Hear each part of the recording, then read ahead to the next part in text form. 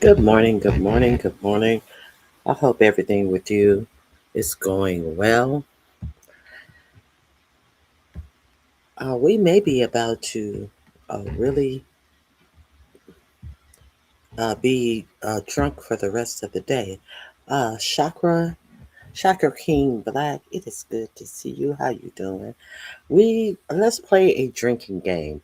We may be able. We should we may get alcohol poisoning if you guys play this drinking game with me.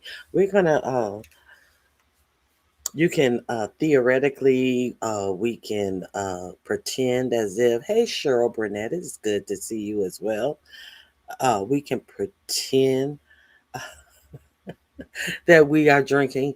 We're going to go over the State of the Union address.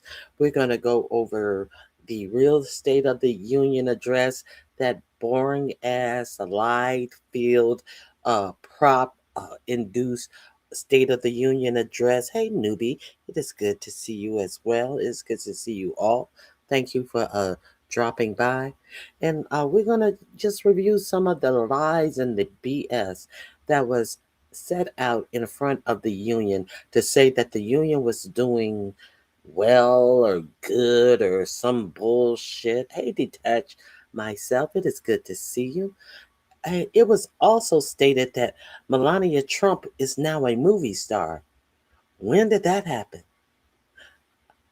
Now, I knew that I do know that Melania had a movie that came out, and the last reporting that I heard on that was the theaters were selling between 1 and 7 seats. All of the theaters were empty. Instead of bringing it out on Amazon Prime or something, Jeff Bezos paid her in excess of $70 million, $40 million for her life story, and $30 million to promote this. I didn't see any promotion going on personally myself.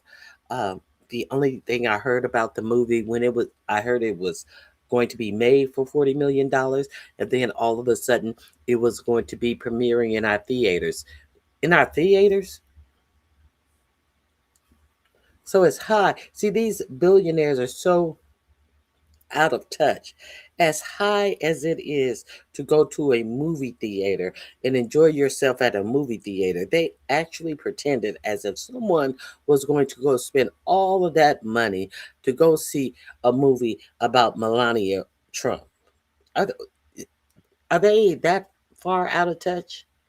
When they have a whole streaming service so they could hide the fact that nobody wanted to see that dumb shit? I mean, just everybody know what it was. Everybody knew that that was a whole pay to play scheme on the behest of Jeff Bezos to curry favor with this administration. Nobody wants to see nothing about no damn Melania Trump. Okay, I digress. Okay, we're gonna get into we're gonna get into the State of the Union address. And if you guys are not familiar, Midas Touch had a alternate State of the Union address, which was very feisty. It was very, very good. You will actually learn some things about the things that are actually going on in the United States of America.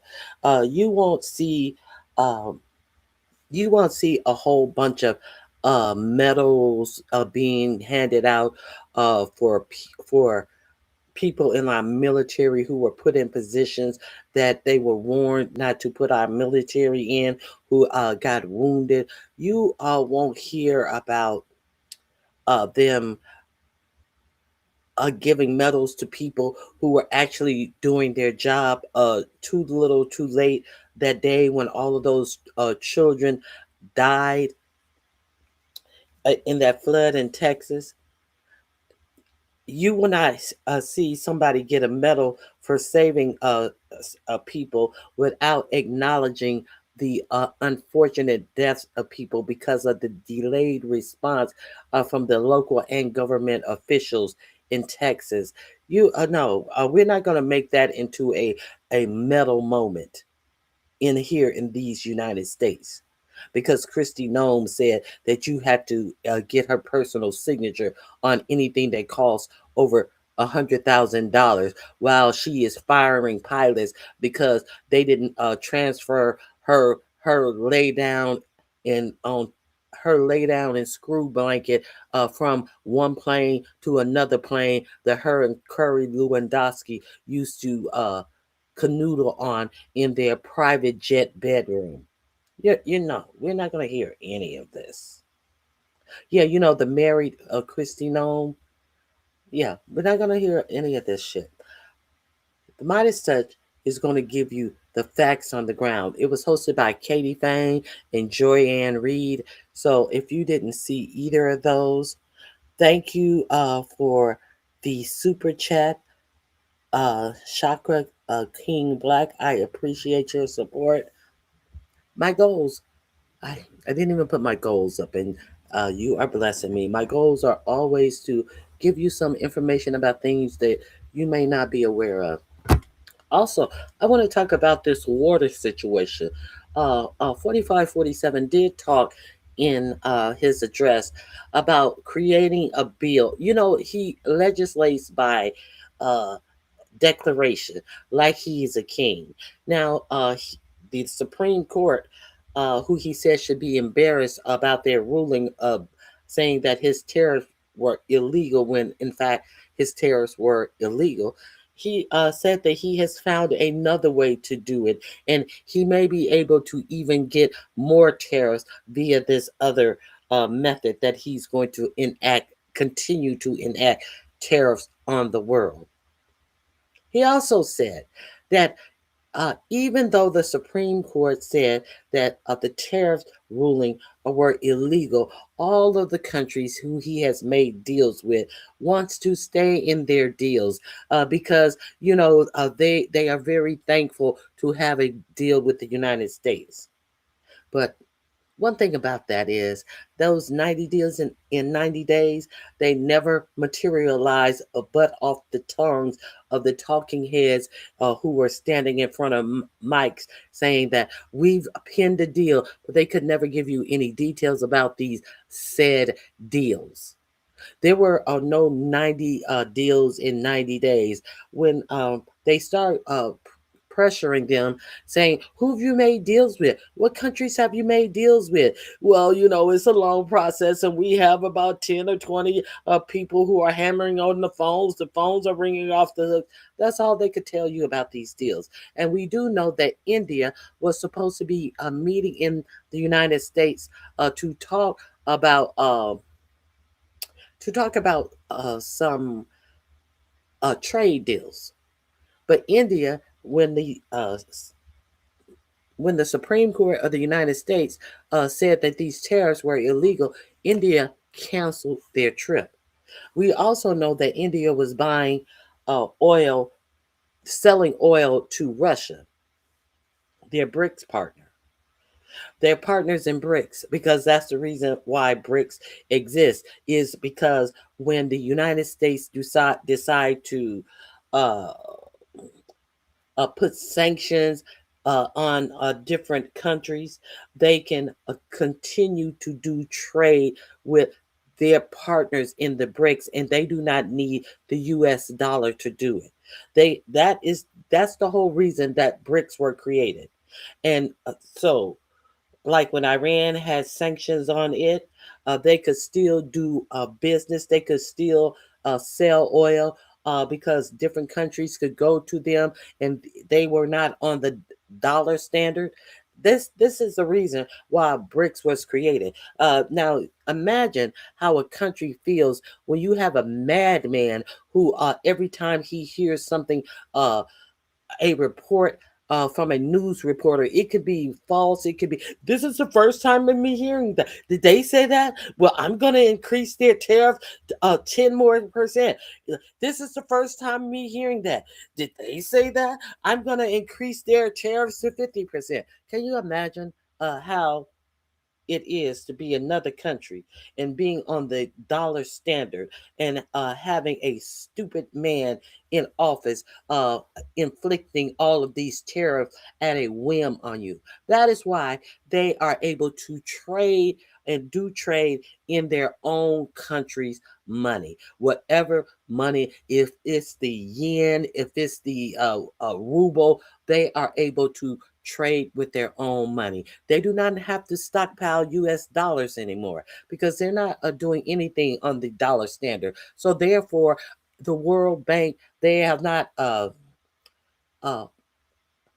piling up money in the World Bank to use to do their trade deals. They are, what are they stockpiling now in these other countries? They're stockpiling gold. So your president didn't tell you any of this in his State of the Union address. Another thing that your president finally decided to talk about. Now, I've been talking about this before data centers, how that the world, not just the United States, the world is uh is desperately losing water. The water in the whole world is drying up. Water will soon be our next biggest commodity. So your president said that any state that tried to put any laws in to regulate AI, they will not get federal dollars. They he gave an example that he gave an example that the Democrats have frozen money for the Department of Homeland Security and ICE. And he said, so therefore, this is after he bragged about these tariffs and how much money he has taken in from the tariffs and that he was going to increase them and take in more money. The tariff law that he is now using says that he can charge a maximum of 15%. He started off saying he was going to do a 10%, and by the end of the night, it was up to its maximum, 15%. And you can only do that, I think, for 130 days, and then you must go to Congress to extend it. So this is the rule that he is uh, putting down 15% tariffs on everyone since it's been found that his old emergency clause for putting tariffs on the whole world was illegal. So he said that, and I found another way to do it, and I can probably take more, and I can probably charge more money. And the thing about it is, it's already set up. I don't even have to go to Congress. Being a president by decree and still telling you that he's going to break another law to enact tariffs illegally to isolate America further. So you think the station of the position of our union is stable, good, doing well? I don't think so. So let's get into some of the lies and deception that we heard on the State of the Union address, shall we? I think we could.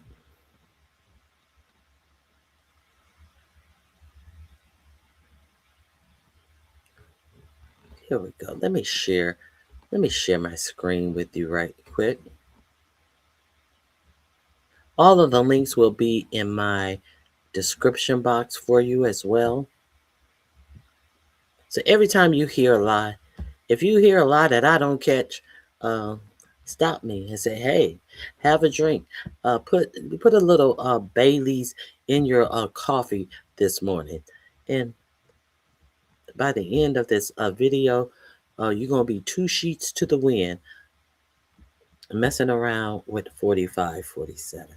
Now, also the Midas Touch. I think I may have to refine their link. I think they have removed their link. I may have to go to the Katie Fang show. So let's start. Let's start with the beginning of the BS.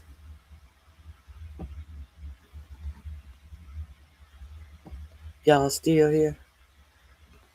We get to see all of the pomp and circumstance, and the empty seats, and the sycophant clapping and USA, USA, sounding like some cult. Every time they're embarrassed with all of these chants of USA, as if they are, as if they are so patriotic in their bullshit and their theft from the country. Now, Stephen A. Smith said, "Y'all better stop calling the president a criminal." You know, Stephen A. Smith, who is trying to brown nose himself in a position where someone would donate money to him, as he's telling you that everything Donald Trump administration is doing should be respected, and how you better stop disrespecting the president, and you need to work with the president. This numbnuts is talking about throwing his hat in the ring for president himself. He's saying that he's going to throw his hat in the ring to be the Democrat nominee, though, while you need to kiss the ass of this sitting Republican president. He said, "You guys need to stop calling him a criminal." Well, it's not the people per se who just sat up and decided to call him what a jury has called him.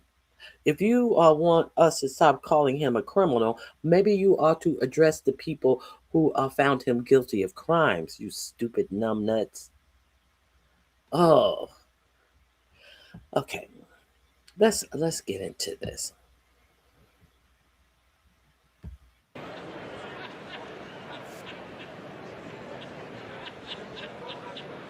Uh, I this is what I want to show you. Something interesting happened.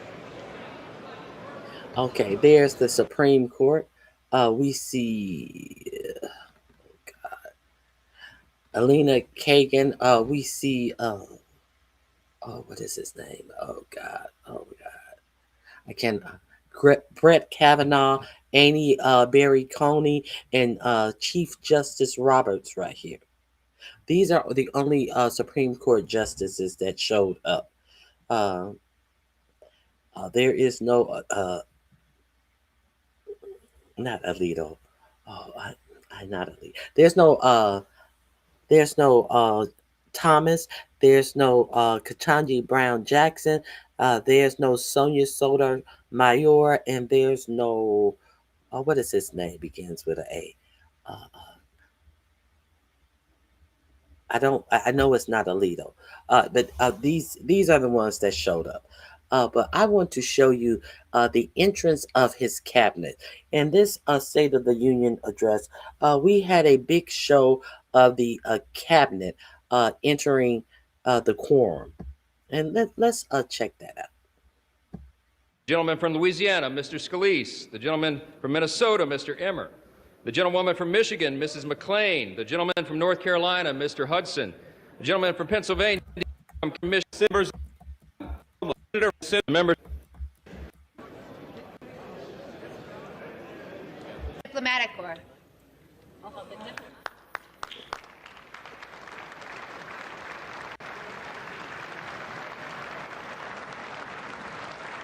These are the special guests. Oh, and then we have the dutiful Erica Kirk, who was propped up and crying these uh, wiping the tears that never came down her face and looking up at the sky, and oh, Charlie, Charlie, Charlie. We had to endure that bullshit.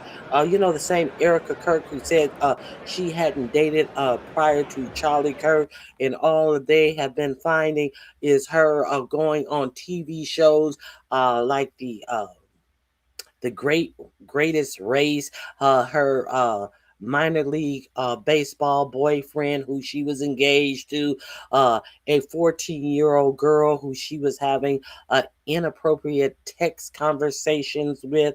All they could find was all the evidence that Erica Kirk was out here living her best life and dating whomever she wanted to, while she is putting on like she is some trad wife, and you should just get married and find someone right out of high school and get married and have a family. That is my greatest accomplishment. And the bitch who is always on speaking engagements and all of this. Now, since all of this shit has come out and they have started dropping all of these boyfriends, one boyfriend who actually works for Turning Point USA before Charlie, and actually still is there. I believe he worked there before. Before Erica Kirk, and he is still working at Turning Point. His name is on flyers and all of this type of shit. This Huzzy is out here pretending to be some religious woman who just was looking for her great husband.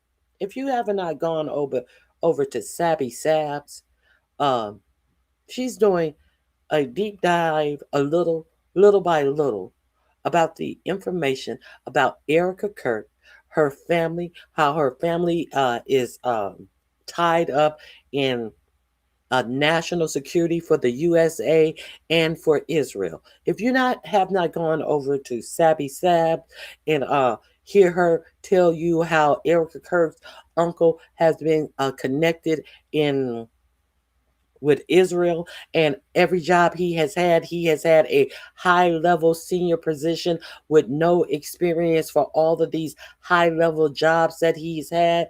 If you go over to Erica Sabby Sab's channel, you will also hear her describe how this same uncle was also mixed up in the ownership of casinos and things like that. You know, casinos were back in the day were usually owned by people in a sketchy side of life, of the ownership that he has had in casinos. Oh, you need to go over to Sabby Sab, and she doesn't talk about it every day. She lets some information pile up. She gets the background of the information, and she'll tell you a story about Erica Kirk. You will see a whole lot of things different. These are not rumors. These are factual things that she will tell you about Erica Kirk. Erica Kirk is also a part of the mm,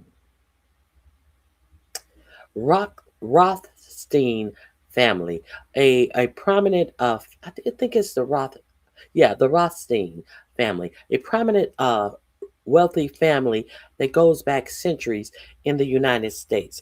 Uh, they the original Rothsteins, they took they have erased their children's name out of all history, so you're not able to easily track their lineage.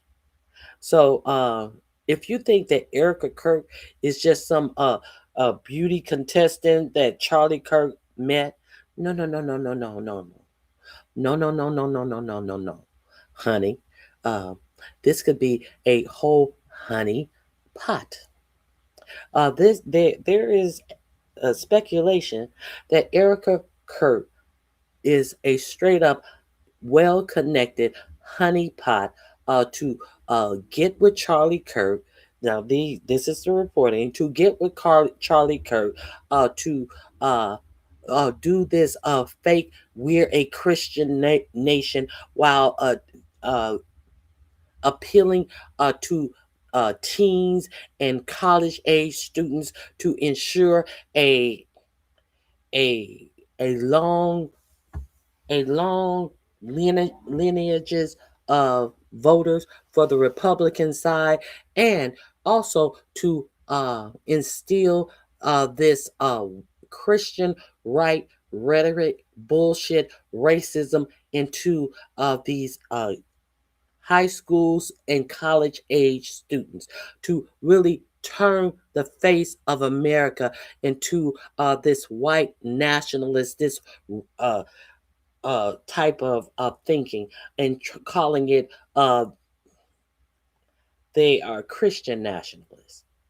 Remove interchange the word right in Christian, you get the same thinking. Now these Christian nationalist pastors are really out here teaching some real dubious racist type of bullshit. You know, like women should not have the right to vote. Like slave owners were not all bad; they were just men of their times. You know, they're teaching the youth this.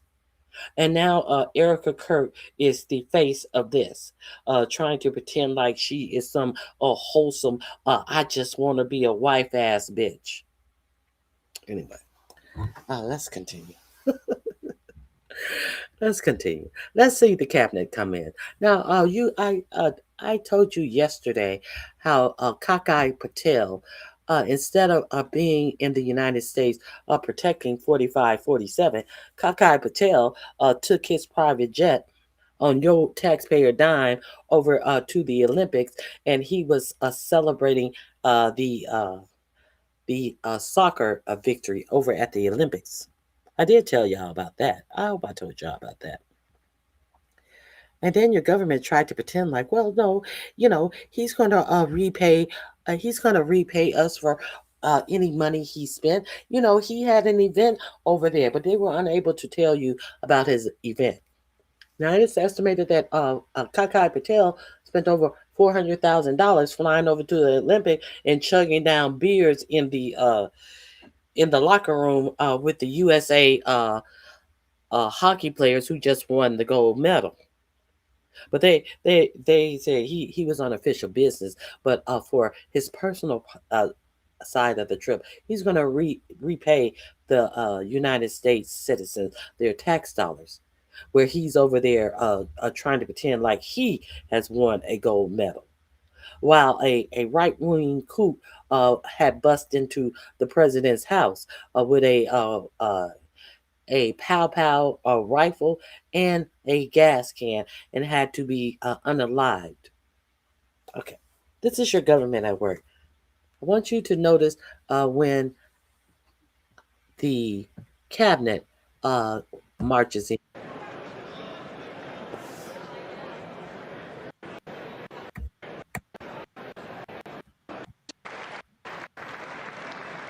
There are the Supreme Court justices. There's a whole lot of other ass kissing.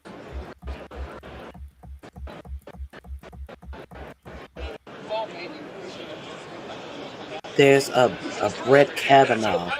Brett Kavanaugh who told Trump, well, you can do the tariffs this other way. You know, Brett Kavanaugh, who probably understands uh, 45, 47 the most. Brett Kavanaugh, who had to sit in his confirmation hearing and hear a woman who said that he had did inappropriate things to her while she was drunk and out of her mind, and she woke up.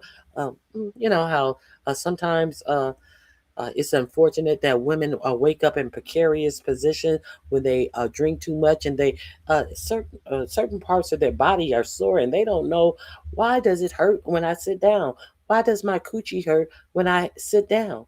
So Brett Kavanaugh had to have this whole story told and untold, and he was mad and angry and red faced and talking like he was with righteous indignation. Another Supreme Court justice who, like Clarence Thomas, had to come in and had to try to wash away things that were allegedly done in his past with women. He was the one who told Trump a alternative way that he could charge tariffs on everyone else. But whatever way he decides to charge tariffs, he must seek congressional approval after a certain period of time. I think it's 190 days. Let's continue.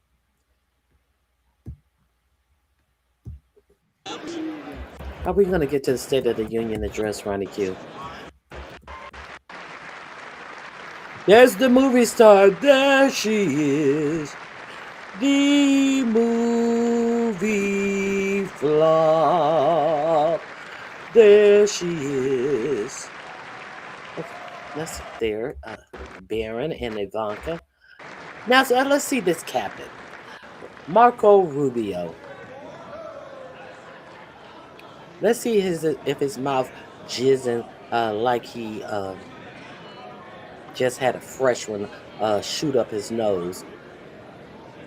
There's Bassett.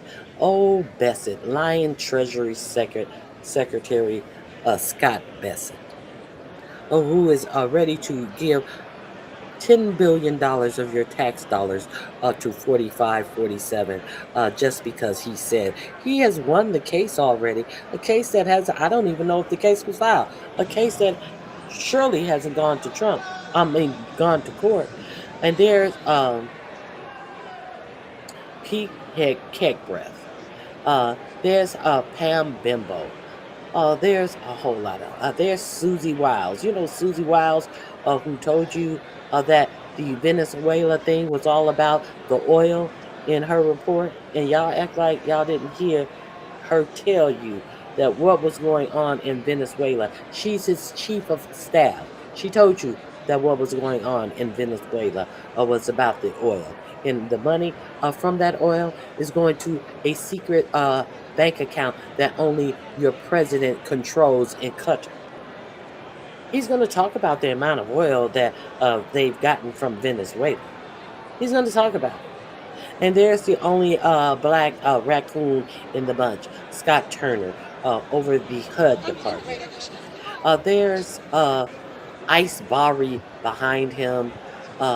There's the real world transportation secretary. What is his name? I forget his name. Whatever. And then you notice who's not here? Who is not here? There's Raising Cane, the 3-star general that took the place of the 4-star general who was unqualified for the position. Raising Cane. Okay, who's not here? Oh, there's Epstein, a neighbor. He was so disgusting. I only look. Kavanaugh's like, ugh, don't touch me. Um, what is his name? He was over Cantor Fitzgerald. I've been talking about this motherfucker all week. He said he lived next door to Jeffrey Epstein, and he saw a massage table in his living room, and he was disgusted. I will never. And me and my wife said we will never go back to his house. What is this slimy motherfucker's name? I forget. Um, and then you found out that after all of that, after Epstein had been in jail for what he did the first round with these children and got a sweetheart deal, this motherfucker was on Epstein's island and took his whole family, the nannies, and everything. He said, I was just there an hour for lunch. I can't remember the reason why I went and visited. We were on vacation and I just went there for 1 hour. For 1 hour. And then we left, me, my wife, my kids, and my nanny. And he did not tell you that he and Jeffrey Epstein was also in business together. This man who, when first asked about Epstein, said Epstein was disgusting, and me and my wife said we would never talk to him again. Only to find out he's a liar. So look at Kavanaugh, like, ugh, do not talk to me. Look at look at Kagan's face. She's like, ugh. He thought that he was gonna go and shake the justice's hand, and then he decided, oh, I better go the other way. Let me go the other way. Let me go the other way. I am not worthy. Look at JFK looking like he's tweaked out. Look at this face. Look at this face. Nobody wants to shake my hand? No, no, motherfucker. Here's Ice Barbie, Susie Wiles. These are the, I forget this numbnut's name behind them. He's over economic things. Uh, who's not here? Kakai Patel is not here. That's who's not here. Where's your the head of the FBI? Where's that head? He's not here. Now here comes old shaken head 4547. Let's get him up to the podium with his bullshit. Okay. I I've stalled enough.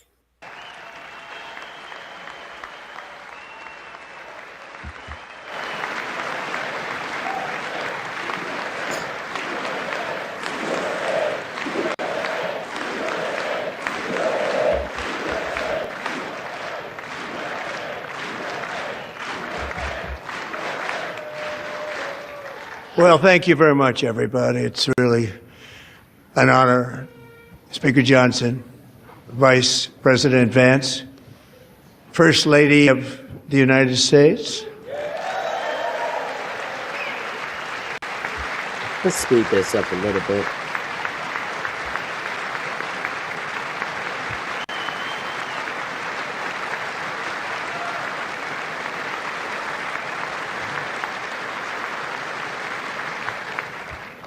Second Lady of the United States. Notice they don't bother to put a camera on Usha Vance. Oh, there it is. Okay. Members of Congress and my fellow Americans, our nation is back, bigger, better, richer, and stronger than ever before.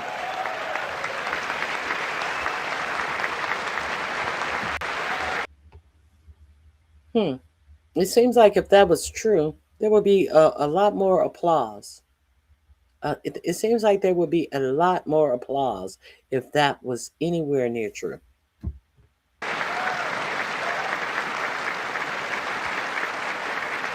Less than 5 months from now, our country will celebrate an epic milestone in American history, the 250th anniversary of our glorious American independence. This July 4th, we will mark 2.5 centuries of liberty and triumph, progress and freedom in the most incredible and exceptional nation ever to exist on the face of the earth. And you've seen nothing yet. We're going to do better and better and better. This is the golden age of America.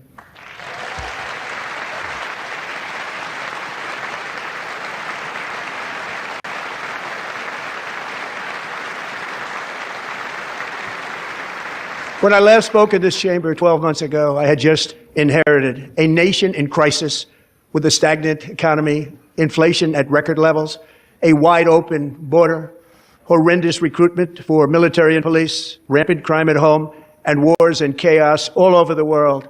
But tonight, after just 1 year, I can say with dignity and pride that we have achieved a transformation like no one has ever seen before, and a turnaround for the ages. It is indeed a turnaround for the ages. Yeah, it is indeed a turnaround for the ages. Tens of millions of people getting thrown off of Medicaid. You going back and have people to recertify the poorest of the poor, disabled, and veterans have to certify to get an average of $192 worth of food stamps a month. Yes, you are right. Our sitting president and his family enriching themselves by the billions of dollars. You are definitely right about that.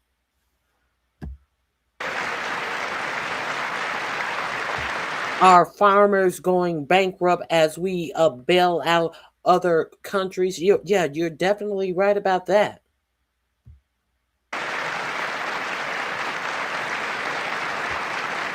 Our EPA pulling back the restrictions on air and water safety.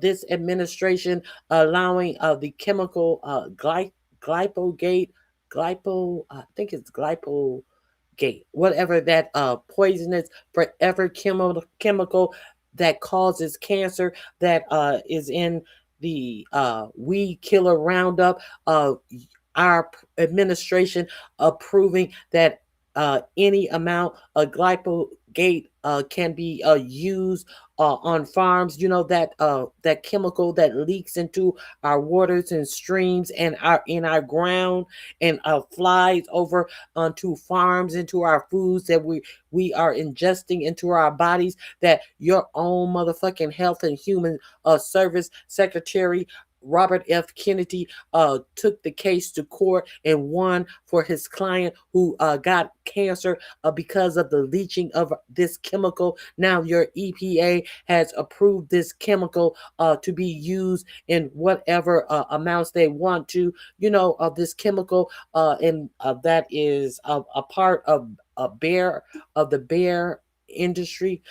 You know, the same bear aspirin industry that gave you $1 million for your inauguration. Now they are able to use this motherfucking chemical that is killing people freely and in any amounts that you are definitely right about that.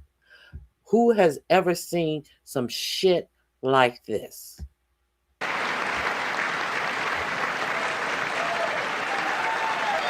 We're out. We're out. And we will never go back to where we were just. There's another homo trying to snatch his flag. I guess he was holding a sign up and he got thrown out.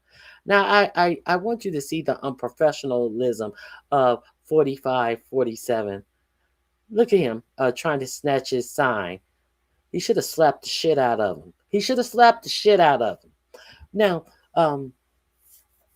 there is you're gonna see Trump try to, oh, look at them, they're not clapping, oh, you guys are disgusting, you guys are sick, just a bunch of bullshit. A very short time ago, we're not going back. Today our border is secure. USA, USA, USA, USA, Thank you. Today our border is secure. Our spirit is restored. Inflation is plummeting. Incomes are rising fast.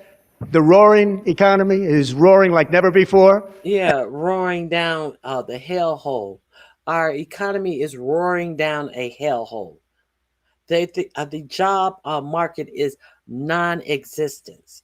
No jobs have been created. I think 18,000 jobs in either 18,000 or 118,000 jobs were created in the whole year of 2025.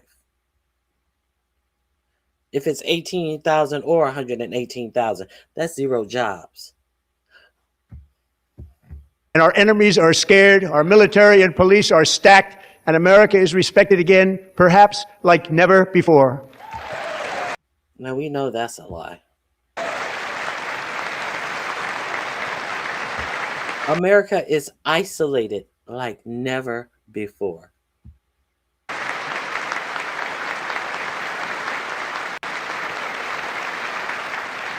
After 4 years in which millions and millions of illegal aliens poured across our borders, totally unvetted and unchecked, we now have the strongest and most secure border in American history by far.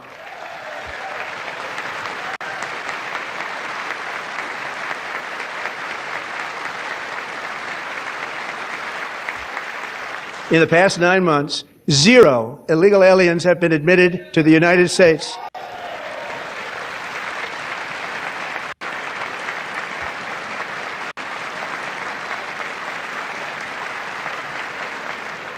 But we will always allow people to come in legally, people that will love our country and will work hard to maintain our country.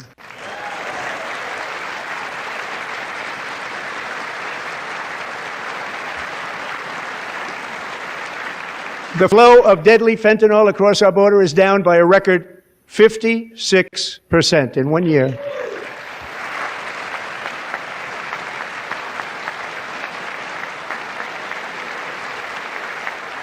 And last year, the murder rate saw its single largest decline in recorded history. This is the biggest decline, think of it, in recorded history, the lowest number in over 125 years, year 1900. In fact, substantially before my wonderful father, I had a wonderful father, Fred, before he was born, substantially before he was born.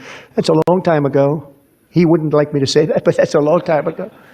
The Biden administration and its allies in Congress gave us the worst inflation in the history of our country. But in 12 months, my administration has driven core inflation down to the lowest level in more than 5 years. And in the last 3 months of 2025, it was down to 1.7%.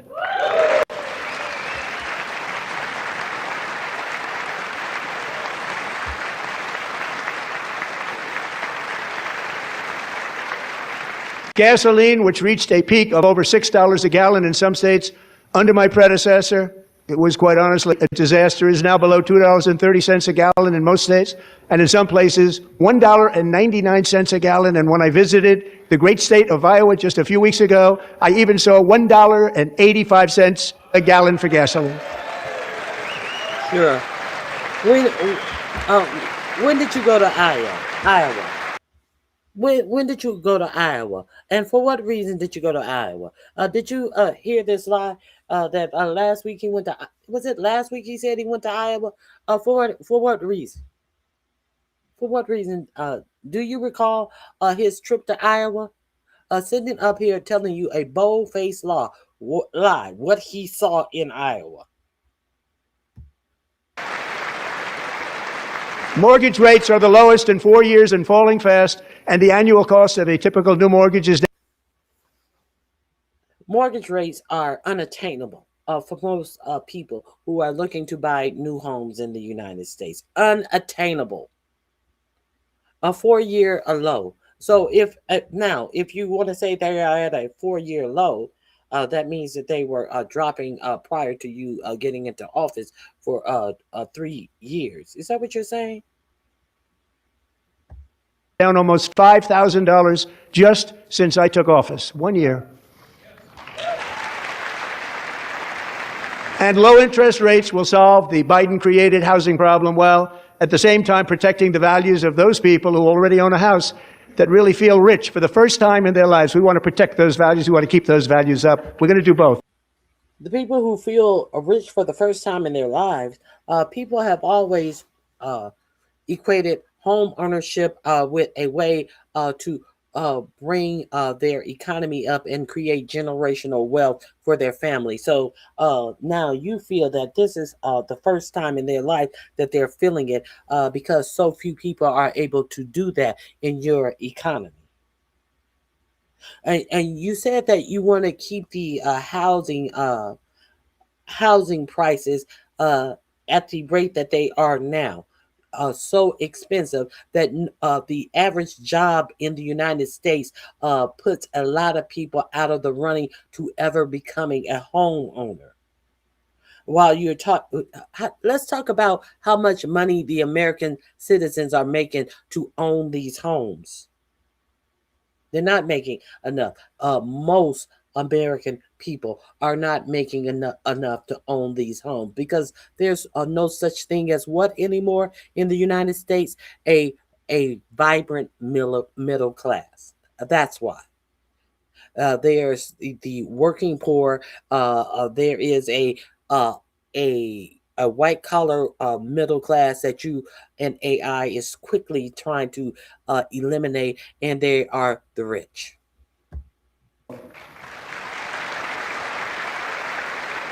And we are going to keep it that way.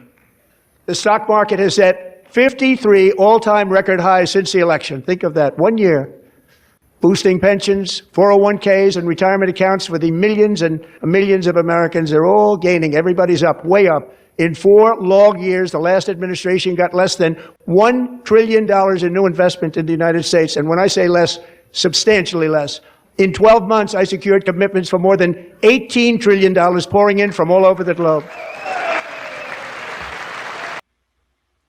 He secured more than $18 trillion pouring in from all over the globe.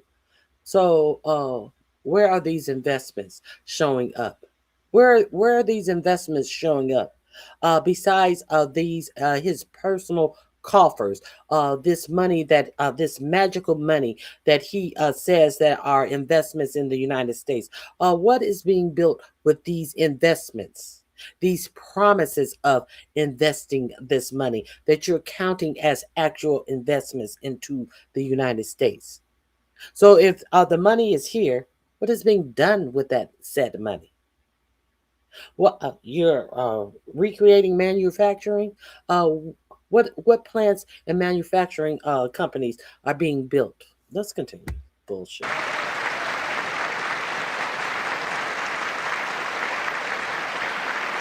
Think of it, much less than $1 trillion for 4 years versus much more than $18 trillion for 1 year. What a difference a president makes. A short time ago, we were a dead country. Now we are the hottest country anywhere in the world, the hottest. What does that even mean? He keeps saying this. 1989, we're hot. We're the hottest. What does this even mean?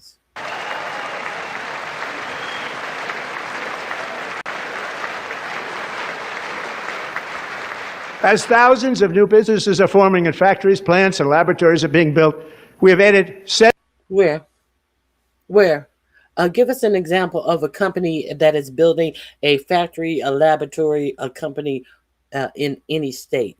If this was true, wouldn't he say, or for example, Pfizer is building a new plant to create an medicine in the United States? Where and what companies are doing this stuff? None, none. This is hyperbole. This is propaganda that this motherfucking failed ass president is sitting up here saying. What about and what about these Epstein files? What about justice? Are you going to talk about cops and policing? Are you going to talk about how your DOJ is removing information about this 13-year-old girl who specifically spoke about you by name, and how all the court, and that there is one a handwritten interview sheet from the former FBI, and all correlated interviews and paperwork regarding this are missing per your DOJ. Are you going to talk about that when you talk about crime and preventing crime? No, you're not going to talk about any of that shit. 70,000 new construction jobs in just a very short period of time. It's getting bigger and bigger and stronger. Nobody can believe what they're watching. American. Nobody can believe it because it's not happening. 70,000 new construction jobs.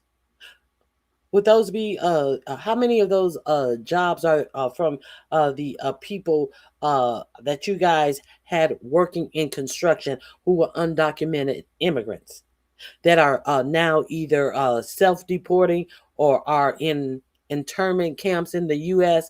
And my question about all of these undocumented construction workers that were working in the USA, who hired them and why were they able to hire them? And if it's USA, USA, USA, what is happening to these people who had been hiring them, that they had taken over the whole construction industry after they shut down construction union so the actual American worker could have a viable life, have a life where they were making enough money.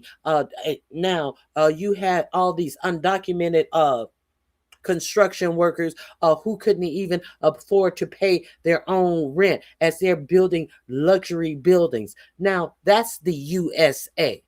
That is what the USA really is.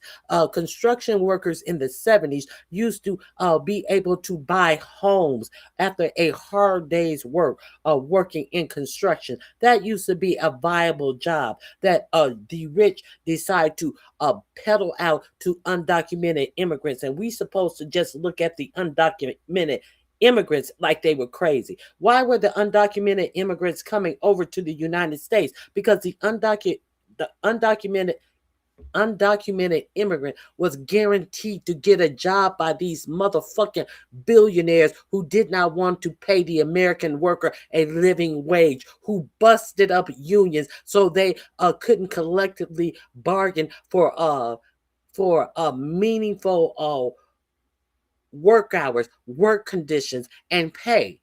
to the extent that in hot ass Florida, you got the governor got has the nerves to say that construction workers cannot even have breaks for water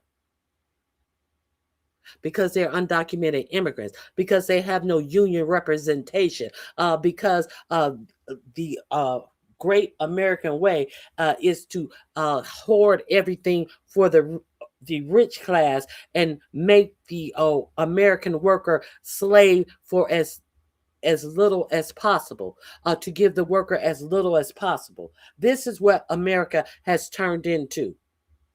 Where are all these 70,000 construction jobs? And what are they constructing? And for whom? They're not constructing any new housing. They're not constructing any affordable housing. What are they constructing? The fuck out of my face with this dumb shit. Oil production is up by more than 600,000 barrels a day, and we just received from our new friend and partner, Venezuela, more than 80 million barrels of oil. You just received or you just stole? You received it. Usually oil is sold. So how do you just receive oil from your new partner?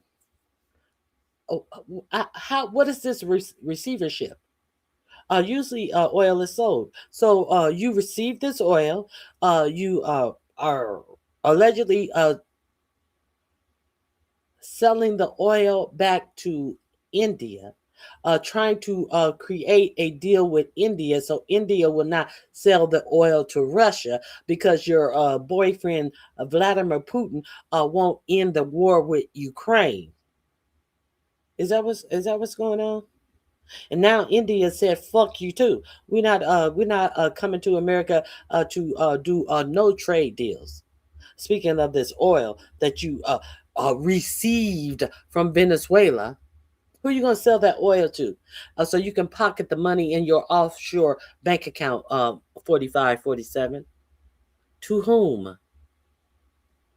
I just have a couple of questions. I don't know. Y'all have any questions? Y'all drinking yet? Y'all should be good and fucked up right about now. If you drink every time you hear this person tell a lie, have a drink on me.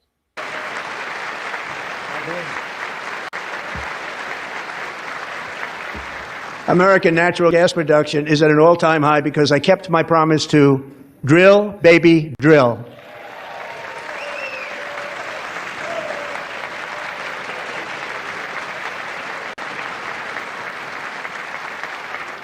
More Americans are working today than at any time in the history of our country. Think about that. Any time in the history of our country, more working today. And 100% of all jobs created under my administration have been in the private sector.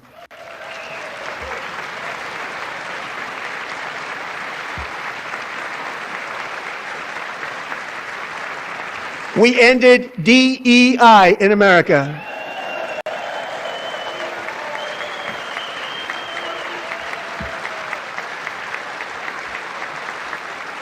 We cut a record number of job-killing regulations, and in 1 year we have lifted 2.4 million Americans, a record, off of food stamps.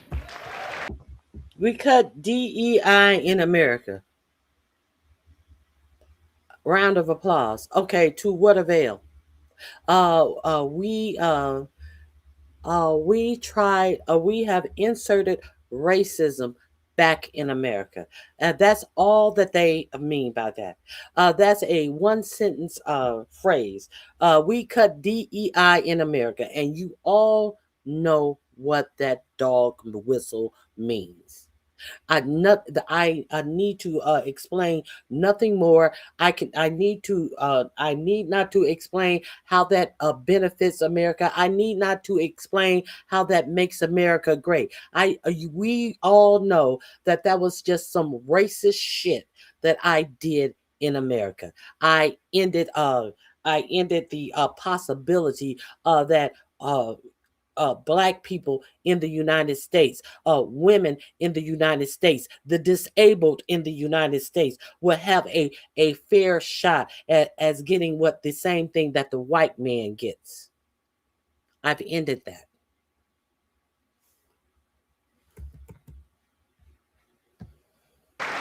We cut a record number of job-killing regulations, and in 1 year we have lifted 2.4 million Americans, a record, off of food stamps. You lifted them off or you threw them off? Where were they lifted to? Were they lifted into these jobs that they are being paid just enough to apply for food stamps? What did you lift them to? These regulations that you cut, what effect is that having on our environment? These regulations, they can't be job killing regulations because to have regulation you need to have regulators. So how are these regulations job killing?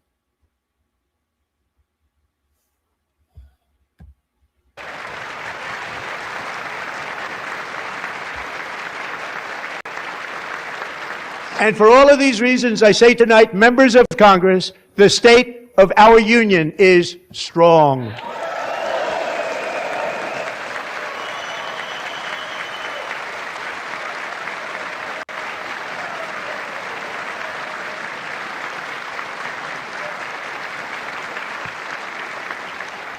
Our country is winning again. In fact, we're winning so much that we really don't know what to do about it. People are asking me, please, please, please, Mr. President, we're winning too much. We can't take it anymore. We're not used to winning in our country. Until you came along, we're just always losing, but now we're winning too much. And I say, no, no, no, you're going to win again. You're going to win big. You're going to win bigger than ever. And to prove that point, here with us tonight is a group of winners who just made the entire nation proud. The men's gold medal Olympic hockey team. Come on in.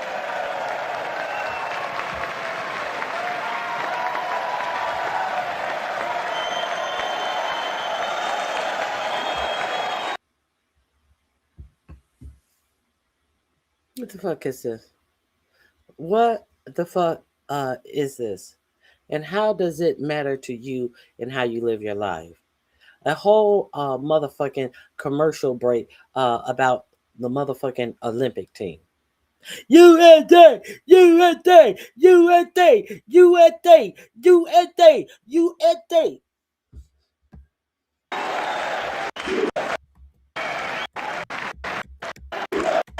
Action in overtime, as everybody saw, as did the American women who will soon be coming to the White House. Now, we all have heard the American women said they, in fact, will not be coming to the White House.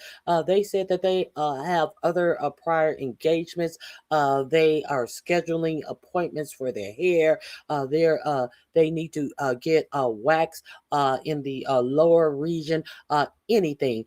They will pull the hair out of their cooch by hand rather than to come and visit this misogynist president.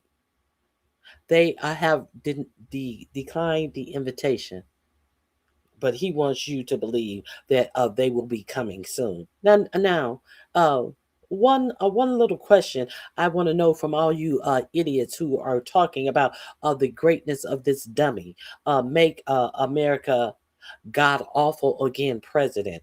I want to know if you understand that your tax dollars were used to fly these professional athletes who already had free flights.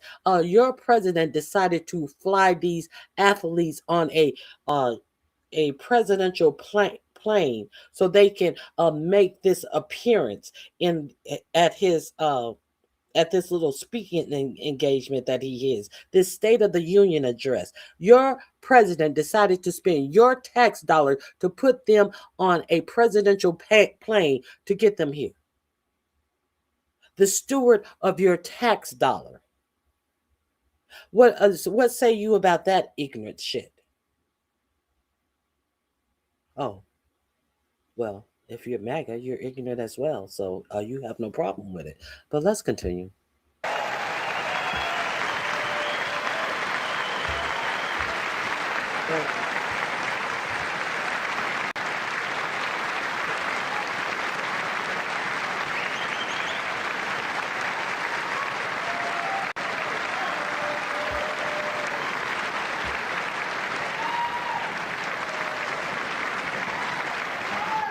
They were in the Oval Office before.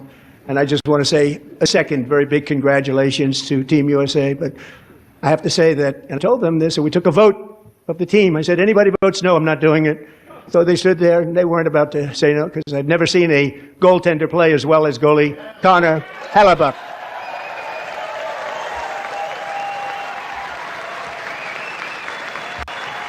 Oh, so we're giving away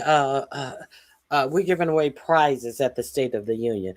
Here come the prize portion. Here comes the let's make a deal. The Price is Right. The prize giveaway portion of this State of the Union. And guess what you've won? You've won a new medal. Come on down. You're the next contestant on The Bride is Right. You're the next contestant on Let's Ignore the Epstein Files. Think of it, 46 shots on goal, and I asked him, the one shot, the one where you put your stick in the back and it hit the neck of your stick and bounced off. Do you practice?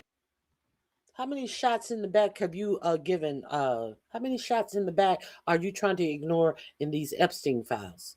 How many back shots are you trying to ignore in the Epstein files? Is that, or was that a little lucky? He refused to answer that question.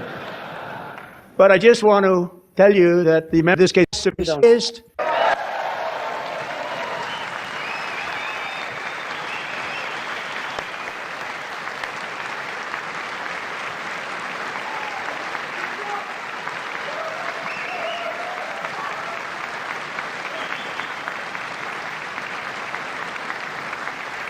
great athletes have gotten that, very great, the best, and I thought he deserved it. And I did take a vote, every single one of them. I said, I'm not giving it if anybody goes no, and every single one of them rapidly put up their hand. So I want to thank you all. What a special job you did. They won a hockey game. They won a hockey game. They won I'm also pleased to say that the next time the Olympic torch is lit, it will be here in America. And Los Angeles is going to be safe, just like Washington, D.C. is now one of the safest cities in the country.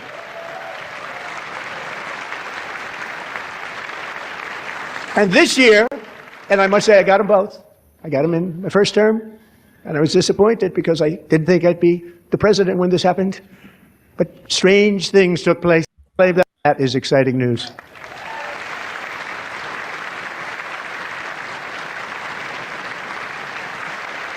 So this will be a year to celebrate our country and the heroes who have kept it free. Men like Buddy Taggart. At age 17, Buddy volunteered to defend America in World War II, serving in the Pacific under the great General Douglas MacArthur. He fought bravely in the famous Battle of Manila, worked so hard. He was badly wounded and almost killed by enemy machine guns in Luzon. And 81 years ago this month, he liberated the largest internment camp in the Philippines, one of the largest anywhere in the world. But he earned many honors, including a Purple Heart and a Bronze Star, came home, started a family, and tonight he is in the gallery looking forward to July 4th, 2026, his 100th birthday.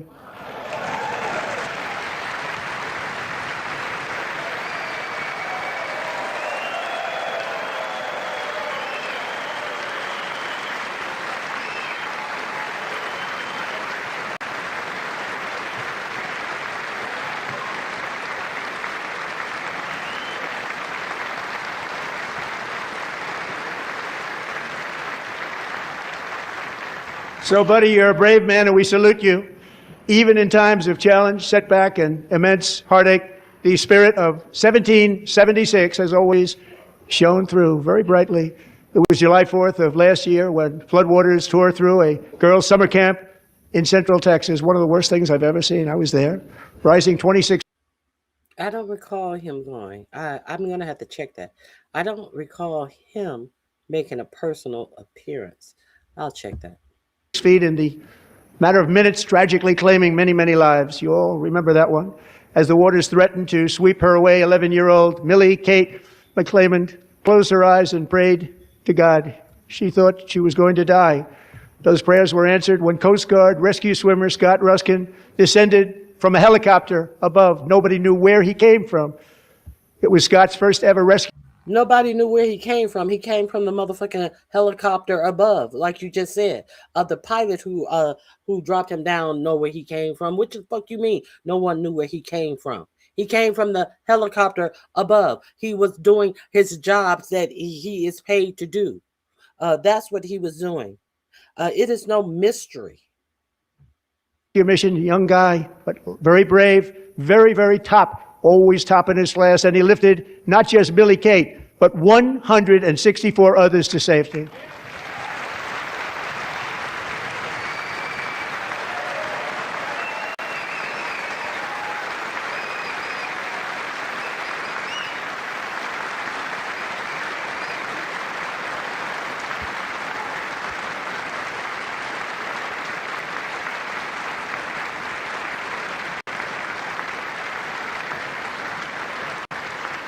People. So he did his job. He did what he's paid to do. So did everybody get medals for doing their jobs? Let's look at him being there, being available to do his jobs. What happened in that case? He saved lives. What happened in the case of the things that Christine Nome was over in this same situation about this flood? She didn't do her job, and many young girls lost their lives. But we're going to try to act like everything went so well, and it was just unheard of what was happening when everybody knew that valley flooded quickly in high storms. The actual county decide who Joe Biden gave money to that county to improve their storm awareness, to get sirens, to get whatever they needed. The board said that they did not want to spend the money on that. So what did they spend money on instead? They re-up the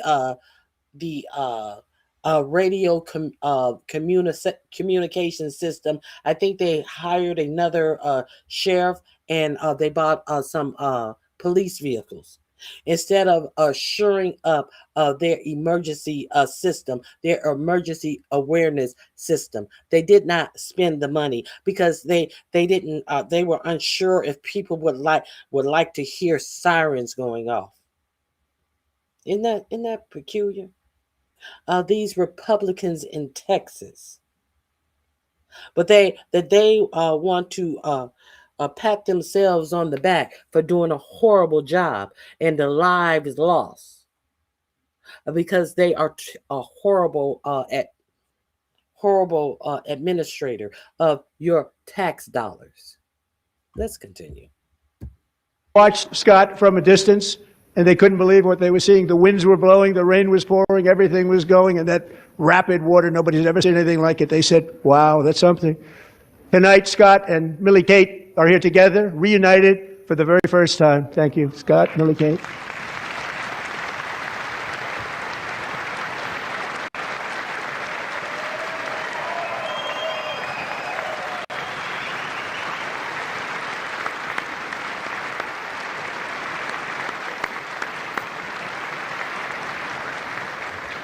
And Petty Officer Ruskin, I'm pleased to inform you that I am now awarding you the Legion of Merit for extraordinary heroism, which is what it was, extraordinary heroism. Thank you.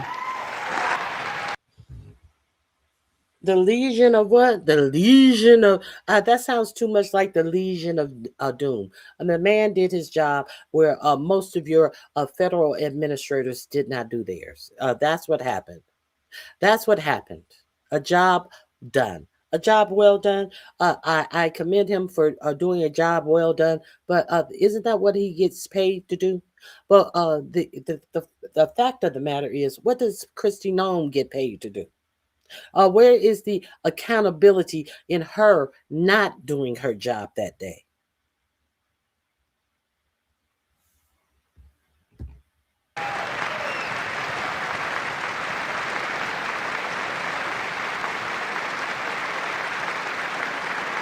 And I'd like to have the military aide to please come down and take care of the service. Military aid, thank you very much. Take care of that very important service. Look at this fool. Hold on. Look at this fool right here.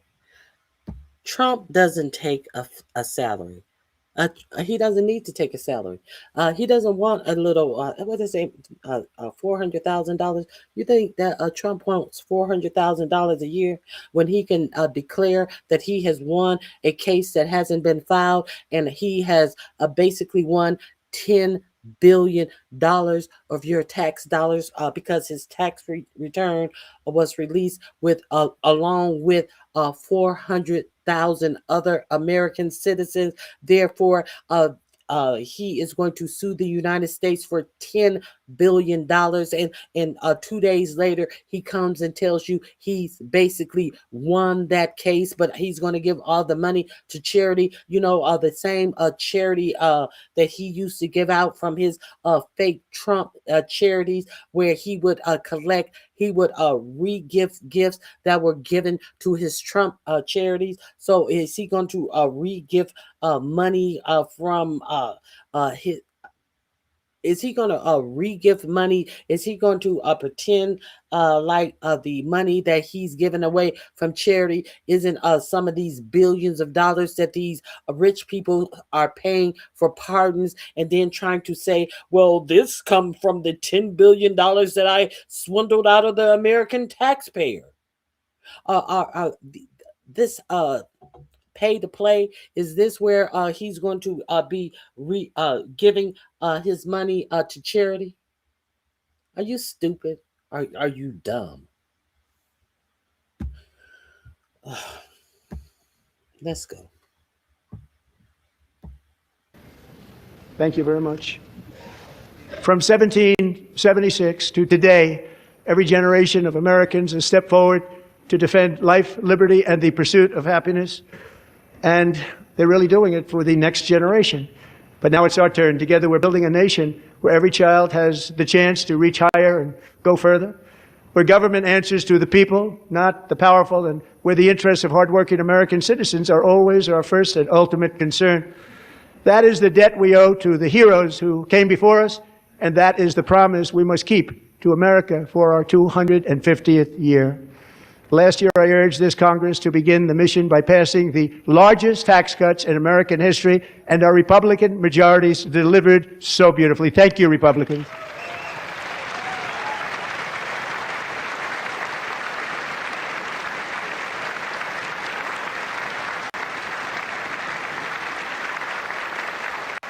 All Democrats, every single one of them, voted against these really important and very necessary massive tax cuts.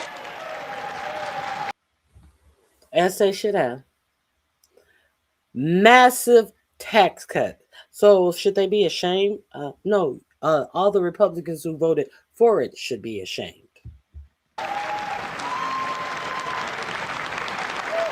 They wanted large-scale tax increases to hurt the people instead. But we held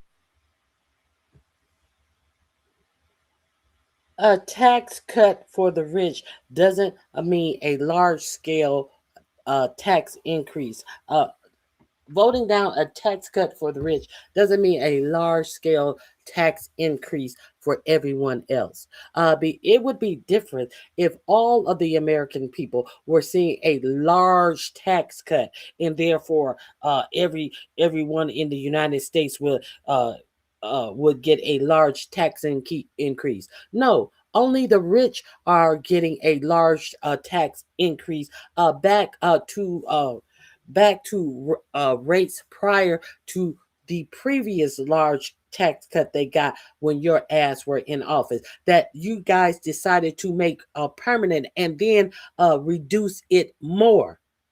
So they in fact were getting their taxes going back to the prior rates that they used to be. That was still exorbitantly lower than the average working class American. They were still paying less tax than the average American. Now, some dummies was like, well, no, they paid more money, not more money against the money that they earned. We pay far more in taxes for the amount of money that we earn, percentage wise, than billionaires. You dummies. But they try to simplify things to make you feel like the average man is getting screwed over because a billionaire is not getting exorbitant tax cuts. Strong and with the great. What happened? Whatever happened to the phrase "you pay what you weigh"? I think it was in a Roosevelt era. Over a certain amount of money, millionaires were taxed 90% a 90% tax rate over. I think it was 1.5 million. And you know what that ensured? That ensured a functioning American. That ensured that elderly people didn't languish and die broke and hungry and starving and living in uh, inhumane condition. You know what that also ensured? That also ensured that there were jobs out here for American people to actually earn a living that they could actually do what off of? Actually live off of. That ensured that people who needed medical care could go to the doctors. You know what? They call that a safety net. When people are paid what they weighed. So we supposed to give billionaires all these big tax cuts on the strength that they are just billionaires. We are to pretend like it is the rest of the country's duty to shore up bridges, roads, and all of these things that the federal government must pay for. But we don't expect billionaires to pay for these things. And do you wonder why the American infrastructure has been crumbling for the last 30 to 40 years? And there's no money to fix it, so they act like it's not happening. They act like they're surprised when a big bridge falls down, when over 80% of the bridges in the United States need some type of immediate repair, and it is ignored because they don't get the tax dollars coming in from these big corporations who have these motherfucking big trucks running over the same motherfucking highways that you drive on every day, but they not paying taxes to help uh, uh, shore up the infrastructure of this here United States. But you dummies don't even understand that. Do you understand that the simple fact that the government has been partially shut down over this motherfucking ICE shit of billion dollar the $1 billion that they have given the Department of Homeland Security and border uh, border patrol to allegedly only get undocumented immigrants out of the United States, and all of the technology, the face identifying technology, all of the technology that if you come too close to a border agent, they can go through your phone without a warrant. They have the technology that will take every bit of information out of your phone. The list of people who are protesting that they are putting on government watch list for to deem you a domestic terrorist? Do you know about all of this money that has gone to the ICE agent? And now the Democrats want to make sure that your ICE agents are working within the laws of the motherfucking government. Now, what has happened? What did your president tell you tonight? Last night? What did he tell you last night about the fact that they shut down the operations, all of this illegal shit that ICE is doing with this huge budget they got? What he told you that he will hold back federal money in the middle of a blizzard for the for the federal government to come through your streets and clear your streets. Hold on.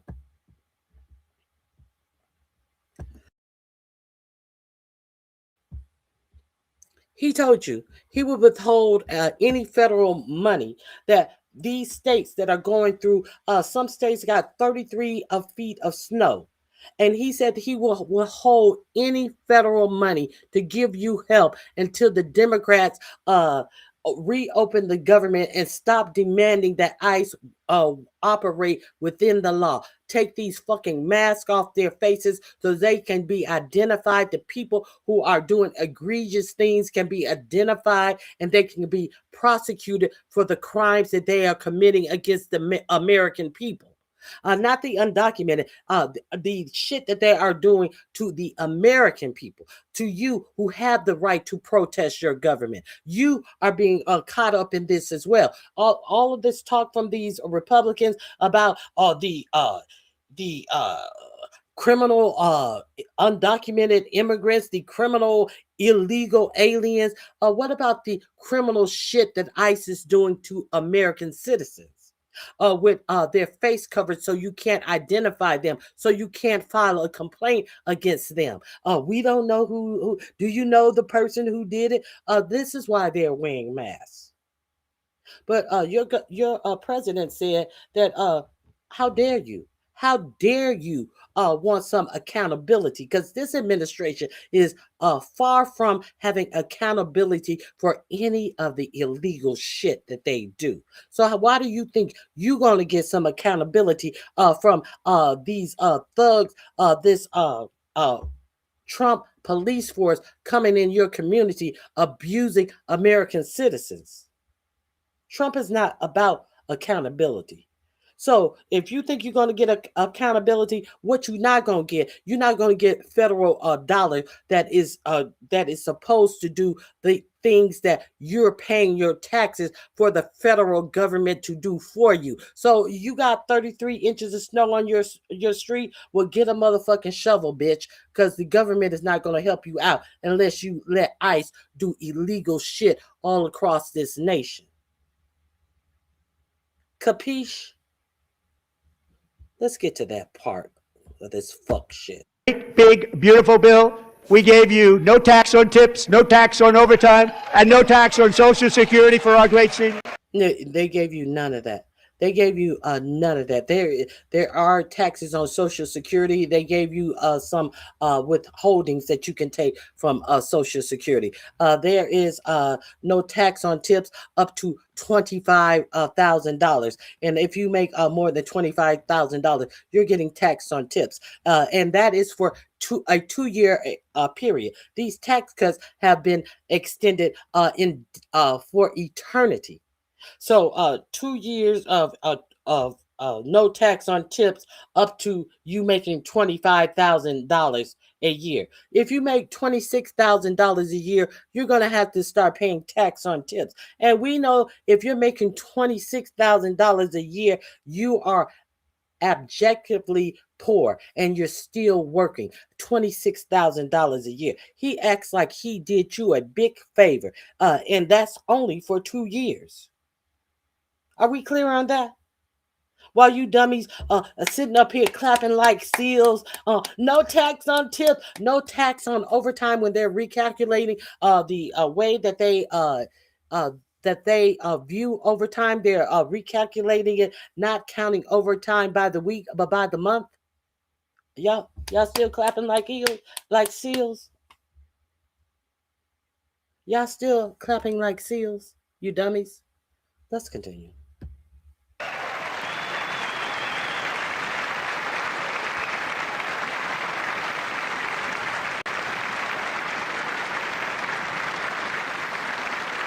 And we also made interest on auto loans tax deductible the first time, but only if the car is made in America.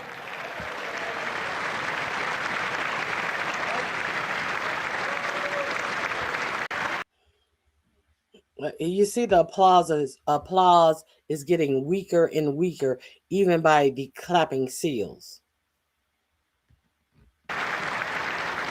Recently in Pennsylvania, I met Megan Hemhauser, a devoted mom who's homeschools her children, beautiful, two children, a year cutting her tax bill in more than half. Done again by Republicans. Megan and her husband will take home more than $5,000 extra just for the year, cutting her tax bill in more than half. In the meantime, him and his family has taken home $5 billion last year alone. And he has increased his and his family's wealth by $5 billion, and he wants you to believe, oh, 5,000 whole dollars, and who even know if any parts of this story is real. He wants you to believe that you have won the Mega Millions if he has saved you $5,000 a year, as everything in your life has gone up and a huge amount because of these tariffs. How much has he cost you this year? So basically, you're breaking even. You're breaking even. You've earned absolutely nothing in saving that $5,000 a year, and you still have saved yourself nothing because everything under this administration has gone up. Let's continue. Megan, please stand up. We're fighting for you, Megan. Thank you, Megan. Thank you, Megan. We're fighting for you, Megan. Under our bill, parents like Megan can also activate their children's brand new Trump accounts. And I didn't name it.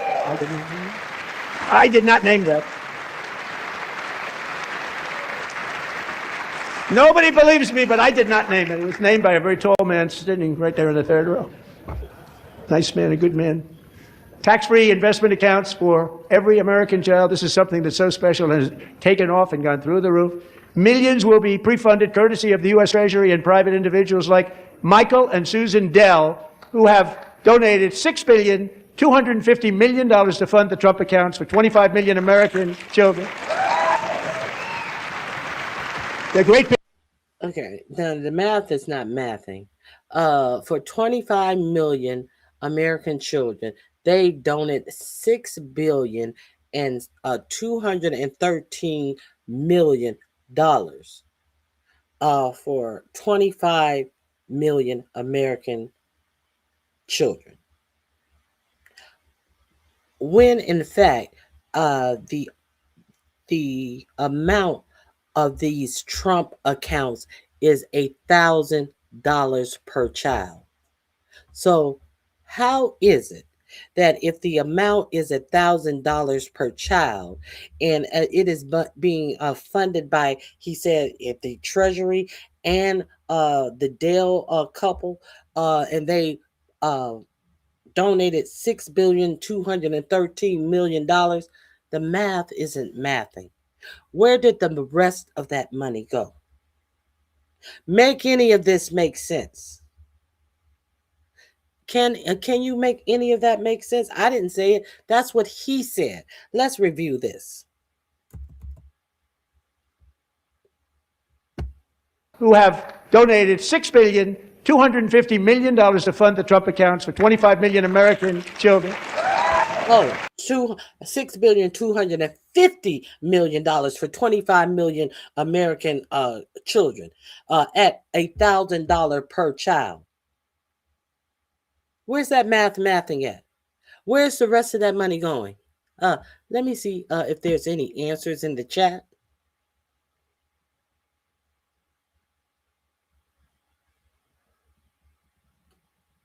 Kids are still being born.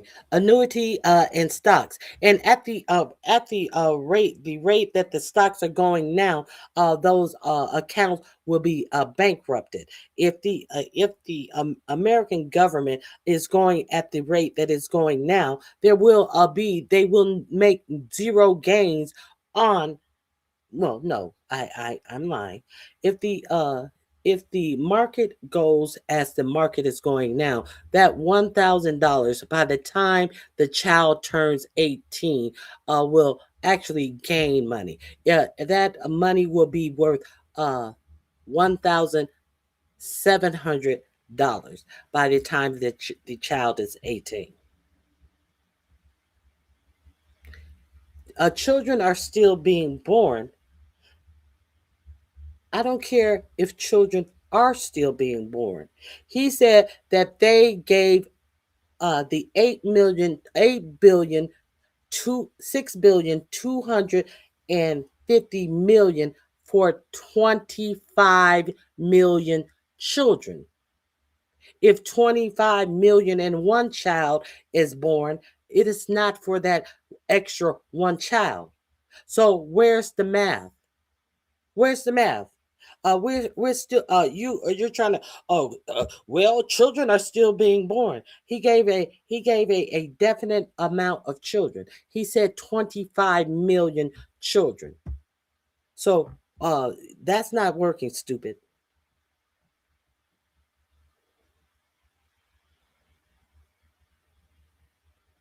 No, you don't know shit.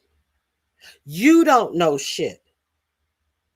You don't know shit. While you talking about, oh well, children are still being born. It's for an infinite amount of children. No, it's for 25 million children. It's for what he said. You dumb motherfucker. Don't come in here telling me that I don't know what I'm talking about when I heard exactly what he said. You stupid bitch. Get the fuck out of here. All right, let's hear that again for the dumb ones in the back.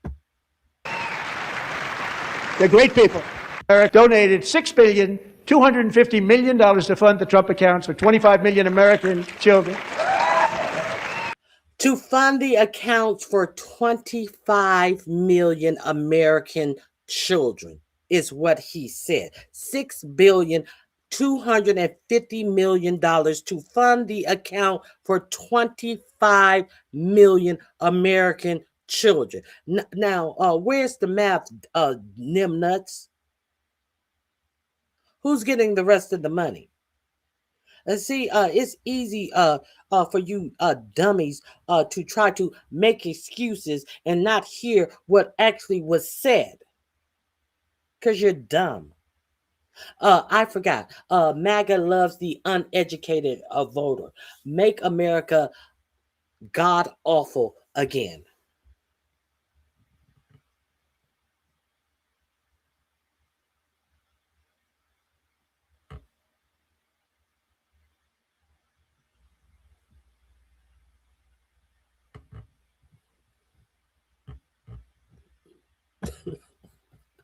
Let's continue. They're great people.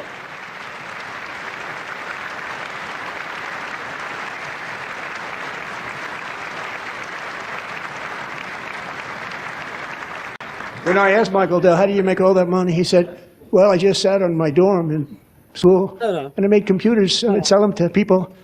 And I just kept selling and selling and selling, and pretty amazing story. Let's go. Hold on. Pulling number out of her ass. Who's pulling numbers out of her ass? What numbers did I pull? I repeated what he said. I repeated the number he gave. I played it to you 3 times. What numbers did I pull? Goodbye. Another dummy. Another dummy. Another apologist who can't make a cogent argument about what I actually said, what I played for you 3 times that this grifter told you, that you wholeheartedly believes. It makes sense to you because you have no sense. Let's continue. The American dream. He sold a lot of computers, a lot of those laptops, so I congratulate him on that, but I really thank him and Susan, as well as others like Brad Gerstner, a very tremendous guy. He sold a lot of these computers. When he first started putting computers together, he sold a lot of those computers. He sold a lot of those laptops. I don't think that the first computers were laptops. I do believe that the first computers were actually desktop computers, a big bulky desktop. But this numbnuts thinks that, hey, the guy who started creating Dell computers and start selling Dell computers as he were building computer systems, was building laptops. This is where we are with the idiocy that we're listening to. Let's continue. Behind it right from the beginning, Brad Gerstner. Thank you, Brad.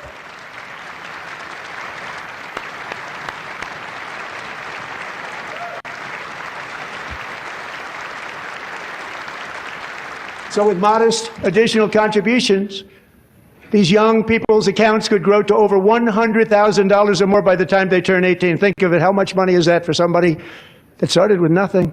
Over 100,000, could be much more than that. To make this investment in our children's future, go to trumpaccounts.gov, trumpaccounts.gov. And a lot of people are doing it. It's setting every record in the book. It's popular. They knew what it was going to take. I'm so proud of them. I'm so proud of the people that got it started. And now it's just taken off. One of the primary reasons for our country's stunning economic turnaround, the biggest in history, where the Dow Jones broke 50,000 4 years ahead of schedule, and the S&P hit 7,000, where it wasn't supposed to do it for many years, were tariffs. I used these tariffs, took in hundreds of billions of dollars to make great deals for our country, both economically and on a national security basis. Everything was working well. Countries that were ripping us off for decades. Okay. So yesterday, where was the stock market?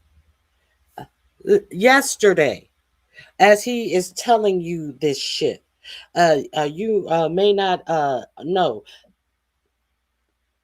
I think the stock market fell. Let me tell you, while he was talking all of that shit, what happened to this AI tech inflated economy just on yesterday? Let's see.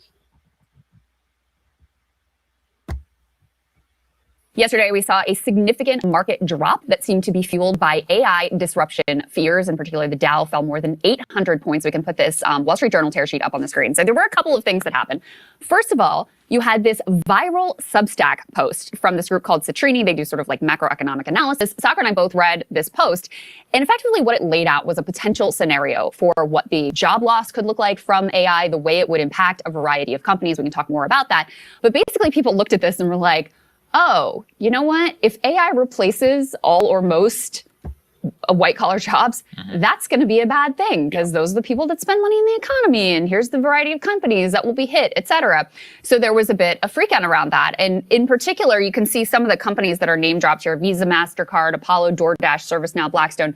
These are companies that were name-checked in this post as being negatively impacted by the future development of AI in this scenario that they envisioned.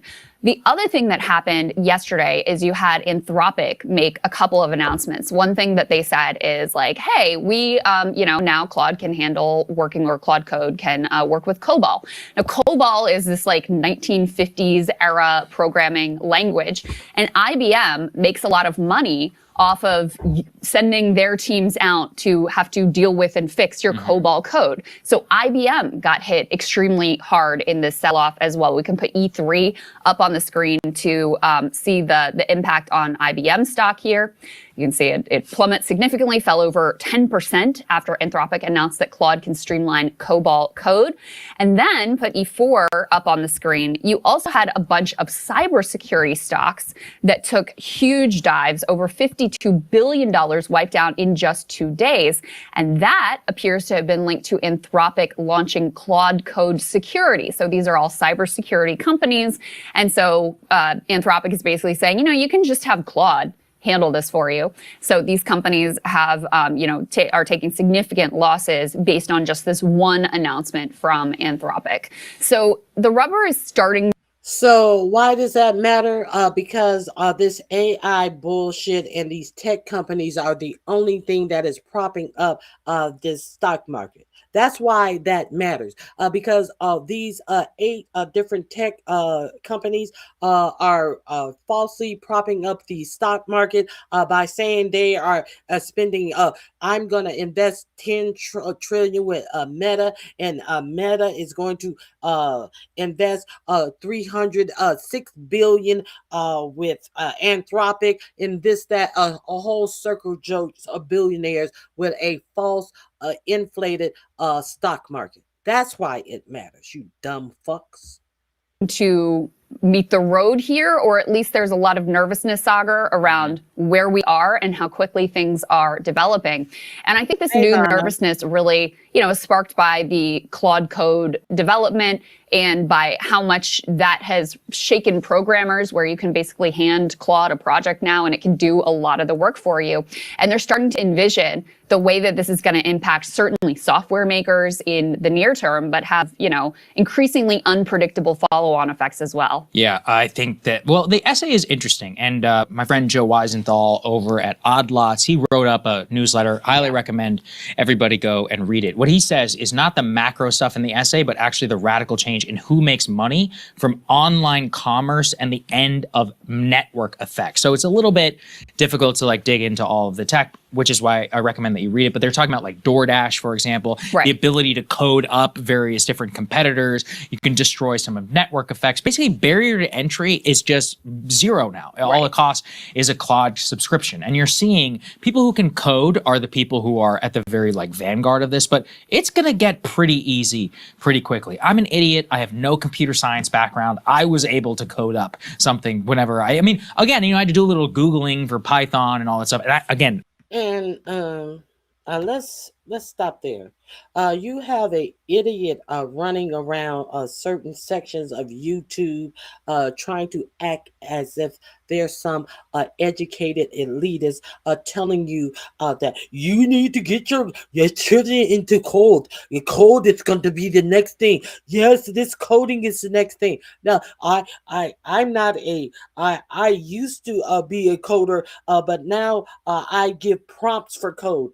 Nobody needs a motherfucking fake ass wannabe pretending like you're better than the average person giving antiquated information. Antiquated information when this AI absolutely needs you to do absolutely nothing. All of this AI needed to do to you numbnuts is to go on to AI, start using AI, and teaching AI how to steal off of you. They're prompting themselves off of the information that you have been feeding AI. AI is a self-prompting machine right now. AI don't need you to prompt it to do anything.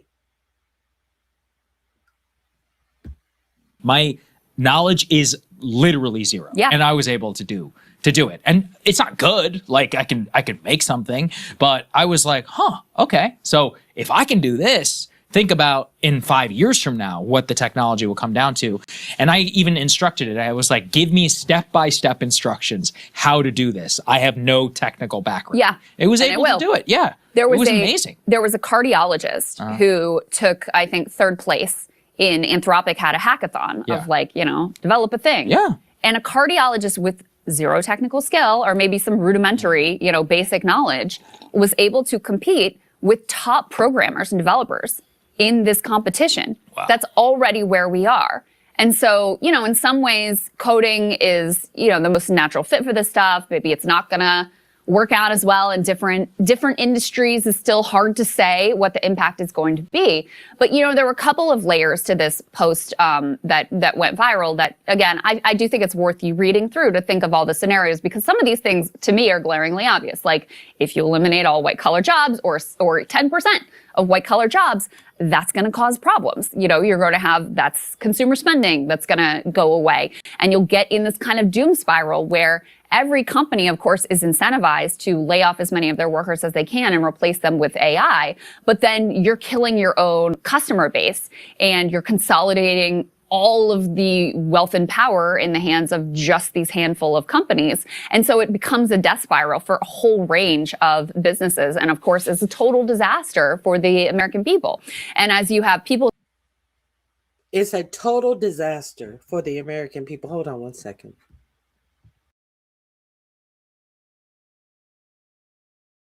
It's a total disaster for the American people, for the American economy. Who wins in any of this? These rich billionaires who are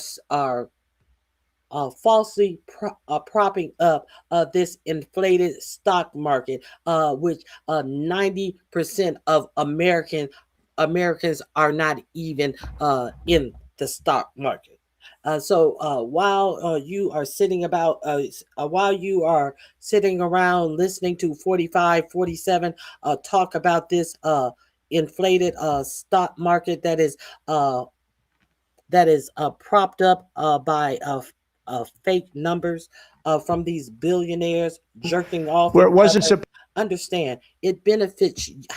Understand how it benefits you. I'm not going to tell you how it benefits you. I need you to understand how it benefits you, because he's also going to talk about your 401k savings. He's going to tell you that most people who have a 401k savings have garnered over $30,000 last year. But what he's not going to tell you is how so many people lost over $30,000 last year when he announced his tariffs and the stock market tanked. And he's not going to talk to you about the money that was lost by people who were about to retire or at the retirement age, or who had already retired, who had lost most of their 401k savings. So what about those people who were unable to recoup their savings that they lost in their 401k savings because of his big tariff announcement, and that totally tanked the stock market? But he wants you to believe that everyone who has a 401k savings gained $30,000. We're going to get to that. It's a bunch of bullshit. And half of you are not even invested in 401k or the stock market. So you let this dumb shit float right over your heads. But I forgot. Everyone who wants to converse about this are independently wealthy. Half of you motherfuckers don't know a goddamn thing about anything that he's talking about, because you're not invested in either of these things. You just are looking for talking points to talk dumb shit about some shit that you know absolutely nothing about. Let's continue. Supposed to do it for many years were tariffs. I used these tariffs, took in hundreds of billions of dollars to make great deals for our country, both economically and on a national security basis. Everything was working well. Countries that were ripping us off for decades are now paying us hundreds of billions of dollars. They were ripping us so badly, you all know that. Everybody knows it. Even the Democrats know it. They just don't want to say it. And yet these countries are now happy, and so are we. We made deals. The deals are all done. And they're happy. They're not making money like they used to, but we're making a lot of money. There was no inflation, tremendous growth, and the big story was how Donald Trump called the economy correctly, and 22 Nobel Prize winners in economics didn't. They got it totally wrong. Howard Lutnick. I was trying to think of his name. Howard Lutnick. They got it really wrong. And then just 4 days ago, an unfortunate ruling from the United States Supreme Court. It just came down. It came down. Very unfortunate ruling. But the good news is that almost all countries and corporations want to keep the deal that they already made. Right, Scott? He's lying. He's absolutely lying. All of these countries are so glad that they didn't make a deal. India, who was supposed to meet here in the United States to hammer out a deal, said that they are not even coming to the United States. They're like, fuck you. We don't have to pay these tariffs. Fuck you. you are the ones who are on your knees. You played yourself into a corner and have isolated the United States. All other countries are making deals with each other and eliminating making deals with the United States. This is what this administration has gotten the United States isolated. All of this bullshit that he's talking right now is absolutely bullshit.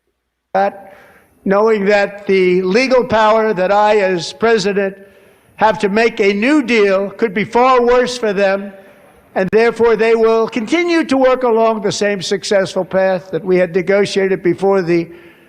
They will continue to work along the same successful path. They're going to continue to pay me tariffs that they now know by my own Supreme Court were illegal tariffs. So do you think another country is going to continue to pay illegal tariffs to the United States of America? Do you think that other countries are going to actually pay the tariffs? Do you think that these other countries are going to set up their businesses to trade with America based upon these illegal tariffs? No, they're not. No, they're not. Because they know that the United States business is not going to uphold them. So they're going to go do business with other countries that are not inflicting these tariffs, that they must increase the prices of their goods to the people that they are trading with. So they can stay in business. What this motherfucker is doing is killing businesses in the United States. That's what he's doing. He's killing businesses. He's cutting off trade partners with people in the United States who have to do business with other countries for goods and services to come into the United States without the adding the prices of these tariffs that the United States citizens are paying. So he wants you to believe that other countries are paying these tariffs. Other countries are not paying these tariffs. The American citizens are paying these tariffs. So he wants you to believe that these other countries are going to continue to do business with the United States under a illegal ruling of tariffs. Because if they don't, they understand that he can enact far harsher penalties on them when the penalties that he has already put upon them have been deemed illegal. Is that what he think that other countries are thinking? That you've tariffed us, and I'm gonna stay with the wrongfully illegal tariffs because you could tariff me worse. Is that what he think people are thinking? He wants you to believe that other countries think, well, he could do something far worse to me when he can't do what he already did to you, because that was deemed illegal. But this is what your administration is trying to sell you, to try to save face uh, uh, about the illegal shit that he did with these tariffs that was struck down by the Supreme Court. He said that they kept fighting it, and it went to the Supreme Court. No, motherfucker, you kept fighting it. Other courts had already determined these tariffs were illegal.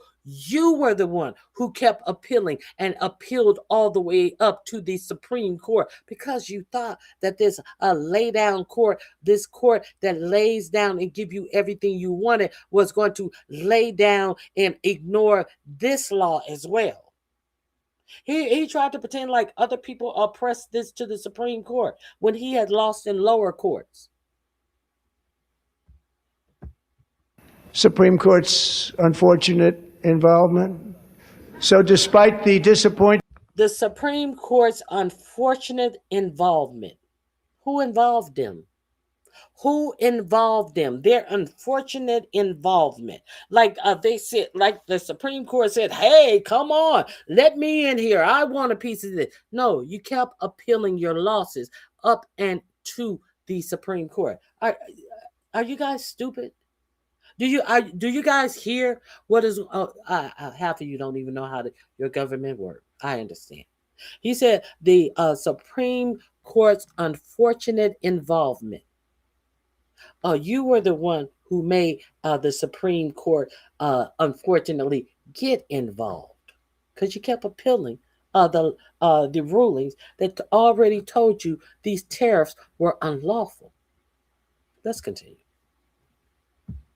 Ruling far worse for them, and therefore they will continue to work along the same successful path that we had negotiated before the Supreme Court's unfortunate involvement.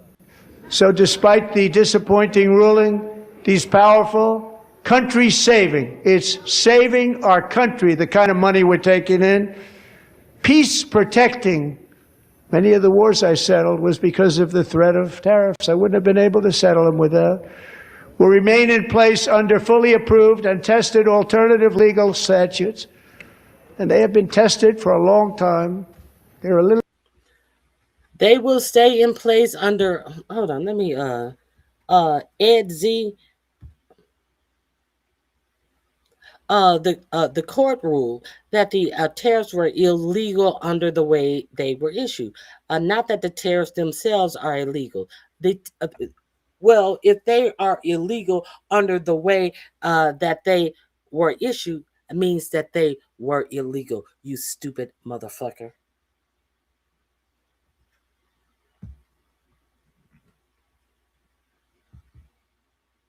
They were illegal only under the way that they were issued. I know that they were issued under some bogus ass emergency. I know that they were illegal under that. Now he's going further and saying that he's going to continue these tariffs under something under another rule that he is allowed to put tariff on other countries. And he said that this method has been tried and true. He's going to try to convince you that there is another mechanism where he can unilaterally put tariffs on other countries and change the tariff based upon the whim or a hint of something going on in the country, or someone saying something that he didn't like, or there is a tweet on X that makes him angry and he can increase these tariffs on other countries. He's trying to tell you that yes, what I did was illegal that time, but I told you it was legal. I told you I had all the power to do it. But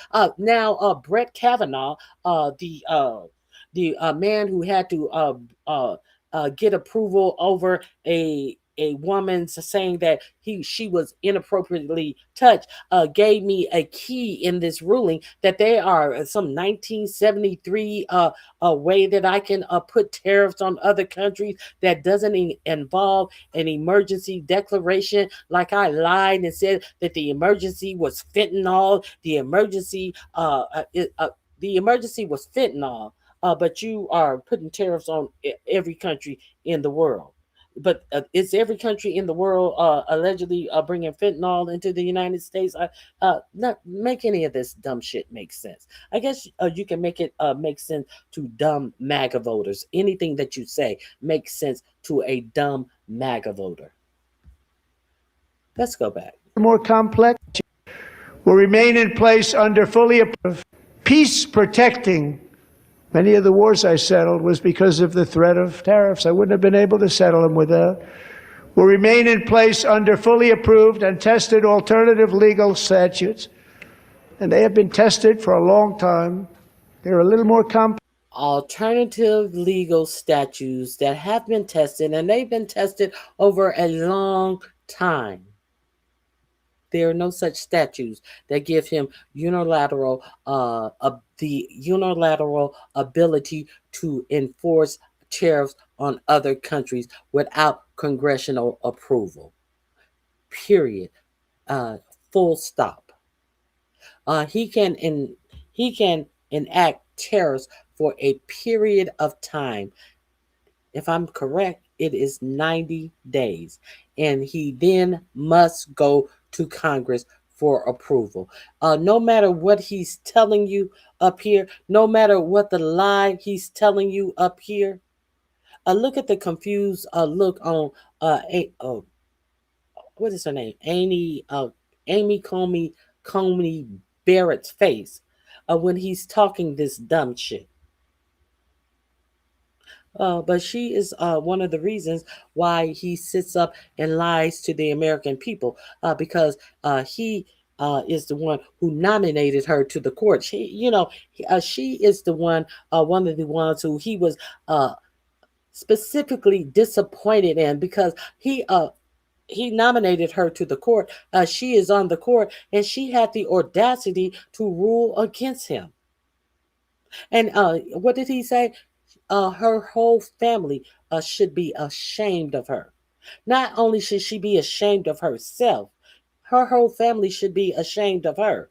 And now he's sitting up here lying in front of this same Supreme Court, saying that there is a way that he can tariff people and keep these tariffs enacted and put them under a new statute that has been proven, and it has been long time proven. The only thing that has been long time proven about any other way that he's going to put tariffs on is he's going to have to go to Congress to approve extending any temporary tariffs that he puts on a country. Period. Oh, but MAGA voters, I think differently. Complex, but they're actually probably better, leading to a solution that will be even stronger than before. Fully approved and tested alternative legal statutes, and they have been tested for a long time. They're a little more complex, but they're actually probably better, leading to a solution that will be even stronger than before.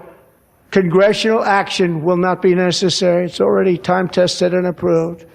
And as time goes by, Congressional action will not be necessary. It's already been time tested and approved, and it's probably even better than the way that I did it the first time. So you didn't shoot with your best the first time. Is that what you're saying? The first time when you enacted these illegal tariffs under some bogus emergency reason, when you were told 50 million ways why it was illegal and you couldn't enact these tariffs under some emergency, that you kept losing in court because the way you enacted these tariffs illegally under an emergency situation, you couldn't take no for an answer.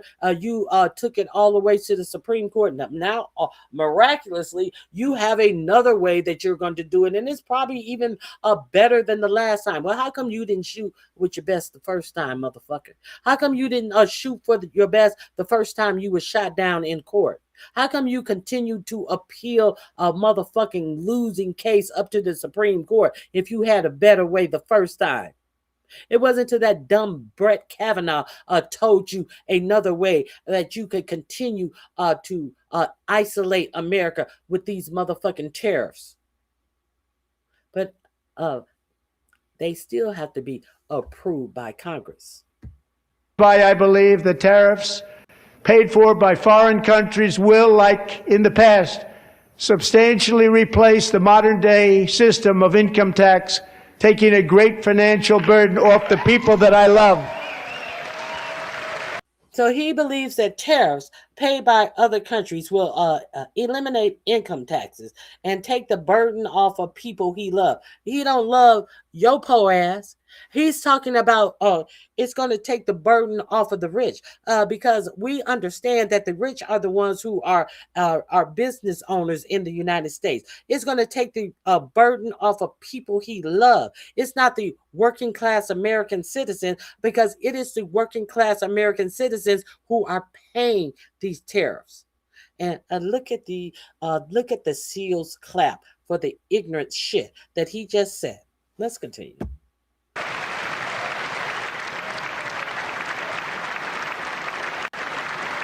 Right?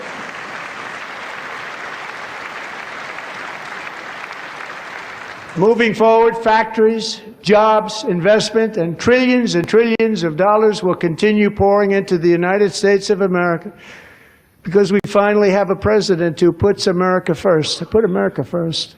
I love America.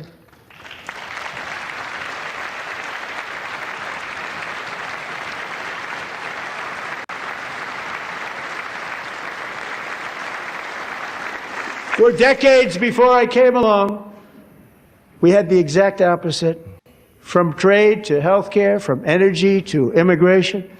Everything was stolen and rigged in order to drain the wealth out of the productive, hardworking people who make our country great, who make our country run.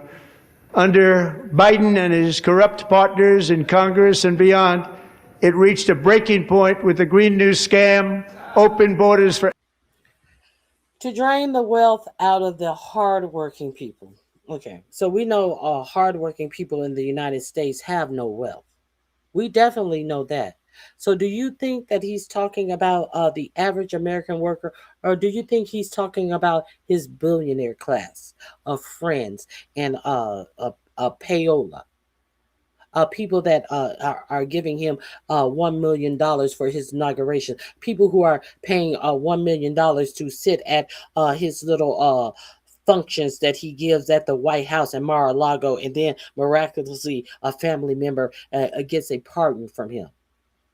Do you think he's talking about you, or do you think he's talking about his pay to play buddies? I'm curious. And you idiot in the chat, I think that you really need to stop showing how stupid you are. Ed Z, show me where the president doesn't have the right to use tariff. No one said that the president did not have the right to use tariff. Show me where I ever said that. I said that the president cannot unilaterally enforce a tariff on other countries without what? Congressional approval. So show me where you can understand English, you stupid fuck. Let's continue. Let's continue. everyone. They poured in by the millions and millions from prisons, from mental institutions. They were murderers, 11,888 murders. They came into our country. You allowed that to happen. And record-setting inflation that cost the typical family $34,000 in just a speck of time.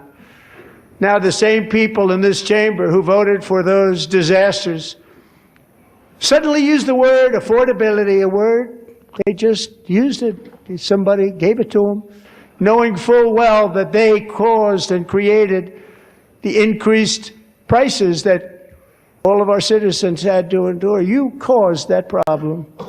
You caused that problem. Oh, so the Democrats caused the problem of the increased prices that they have to pay. Now, we know at the end of this election, the prices of eggs had gone sky high. They were talking about eggs, eggs, eggs, eggs, eggs. The price of eggs, eggs, eggs, eggs, eggs, eggs, eggs. Eggs were extremely high. Eggs were also extremely high because many chickens and many eggs had to be destroyed because of what? The bird flu at the end of this election. And once the bird flu was taken care of, and more chickens and egg producing chickens were able to thrive in the market and produce more eggs, the prices of eggs went down because of the supply of eggs became greater. Uh, Now, I'm not going to even try to pretend like under the Biden administration, groceries had not gone up. But under the Trump administration, he said that he was going to get these grocery prices down. And the under the Trump administration, not only have eggs gone down, but the prices of every other thing in your grocery store has gone up dramatically. But he wants to say it's your fault. What is their fault? The eggs that everyone was talking about at election time. What is their fault? It's their fault that grocery prices. It's their prices that beef is ground beef is what $16 a pound now. It's the Democrat part. Is it $6 or $16? Ground beef is the highest price that it has ever been. Not a steak. We're talking about ground beef. Is highest that it has ever been in this nation. As you are bringing in beef from Argentina, and our cattle farmers here in the United States cannot even afford to to feed their own cattle big enough to be able to make money off of their cattle when they take it and try to sell their own cattle. There are so few people that will even process American cows. They are growing cattle at a loss because they are not even making the amount of money that it costs to feed a cattle up until the time that it goes to slaughter. Is that what you're talking about? Who caused that? Who caused that? As they let who was it? Not Argentina. Uh as they let who was that? Oh, I did the story on that. Oh my goodness. As they let a foreign entity buy up all of the meat processing plants in the United States. As they, what, oh, hmm, I'll think of it. As American cattle ranchers can't find a place to process their beef because a foreign entity have bought up all the processing plants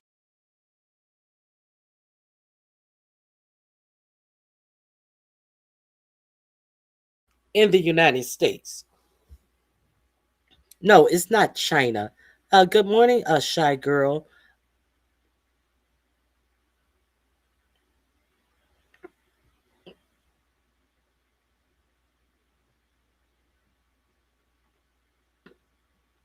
Okay, I will pull that up for you.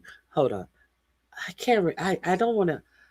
I don't want to get the country wrong. I did the story. Hmm. It. I'll pull that up. Let me let this play.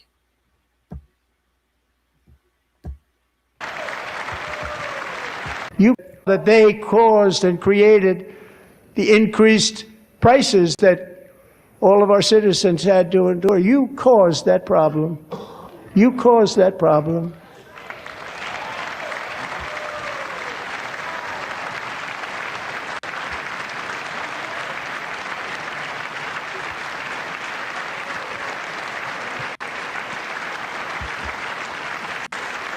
They knew their statements were a lie. They knew it.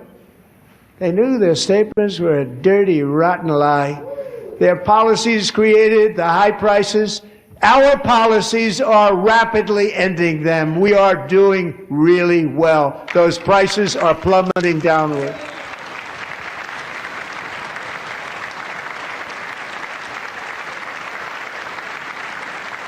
The price of eggs is down 60%. Madam Secretary, thank you. The cost of chicken, butter, fruit, hotels, automobiles, rent is lower today than when I took office by a lot. And even beef, which was very high, is starting to come down significantly. Just hold on. What is a lot? What does a lot mean to you? It means it's a lie. If he had a number, he would give you that number, even if he didn't have a number. We know most of his numbers are lies anyway. But let's continue. A little while, we're getting it down. And soon you will see numbers that few people would think were possible to achieve just a short time ago. Nobody can believe when they see the kind of numbers, and especially energy, when they see energy going down to numbers like that, they cannot believe it. It's like another big tax cut. I'm also confronting one of the biggest ripoffs of our times, the crushing cost of health care caused by you. Since the passage of the Unaffordable Care Act, sometimes referred to as Obamacare, big insurance companies have got Caused by you. And you were in office for 4 years and had absolutely no health care plan that you put forth. It's caused by you. How childish is it? You gave the insurance companies the biggest payoff in this century. So what are you going to do to ensure that insurance companies are not ripping off the people who are paying their insurance? It would be the natural question. Obviously, if you think that the insurance companies are ripping off American citizens, you're going to do something to make sure that that doesn't happen. Let's see what you're going to do. What you did was you made it impossible for people continue to get subsidies on the Affordable Care Act, which will make it impossible for them to have any health insurance. So, is that what you did to make sure the insurance companies are not making millions of dollars? You're just going to kick people off who can no longer afford to have health insurance? Is that you kicking it to the insurance companies? Is that how you gonna kick it to the man? Well, insurance rates went up for everyone. Obviously, because they knew that your dumb administration was going to make sure that a lot of people got kicked off of their health insurance. So, do you think the man hasn't already padded their pocket with insurance rates increases, regardless of what you did? So how you kicking it to the man again? Making it unaffordable for people to have health care. Oh, you doing the thing, Dons. Let's continue. Rich. It was meant for the insurance companies, not for the people. With our government giving them hundreds and hundreds of billions of dollars a year as their stock prices soared 1,000, 1,200, 1,400, and even 1,700%. So, what are you going to do about that? What are you going to do to stop that? Are you gonna prevent these insurance companies from buying back their own stocks? Is that what you're going to do? Let's see what you're going to do to stop the insurance companies from doing what they are doing. Let's see. Let's see your plan. Like nothing else. That's why I introduced the great healthcare plan. I want to stop all payments to big insurance companies and instead give that money directly to the people so they can buy. You want to stop all payments to big insurance company and give that money to the people. Why? Their own healthcare plan. I want to stop all payments to big insurance companies and instead give that money directly to the people so they can buy their own healthcare, which will be better healthcare at a. I want to stop all payments to insurance companies and give it directly to the people. For what? So they can buy their own health care. Well, who will they be buying this health care from? Are you saying that we're going to be bartering with the doctors? We're not going to use insurance companies at all. We're going to be bartering with the doctors. We're going to be bartering and paying the hospitals directly. So exactly how much money did Trump say that he wanted to give every American citizens to buy this to take care of their own health care? He said $2,000 a year, not a month, a year. So this is his big plan. So you don't have to be bothered, and you can just go out and buy your own health care. From whom would you be buying your own health care with $2,000 a whole entire year? Whom will you be buying this health care from? Huh? Anybody? From whom would you buy this health care from with this once a year $2,000 payment that is his great grand solution to ensure that these billionaires at these insurance companies don't get any richer? Well, goddamn, they don't need to get any richer. They don't need to get any richer. What is your president trying to ensure? What is your president trying to ensure by rolling back the EPA mandates about clean air and clean water, and now he's going to give you $2,000 per year to go to any doctor that you can afford the year for whatever ails you. What is he in trying to ensure for you, the American people? He's trying to ensure that you die. That's what he's trying to ensure. Much lower cost. Give that money directly to the people so they can buy their own health care, which will be better health care at a much lower cost.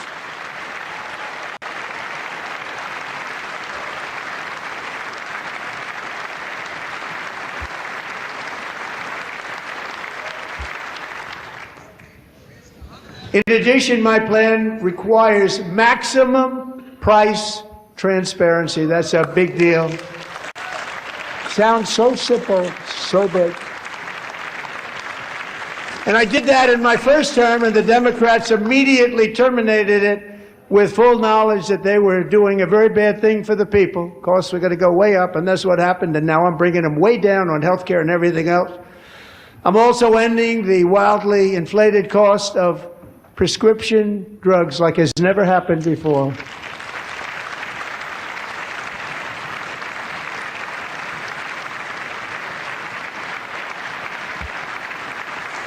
Other presidents tried to do it, but they never could. They tried. Most didn't try, actually. But they tried. They said they tried. They couldn't do it. They didn't even come close. They were all talk and no action. But I got it done. Under my just enacted most favored nation agreements, Americans who have for decades paid by far the highest prices of any nation anywhere in the world for prescription drugs will now pay the lowest price anywhere in the world for drugs. Anywhere. The lowest price.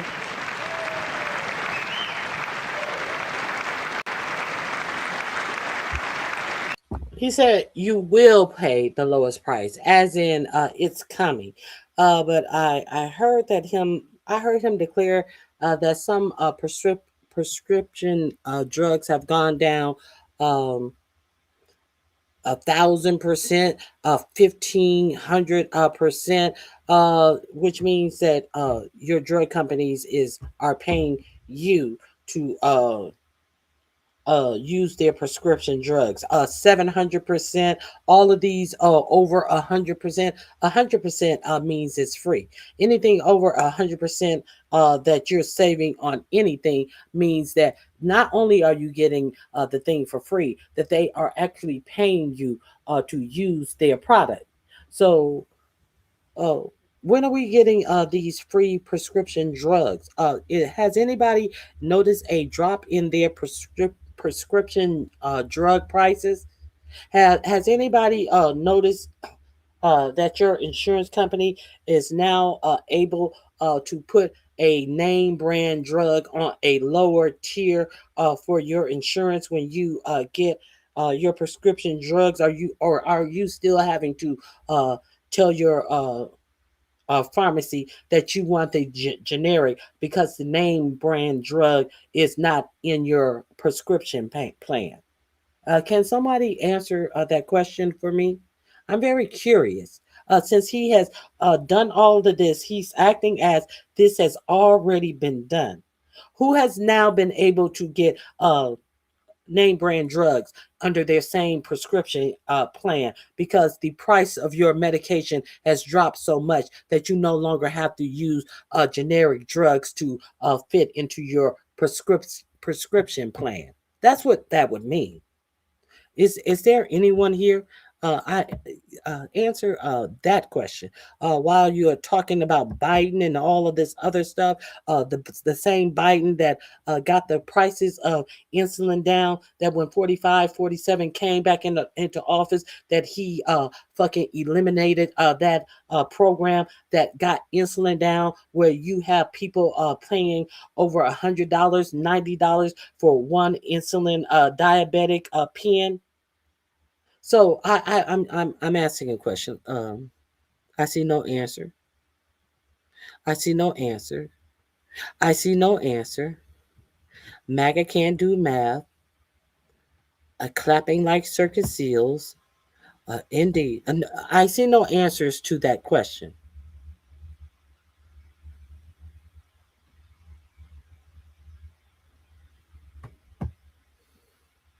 That's not even $200 a month. This is so sad.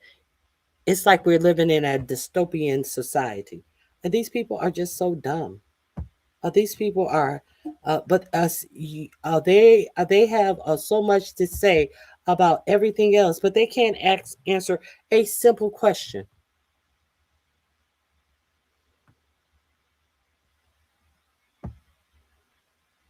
I guess that's nobody. I guess nobody has seen the prices of their prescription drugs go down. I guess nobody can now use name brand drugs in their prescription plan instead of having to use generic drugs because the name brand drug is too expensive for their prescription plan.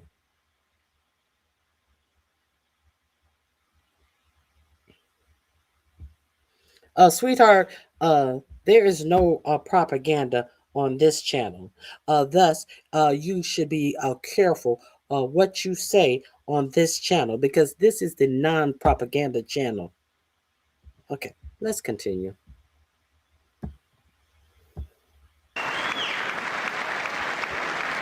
So, in my first year of the second term, should be my third term, but strange things happen.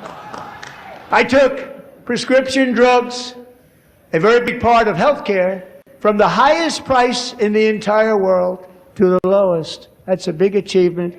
The result is price differences of 300, 400, 500, 600% and more, all available right now at a new website called TrumpRx.gov. And I didn't name that one either. But Hold on. Let me see.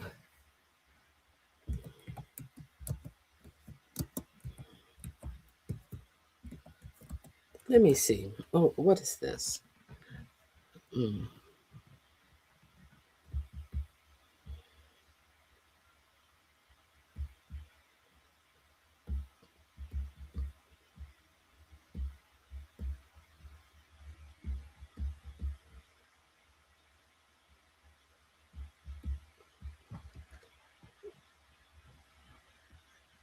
Let me see.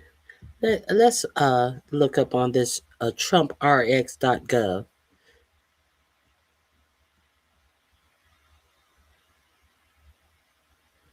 Hmm.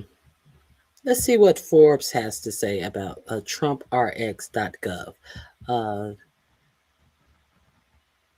this was February 7th that this article comes out about TrumpRx.gov. We'll go back to the bullshit and the lies, but let's go to this first.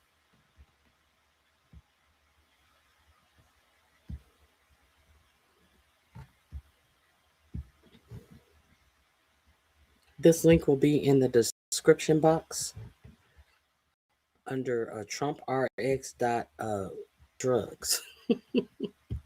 Okay, so you will be able to go back to it. I am sharing it. Okay, here we go. Here's the full Trump's RX discounted drug list and who it actually helps. Updated February 23rd, 2026. Okay. On February 5th, 2026, President DJ Trump unveiled what he called one of the most transformative healthcare initiatives of all times, Trump RX. The promise the website will deliver the world's lowest prices on prescription drugs to Americans, finally ending an era where the U.S. subsidizes the entire world. You're going to save a fortune, Trump declared. Yet, in America, healthcare promises sometimes collide with the complex reality of how people actually pay for care. Here's my take on this new website. Here's how Trump works for patients. Trump RX is not a government run pharmacy. Instead, it is a centralized directory and coupon generator that connects cash paying patients to pre negotiated manufacturer discounts on 43 specific brand name drugs from companies like Pfizer, uh, Novo, Nordistack, and Eli Lilly. See the full list at the end of the article. Okay, this site displays a new Trump RS discounted prices next to the old US price. For example, it shows the weight loss drug Wegovy dropping from $1,349 to as low it could be higher. When it says as low, that means it could be higher to as low as $199 per month. For many drugs, the website generates printable or digital coupons. Also, so you can't go here and order your drugs. You can go here and try to find a coupon for your drugs if it's made by a certain manufacturers. That's what you can do. For many drugs, the website generates printable or digital coupons. For other, it redirects the patients to a pharmaceutical company's direct to customer purchase. So website. For example, AstraZeneca Direct. In both cases, the patient completes the transaction outside of the TrumpRx.gov, either by presenting the coupon at a local pharmacy or having the medication shipped directly from the manufacturer. Let me see. Yet the most critical financial detail is how patients pay. It It's a cash transaction conducted entirely outside of insurance. So you cannot have insurance. You cannot use your insurance to go to this great TrumpRx.gov. You cannot use insurance to pay for your drugs. This means the payment does not account towards a patient's annual insurance deductible or out of pocket maximum. You know, that thing that you must pay at the beginning of the year, you must pay a certain out of pocket for your prescriptions, and then your prescriptions are free the remainder of the year. Well, if you use TrumpRx.gov, they don't accept insurance anyway. So you're always paying out of pocket.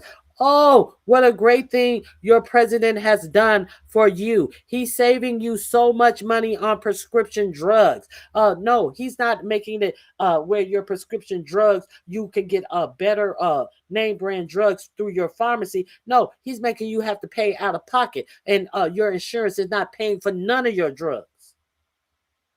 But he's also making sure that you have no insurance. He's also making sure he's kicking you off of insurance. So you have no insurance. So why are you even worried about these prescription drugs? Who's going to write these prescriptions for you in the first place? You think that you are going to be able to go and use the emergency room for your doctor when your ailments and your pain gets so bad? Do you think that a emergency room doctor is going to write you a full prescription? No, emergency room doctor is going to write you 3 to 7 to 10 days worth of medication for the thing that you are going through. Do you think that your emergency room doctor is going to write you a prescription for heart medication, for diabetes medication, for anxiety medication, for whatever medication of long-term medication that you need? Who's going to write these prescriptions for you because you have no insurance? Because this is what this Trump RX is for. It's for motherfuckers who have to pay for out of pocket because they have no insurance. Let's be real clear on what exactly this is. Let's quit playing games. Why Trump RX prices are so heavily discounted. We remember all of these executives went into went into the White House, the Eli Lilly, and all of these manufacturers. What they showed up with RFK looking like he had the jitters, like he had drank a I'll put it this way. It looked like he had drank 1,000 cup of coffee and he was jittering and spazzing. His body was moving uncontrollably in the White House. And then that one old man, he passed out on the floor while they were talking about giving you prescription drugs and making sure that their specific prescription drugs would be available at a lower cost. So this is how they did that. The guy passed out, and R.F. Kennedy Jr., who was over Health and Human Services, looked down at the man on the floor and shot out of the motherfucking room. He's over Health and Human Services. He didn't even bend down to make sure the man was okay. He looked down at that motherfucker laid out on that floor and he dashed out of the room. I guess he thought that he would be next because I guess he thought that hey, I'm jittering so much. I'm probably next motherfucker who's about to fall out on the floor. And Donald Trump sat down in his chair, was rolling his eyes like, get that motherfucker out of here. He didn't stole my moment. Y'all remember that? This is when these people, that is the deal that they made for this Trump prescription RX. I may try to show it to you. The large discounts are as a result of separate policy deals between the Trump administration and 16 major drug companies. These agreements require manufacturers to lower U.S. prices for selected drugs to match the lowest net price paid in a group of peer countries like Canada, the UK, and Germany. Let's see what the drugs are. I'm going to drop this link just in case you are one of the people who are going to lose your health care under this administration. I'm going to drop the link. I'm going to do you a favor. I'm going to actually drop the link to the Trump prescription RX in the chat. I will do you that favor. There it is. If you need to be boosted out of your hard-earned pay, there you are.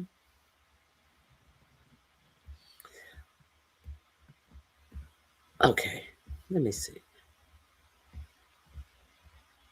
For a specific segment of the population, Trump RX could be a significant financial lifeline. For the uninsured, roughly 8% of non-elderly Americans, the difference between a $1,400 drug and a $199 drug could be the difference between treatment and no treatment. Well, if they are spending $1,400, let me see, what was that price? If they are spending $1,400 on as opposed to $199, it seems like to me that they are in the Wegovy weight loss section. If they are spending that on weight loss, surely they can spend more money at a gym or something if they are trying to buy Wegovy, and they can get up off of their ass and go to a gym. They can get up off of their ass and buy real healthy food as opposed to these empty calories that are at these fast food places if they are poor. And this is what they feel like, oh, it's going to save me if I have to spend $1,400 as opposed to $199 drug. It seems like a gym membership for $15 a month would do them better than any drug that is available. If we're talking about $1,400 versus $199, you're talking the Wegovy drug prices. Dr. Ashley Jha, former White House COVID-19 coordinator, noted the site will be really helpful for people who don't have health insurance. Okay, other potential beneficiary is the insurance patient with a high deductible health plan. With over 50% of covered workers in such plans, many face out of pocket costs that mirror cash prices until they meet their deductible. A Trump RX coupon could provide crucial short-term relief for a needed medication. Well, how come the Trump, if that is true, that is acknowledging that some working people have to be in plans that 50% of covered workers are in plans where they have high deductibles. That's acknowledging that. So if Trump wanted to do something for the American people, why isn't he making sure? And he's complaining about the insurance company making all of this money. How come he's not doing anything to ensure that these insurance companies don't have the American 50% of the American workers in insurance plans with these high deductibles? Is my question. Because he's blowing smoke up your ass. Let's continue. However, this choice requires this choice could requires careful calculation. Take the example, say that your plan has a $3,000 deductible and you need a $900 medication. Paying through insurance will apply $900 towards that goal. If you instead use Trump RX, it pays and pay $300 cash, you save $600 immediately, but the $300 payment doesn't count towards your deductible. You saved today, but delayed the point at which your insurance began covering the cost. This cost could lead to a higher total spending if you had significant medical needs later. So, you can save $600, but you still have to pay the total $3,000 deductible because nothing that you pay for this discounted medication goes towards your $3,000 deductible. So you still owe this $3,000 deductible. Did Trump tell you that?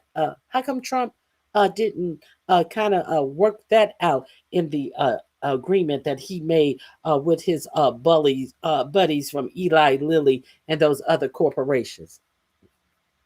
How come he didn't ensure that with this discounted prices that it will be deducted from your insurance company at the rate that the insurance company would charge you? Since he's saying that the insurance company are the people who are trying to get over on you, huh? Huh? I make that he's trying to help you. He's trying to help you.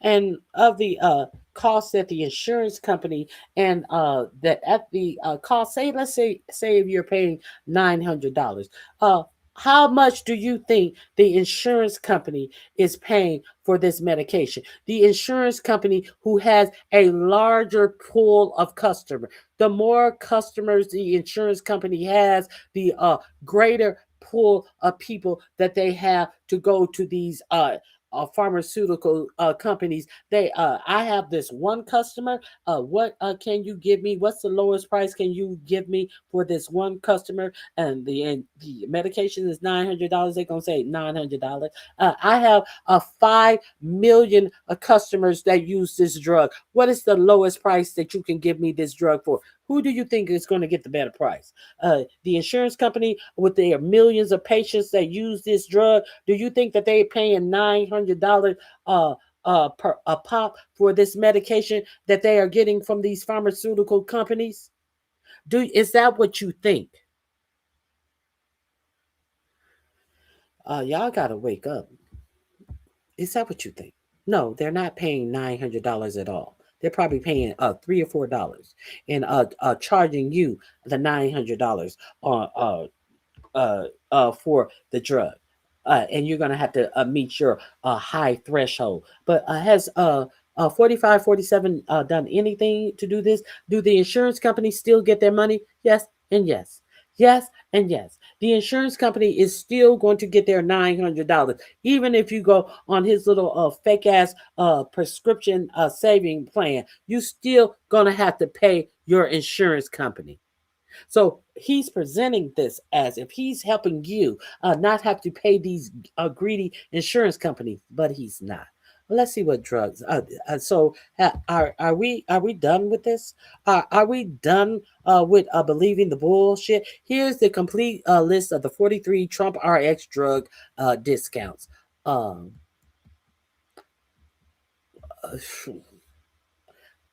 I can't even pronounce half of these drugs. I haven't heard of half of these drugs. Here is the list. Uh, Ozempic pen. They got the fat pen on there.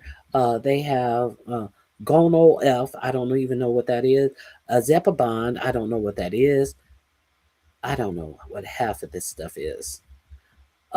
If you see your drug here, take a look at it. I don't know what any of these medications are. If you see your medication here, uh, there are the prices. I have put the link to this bullshit TrumpRx.gov in the description in the chat as well. I will put it in the description box. None of this is familiar to me. It may be but I'm not on a lot of medication. It may be familiar to some of you guys, but check it out. There you go. Oh, they do have an insulin, uh, Lissapro. Current price $50. Trump RX price $30. Okay, there you go. Okay, are we done with this? Are we done with this? I think we're done. Let's finish out. I'm not gonna interrupt. I have gone too long with this bullshit. With him and his lies. Are y'all drunk yet? Y'all should be good and slosh because this is a drinking game. Big part of healthcare from the highest price. This is a drinking game. Every time you hear a lie, have a drink. I know it's early, but hey. Second term, should be my third term, but strange things happen. I took prescription drugs, a very big part of healthcare, from the highest price in the entire world to the lowest. That's a big achievement. The result is price differences of 300, 400, 500, 600% and more, all available right now at a new website called TrumpRx.gov. And I didn't name that one either, by the way.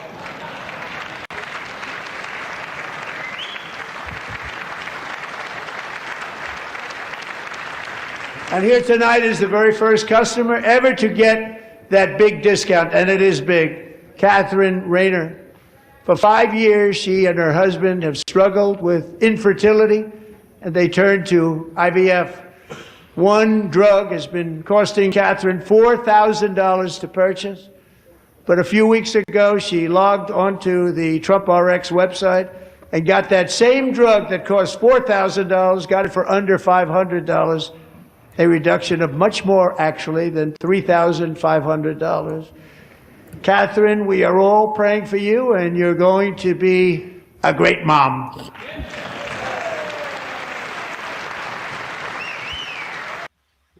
Catherine, make sure your husband isn't shooting with blanks too.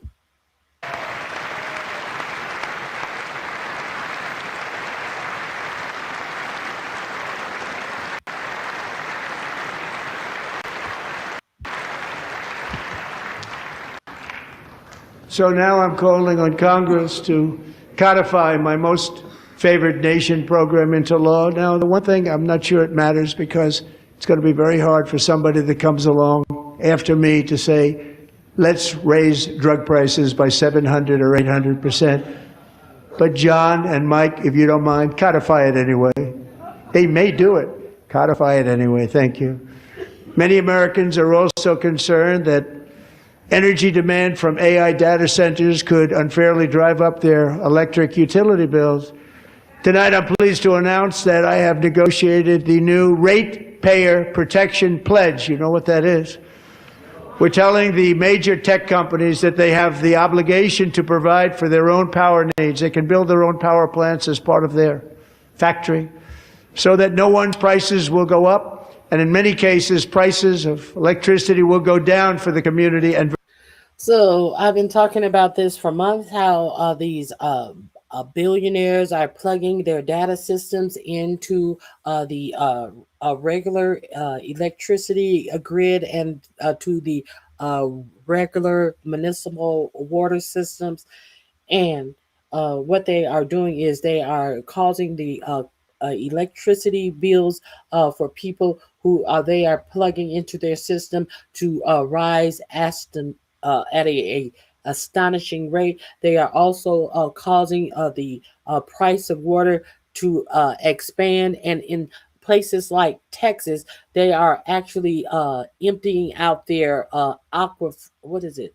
Uh, Aquifers of from water. People or wells are drying up because Texas. I did a story about this.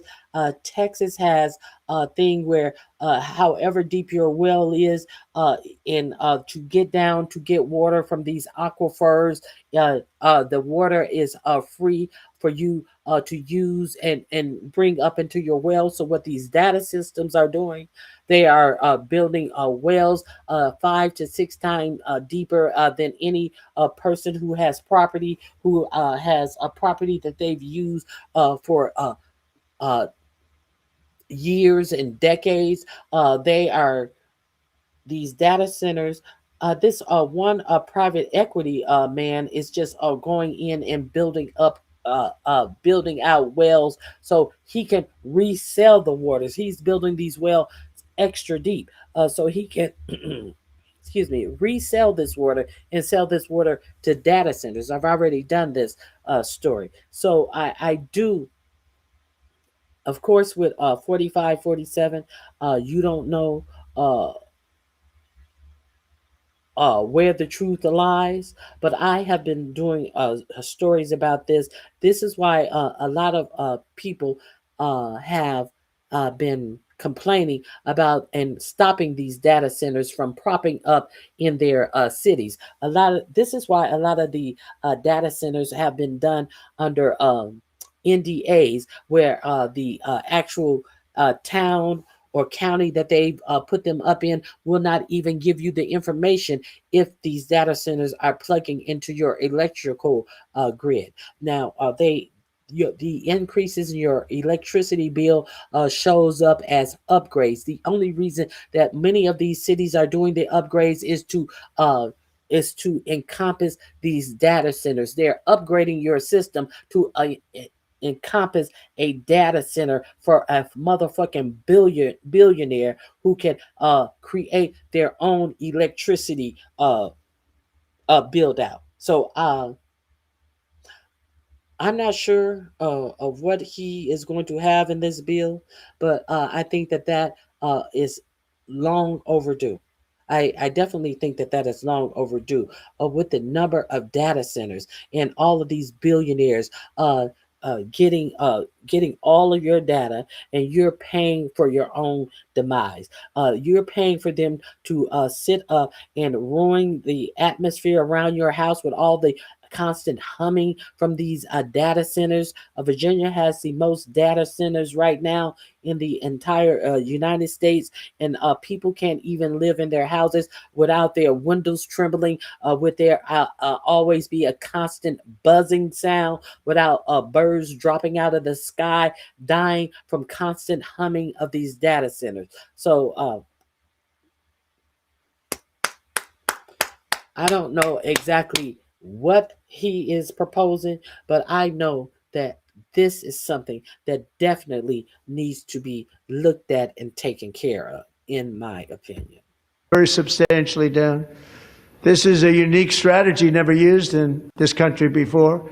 We have an old grid. It could never handle the kind of numbers, the amount of electricity that's needed. So I'm telling them they can build their own plant. They're going to produce their own electricity.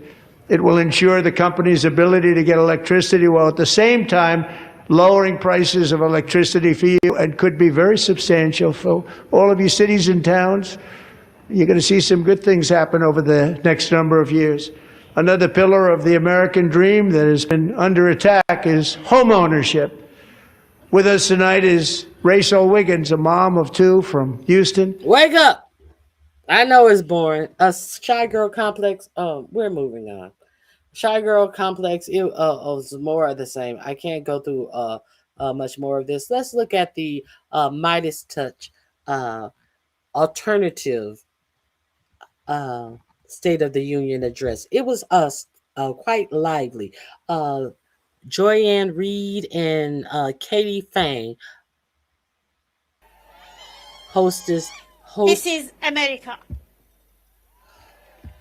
hosted the Midas Touch podcast, alternative State of the Union. Let's start. Let's start with this. Across this country, and we honor every person who's showed up, who's risked something, who's cared for a neighbor, even when it was safer to do nothing. That courage led the way to this moment, but we have to make sure that the road doesn't stop here. We need you, everybody joining us here on the Capitol Mall tonight, and everybody watching online. Come to the March 28th No Kings protest and stand up for this country. Before I introduce our hosts for tonight, I just want to give a special thanks to all of the people behind the scenes who helped to make tonight happen. Move On staff, the staff who serve, our congressional representatives and senators here tonight, our partners, thank you so much. This is no small task to put on a historic event to fight for our country. Thank you. And now I'd like to introduce you to our hosts, independent journalists Joy Reid and Katie Fang. And while they come to the stage, I want to thank you for being here. I want to thank you for being brave. And I want to thank you for being a part of building the America we can all be proud of. Thank you.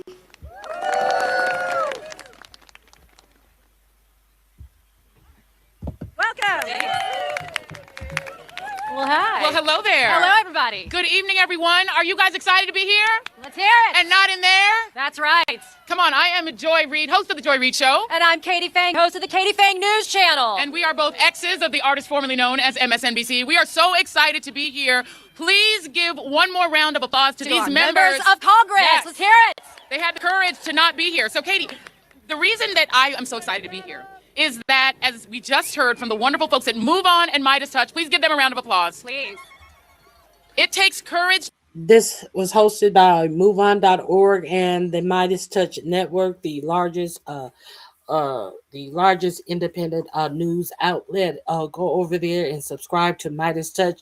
The link is in my description box. I will drop their link also in the chat. Go over there and treat yourself to some real unbought news. You may want to also subscribe to Katie Fang and the Joy Reid Show. To stand out. It does. And look, if you turn around and you look amongst us, it's not just the people that are here. It's hundreds of thousands, if not millions of people in the United States and across the world that are defending democracy, but they need the courage and the bravery of our members of Congress and our electeds to make sure that democracy is defended. Indeed. And so tonight we are not going to hear a false State of the Union. We are going to hear the true state of our union from the people who are being impacted by the policies that are taking place at the hands of someone who has demonstrated no love for the Constitution, for the truth, or for the care and concern of the American people. It's much more important to hear what people are truly facing and going through. That's what you're going to hear tonight. The American people deserve the truth. They do not need more lies from this regime. So tonight, you are going to hear people that have been impacted directly by the bullshit of this administration. Amen. And because I'm also a church girl. Sorry, Joy, for my language. Oh, no. I'm a cussing Christian, sis. It's all good.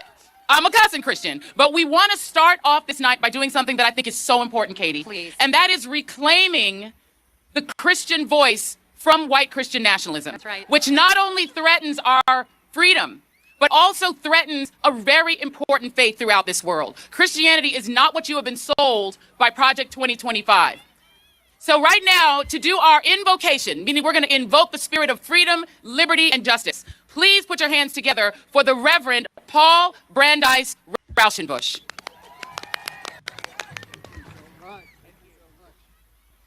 Thank you, Joy and Katie. Hello, everybody. Hello, America. Let me start by saying that my soul is so glad to be here with the People's State of the Union. I come to you as the president of Interfaith Alliance and as a Baptist minister with good news. We, the people, have the power. Is that good news? That's good news. Okay, I'm gonna pause it right here because before we get into this State of the Union address, I want to share with you what I previously was talking about the price of meat and how the American farmer and the American cattle grower are being uh, s- um, basically abused by this administration. Uh, if you have not seen this, uh, the link will also be in my description box. Let's understand about all this. Talk about the prices of this and the prices of beef is going down. The American farmer is suffering, and out of their suffering, they are. Taking their own lives, they are losing their farms, and for those who have lost or are on the verge of losing their farm, JD Vance is a part of this thing called acre traders. If you are unaware of this, this is where hedge fund people get together, pool their money, and they are buying up this farmland from these farmers who are losing everything. So there are billionaires are in the business of buying up farms. Who do you think they are going to work these farms? Why do you think that they are building all of these concentration camps in the United States? And billionaires like Bill Gates and hedge fund people are getting together and buying up all of these farms. Why do you think that this Department of Agriculture and this administration is okay with farmers who have been in the field of farming and raising cattle? Why do you think that they are okay with all of these U.S. industries that supply us food? Why do you think that it is okay for them to fail? And who do you think are going to work all of these farms that these billionaires are buying up? Who are these concentration camps for? 4547 said he was going to deport people, the people who usually work in these meat processing plants and on these farms are usually who undocumented immigrants. Who's going to work in these industries now in the United States? Or are we gonna import all of our grains, all of our fruits and vegetables, and all of our meat from other countries? Is this what America is going to do, or are these billionaires who are buying up all of this farmland going to put you to work? He said that these immigrants were taking black jobs. Do you think that he don't consider you for poor white trash, or the people who he is making poor white trash? Do you think that he is not considering you too? Oh, you think that y'all his friends? You think that y'all his equal? You think that it can't happen to you too? You also thought it couldn't happen to you too when he told you that he was going to get the worst of the worst immigrants out of this country, and black people said, "Go ahead, do what you're doing. Go ahead, do what you're gonna do." And you non-white, non-black people, you palm colored people, you guys went out and you started protesting, as you should do, because you were the ones who put him in office. You were the ones who put him in office, so you went out and protested. But what happened? What did you quickly find out? What did you quickly found out? That the shit that you excused when it was happening to black people could happen to you too, as ICE agents broke the law and took the lives of two American citizens after saying that they were going after the worst of the worst illegal immigrants that had come to America. So what you're going to find out after all of this farm shit blows up, and there are no jobs, no jobs in the white collar sector as well. What you going to find out then? Let's get into this about this meat processing. Story in food. Josley and Wesley Batista. Already under investigation for corruption. This is the biggest story for anyone who eats. The Brazilian meat packer JBS has been steadily taking Brazil. I couldn't think of the country. Brazil.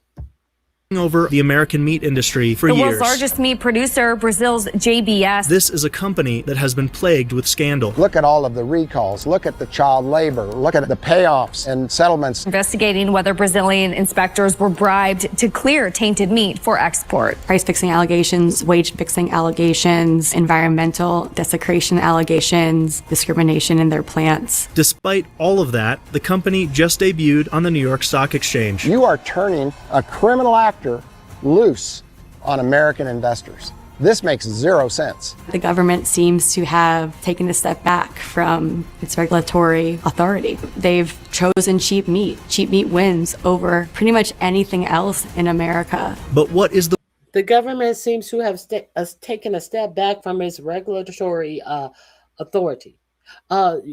When you hear these Republicans talk about getting around regulations, we have got rid of these burdensome regulations. This is the regulation that they have gotten rid of. You hear all of the things that this Brazilian processing plant owners have been found guilty of, have spent time in jail for. But now they are on the New York Stock Exchange, and they are actually making it impossible for small American farmers to stay in the beef game, to make money doing what they have done for centuries, throughout their ancestors have done. They are making it hard for American farmers. And look what the American public is getting. Meat that they are washing off in bleach and all of this type of stuff, and to put it in your grocery store, child labor, all of these things that is going on, because your American president doesn't see the need to regulate this industry, because regulation is too cumbersome. They just care about the money part of it. They don't care what they are feeding you, because they're not going to be eating where they're selling this food at. They don't care about any of this. Let's continue. The real cost of cheap corporate meat, and what could it mean for the food we depend on? Problem is, right now we have set this up for a major collapse. You're standing in front of our Angus Wagyu cross calves. We have a couple thousand head in this feedlot. Well, for an independent rancher, this is a good size operation, but in comparison to the industry, it's extremely small. The biggest feeders now are 100,000 head plus operations. Mike Calicrate is an independent rancher. In over 30 years of ranching, he's seen just how much the industry has changed and gotten worse for small producers like him. Out of this very facility, I used to sell to 20 meat packers at any given time, and that got down to 0. Why is it that U.S. ranchers are going out of business? It's for lack of market access. Mike now operates Ranch Foods Direct, a vertically integrated meat business focused on local, ethical, and sustainable meat production. As far as the number of folks in the U.S. that do what we do at Ranch Foods Direct, which are basically pasture to plate, there's hardly any. Pasture to plate. That means Ranch Foods Direct raises the cattle, slaughters them, then processes and packages for direct sale. But that is not typical for most producers. The biggest challenge in the production of livestock, if you're going to be selling meat, is that slaughter piece. That slaughter piece, the processing and packaging that happens before meat reaches customers, is where just a few big meat packers are able to set pricing and squeeze the ranchers selling them cattle. Because of consolidation in the industry, ranchers have basically no other option but to accept, a problem Mike has been speaking out on for 30 years. Because we only have 3. So lack of regulations means that Brazil has brought up all the meat processing plants and are paying the farmers less money. They have no choice but to sell to them, because the United States has let a foreign government meat packing plant buy up all the meat packing facilities in the United States. I'm going to go a little further. I want you to see exactly who these people are who have bought up our American meat packing process plants. Their sights on going abroad and going abroad as big as possible. And so they looked at on the food industry and the titans who run it, like the billionaire brothers behind JBS. Joesley and Wesley Batista took over their family's meat packer in their third. JBS is the largest meat processor in the United States, from Brazil.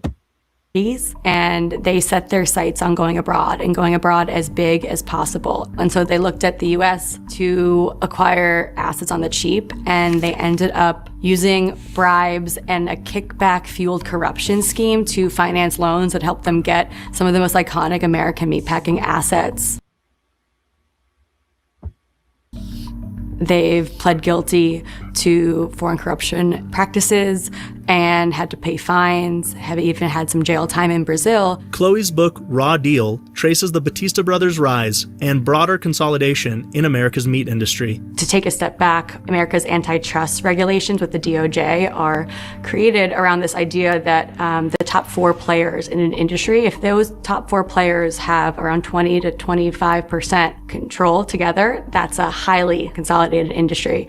And in the beef industry, you have 80 to 85% with the top 4. In pork, you have more than 70% control by the top 4. And in chicken, you have over 60% control by the top 4. So that pretty. There you go. The link is in my description box. I'm not going to play it all. I'm going to get back to the alternative State of the Union address. I just want you to know, if you are curious about the facts beyond this propaganda that you were told by 4547, it is available to you. It is in my description box. Let's get back to the alternative State of the Union address. All across America, people of diverse faiths and beliefs are showing up, are speaking out, and are proving that love for our neighbors and commitment to our democracy will prevail against the cruelty, immorality, and authority. We are going to start with one of the true fighters in the United States Senate and his very important guest. So please put your hands together for Senator Chris Murphy and Ferishteh Ganjavi. Thank you. This link is in my description. Good evening, America. I want you first to give a big round of applause to my guest, refugee and immigrant advocate from Connecticut, Ferishteh Ganjavi. Speech tonight because Donald Trump is making a mockery of this great institution, and he doesn't deserve an audience. I'm not the State of the Union speech tonight because these are not normal times, and Democrats have to stop behaving normally. And I'm not at the State of the Union speech tonight because you're not going to hear about the State of the Union. You are going to hear lie after lie. You are going to hear attack after attack. You are going to see grandstanding. The true State of the Union is this. This union is in crisis right now.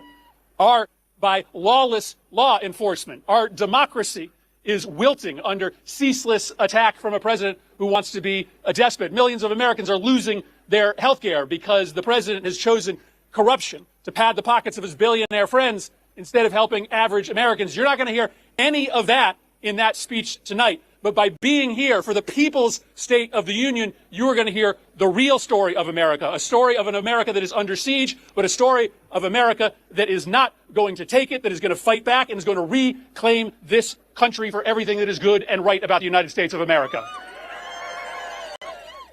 Ferishteh is going to talk to you tonight about the state of immigrant and refugee America. ICE is out of control. It is disappearing legal immigrants. It is tear gassing elementary schools. It is murdering American citizens. Right now, as you know, the Department of Homeland Security is shut down. And I just want to be very clear with you about my position, and I think the position of many others who will stand on this stage tonight. Not one more dime for the Department of Homeland Security until they start following the law in this country. Ferishteh came to this country over a decade ago, coming to the United States from a refugee camp. She told me just off stage that this is the moment. This is the reason that that she came here to the United States to speak truth to power, to explain the trials and tribulations that every immigrant, that every refugee goes through to get here, and to press this country to... The border! I stuck in the border. Go Trump! Go Trump! Hey, Murphy, right, thanks, man. Thanks, buddy. Listen, guys, Farish Day is here to lift us up to a common purpose and to a common goal, to understand that the best of America lies in how we treat those who have arrived to this country fleeing terror and torture and desperation. We have work to do, guys. We have a mission that we need to complete.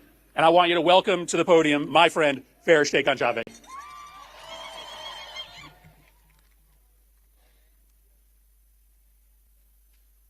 Good evening, everyone. Since arriving in the United States as a refugee in 2011, I have educated more than 7,000 refugees,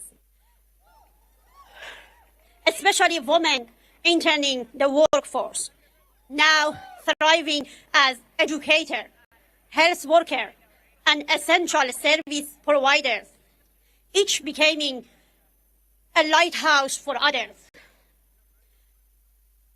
Partnering with over 100 universities across the country, and help young students launch career in embassies, public services, leadership programs, and enter to the top medical and law schools.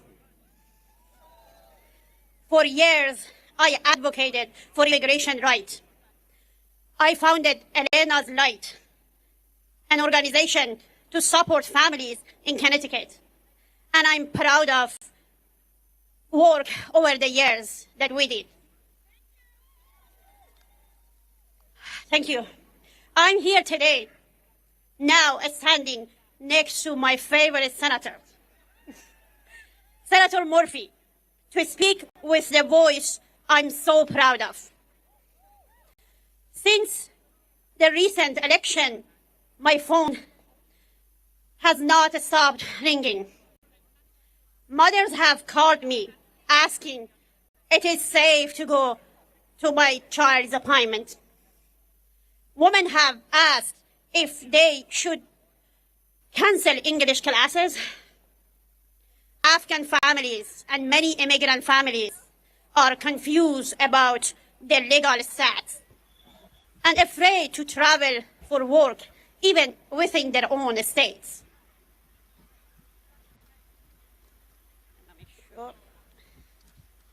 Okay, I'm gonna move forward. She's having quite a difficult time with her speech flying around. The link is in my description box under Midas Touch Alternative State of the Union address. Let's see some more of the speakers. Pennsylvania's 12th congressional district, and I'm proud to stand here this evening with Move On. Whew. What a start to the evening. Now we should congratulate Summer Lee. Summer Lee was the one who put the motion on the floor to subpoena the Epstein files.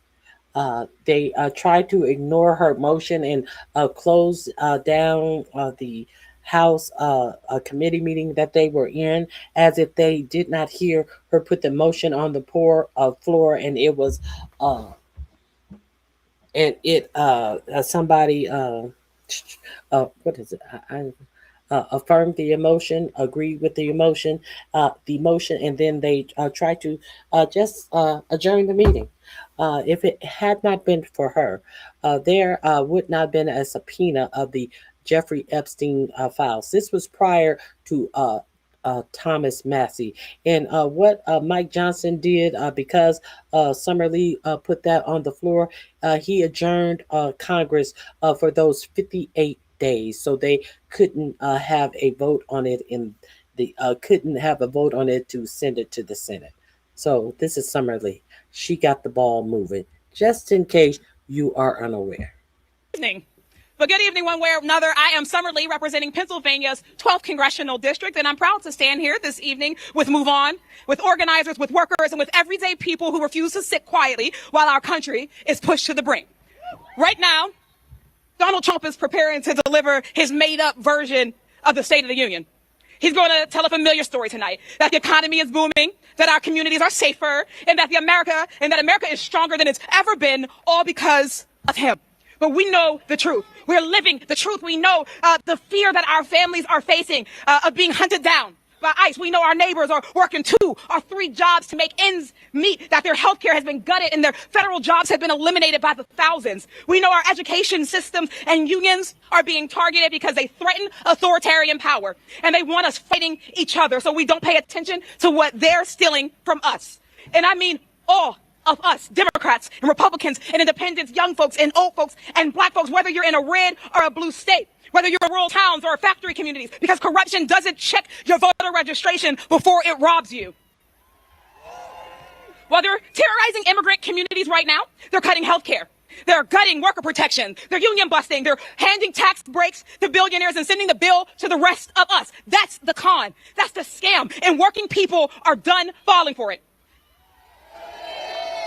Tonight, I was supposed to be joined by my good friend and neighbor, Monica Ruiz. Monica is a mother, a community organizer, and a powerful advocate for immigrants' rights. She was ready to bring that fight from Pittsburgh to D.C. to remind folks who and what she has been fighting for relentlessly. But right now, Monica's family is in crisis as it's being targeted by ICE. Her son-in-law, Victor, was followed by agents unprompted after he dropped his brother off at work. They pulled him over without cause. There was no traffic violation, no expired tag, just a man who looked brown enough to be dragged to one of the worst detention centers in the country. Meanwhile, just the other day, Monica's daughter, Adriana, just gave birth to a baby girl who is yet to meet her father because he's been locked up by this lawless agency. Victor has been in the country for 18 years. 18 years of working to build a life for himself, his loved ones, and now his new family. That is the real state of our union, where families are being torn apart and traumatized, where corporations get more say in our democracy than the people we elect, where the government would rather protect powerful people and the Epstein files than the women and the girls who were sexually abused. We live in a country where we have one reality for everyday people and another for the rich and the well-connected and the well-protected. We have to change that. We have to meet the moment with bold policies that level the playing field and deliver justice no matter how much money you have to your name. That's why earlier today, I announced that I'll be introducing articles of impeachment against Pam Bondi. Yeah! Trump's DOJ continues to obstruct justice and refusing to comply with our subpoena to release the full, unredacted Epstein files. Bondi must be held accountable for that.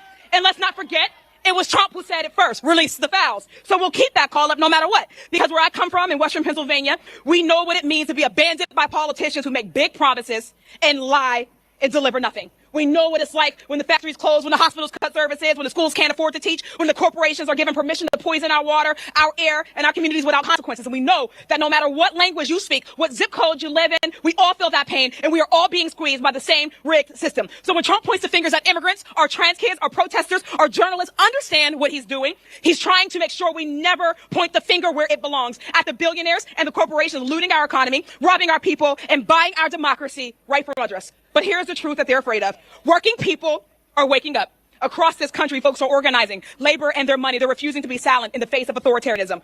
But we know fear is their weapon, but solidarity is our power. So tonight, while Trump paints his fantasy version of America, we're grounded in America, in reality, and we're building something better. In America, where we have Medicare for all, every job that pays a living wage, where no one fears being ripped away from their family. That is the America we're fighting for. And later tonight, I'll be delivering the Working Families Party response to the State of the Union, laying out exactly what it will take to build an economy and a democracy that works for all of us, not just the working few. So I'm asking you to stay engaged, stay fired up, and tune in tonight, because this is about building a movement that is big enough to defeat authoritarianism, to stand up to corporate power, and rooted in a simple belief that when working people come together across race, across geography, and across whatever lines they try to divide by, we are unstoppable. So all power to the people, and thank you all for being with us tonight.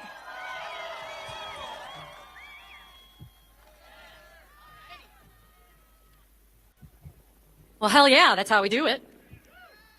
Coming up next, a man who doesn't suffer fools from the great state of Arizona. We've got Senator Ruben Gallego. He's going to be talking about a man by the name of Steve Gomez. Steve is a father of 3 from Gilbert, Arizona. And for the last 5 years, Steve and his family have relied on the Affordable Care Act marketplace for their insurance. But let me be clear. Because of Republicans and Donald Trump's big bullshit bill, Now Steve has to decide what he's going to cut to be able to afford health care for his child. Senator Ruben Gallego. Listen. Hold on. Screaming doesn't make you correct. No, the fact that you're telling the correct, that you're telling truth, that you are being correct in the things that you're speaking, that's what make you correct. Lying and being trying to be passive doesn't make you correct either. Telling lies that are just simply proven, easily proven to be lies, only makes you a liar. Let's continue. You know how important this is? I'm from Arizona. This is cold. But let's be clear what's happening there. They want to call that the State of the Union. It is a state of denial. Because what's going to happen under that Capitol is a bunch of lies. Lies that Donald Trump, the Republicans, are going to tell us about how great this country is doing right now. But what is true, what is happening right now is that Donald Trump, the Republicans, have made this country sicker, poorer, and less secure. Sicker, poor, and less secure. How did it start? As soon as they got in there, what did they do? They went and they cut Medicaid and they cut food stamps.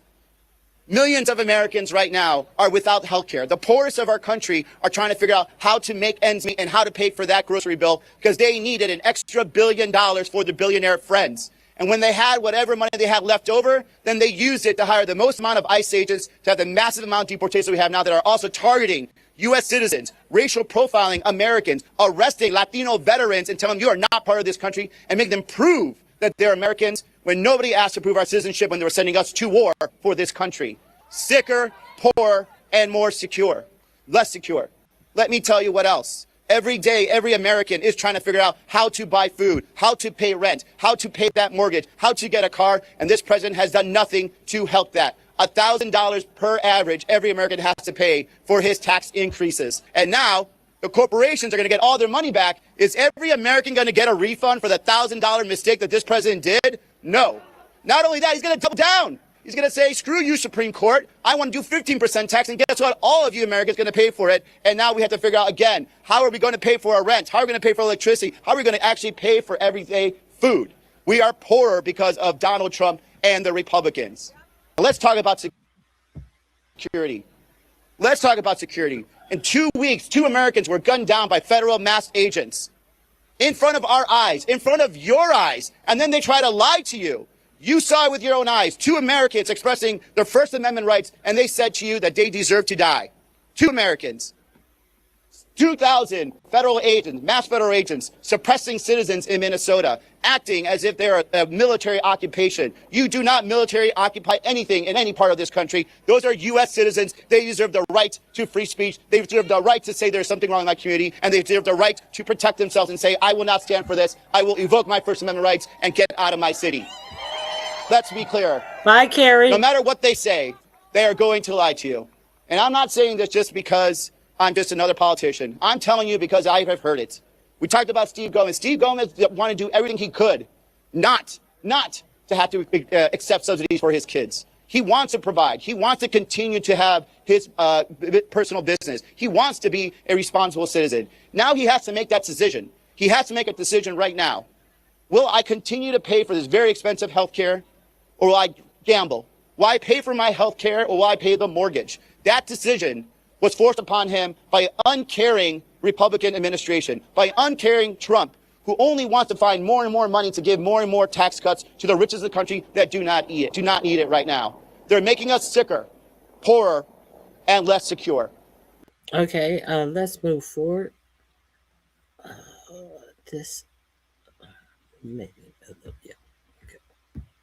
From a lawless president who is shredding our Constitution and who is attacking our democracy.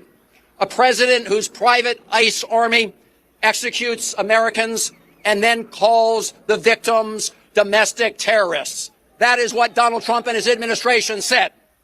We are here because we know our country is being robbed by the most corrupt president in American history, who's exploiting the Oval Office to enrich himself, his families, and his billionaire buddies. A president who continues to hide portions of the Epstein files from both the survivors and the American people. When are they going to release the files? A president who wants to erase our history. Are we going to let him erase America's history? A president who promised that on day one he would bring down the costs. But instead, ever since he was sworn in, we've seen prices and costs go up on the American people, even as he refuses to extend tax cuts, tax credits that help people afford their health care. We have a president who seeks not to build a more perfect union, but one who wants to tear it down. And a president who said he would stop wars, but instead is responsible for war crimes and, as we speak, is threatening more wars. We need to stop him. We are gathered here because we know that we cannot pretend that any of this is normal, and that we will not and must not pretend that this is business as usual. We must get in the way of Donald Trump's march toward fascism. We cannot take our country down that road. The country is already down that road on the on ramp and actually on the freeway of fascism. I want to show you Mehdi Hassan. Right here. That's not Mehdi Hassan. Please welcome Ro Khanna. Congressman Greg Casar and Jill Cordick. Casar. I'm sorry. I thought that was Ro Khanna. Buenas noches, Washington, D.C. How are we doing tonight? I'm not in the Capitol building tonight because I have a pretty good idea of what's going to happen.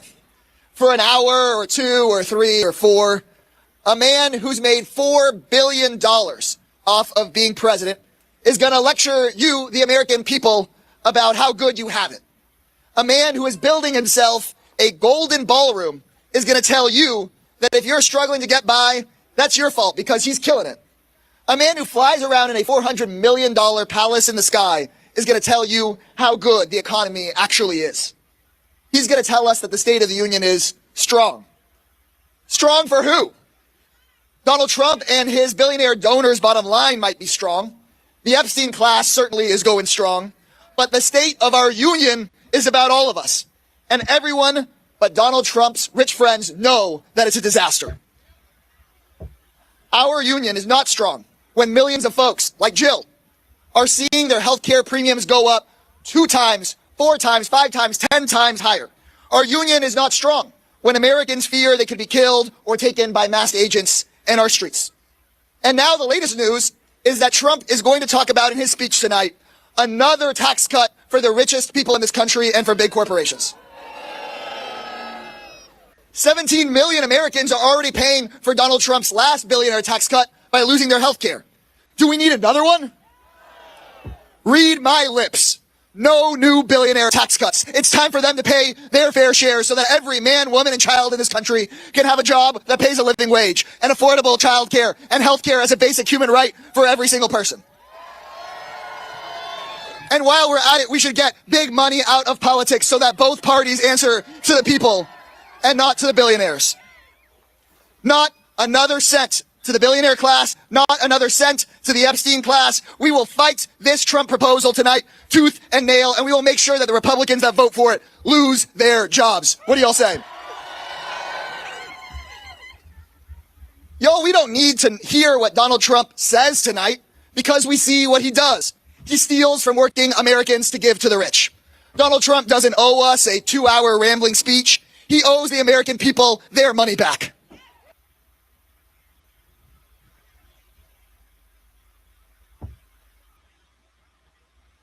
Hold on, I don't know why that paused. Seems like there was a glitch. They lost their signal. Okay, let's see what she's turning talking the very about. back on the people that they are supposed to be representing. So thank you for listening. Thank you for showing up tonight. Thank you, Jill. Let's hear it for Jill. Let's hear it for each of you guys. Thank you guys very much. Our community tonight. Because I got to... Quality because at this very moment, not covered up by Donald Trump.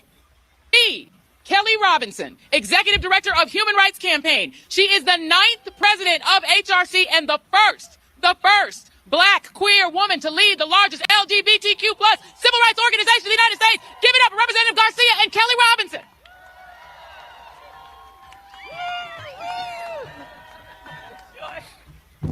Hey everyone, how are we doing tonight? It is so great for both Kelly and I to be here with all of you, two proud members of the LGBTQ plus community who are proud to be standing tonight with the people at the People's State of the Union. The single most powerful moment tonight is going to be when Donald Trump has to look up at the gallery of the U.S. House and see the survivors of Jeffrey Epstein looking straight back at him, demanding justice, demanding truth, and demanding accountability. We should be crystal clear about right now what is happening in our country. We have a president who is leading the single largest government cover-up in modern history. We have the single largest sex trafficking ring in modern history right now being covered up by Donald Trump and Pam Bondi in the Department of Justice. Why are we protecting powerful, wealthy men who have abused and raped women and children in this country? Why is our government protecting these men? At this very moment, in my place at the Capitol, is a woman named Annie Farmer. Annie and her sister Maria both endured horrific abuse by Jeffrey Epstein and Ghislaine Maxwell. As we move forward in this investigation, always center the survivors. We are going to get justice for the survivors. And Donald Trump may call this investigation a hoax. He may try to deflect our work. But our message to him is very clear, that our investigation is just getting started. And we will get justice for these survivors. And tonight, I am proud to be here with a true champion of equality, because at this very moment, not only has HRC and Kelly stood up for survivors and the victims of abuse, but they stand up for our community, for gay people, for trans people, for queer people that are being attacked and whose rights are being moved back every single day. So give a big welcome, and I'm proud to be here with the amazing Kelly Robinson. Yes, yes. One more time for Congressman Garcia. Can we thank him for being out here with us for the People's State of the Union and not in there with those lies? Come on, y'all. Come on, y'all. This is what leadership looks like. This is what queer leadership looks like, too, okay? I'm Kelly Robinson. I'm proud to be president of the Human Rights Campaign. We are the largest county commissioner who made history as the first immigrant and refugee, the first Black and the first Muslim commissioner in that county. She is outspoken because ICE and Trump's secret police are terrorizing our communities. Let's hear it for Senator Merkley and Nafisa Faye. How y'all doing tonight? You know, Kelly Robinson, who just spoke from HRC, how about another hand of applause for her work in the equality movement? And how about this, Equality Act, so discrimination and bigotry is eliminated across the United States of America. Now, if quite frankly, I've never heard of it. If more of you Democrats would get out and actually put voice to any bills instead of being puppets and being quiet and not putting an agenda out for people to get behind, how can people tell you to sign a bill that has not been popularized by the Democrats? You need to get up off your asses and put some fire under the voters and give the voters to have something to have fire in their hearts about. the president was telling the truth tonight, he'd be saying, well, here I am 1 year in, and you know what I've done over the last year? Made the billionaires a lot richer and everyone else sicker and poorer. Is that the kind of America we want? You know, it's pretty incredible to see really the damage that can be done by a leader like Donald Trump. And part of that damage is undermining the very core of our Constitution, the checks and balances of our Constitution. And he has really had a 10-part plan to be able to do that. And one of those parts of the plan, an incredibly dangerous plan, are troops in the street. It means federalizing the National Guard. So we're going to stop that?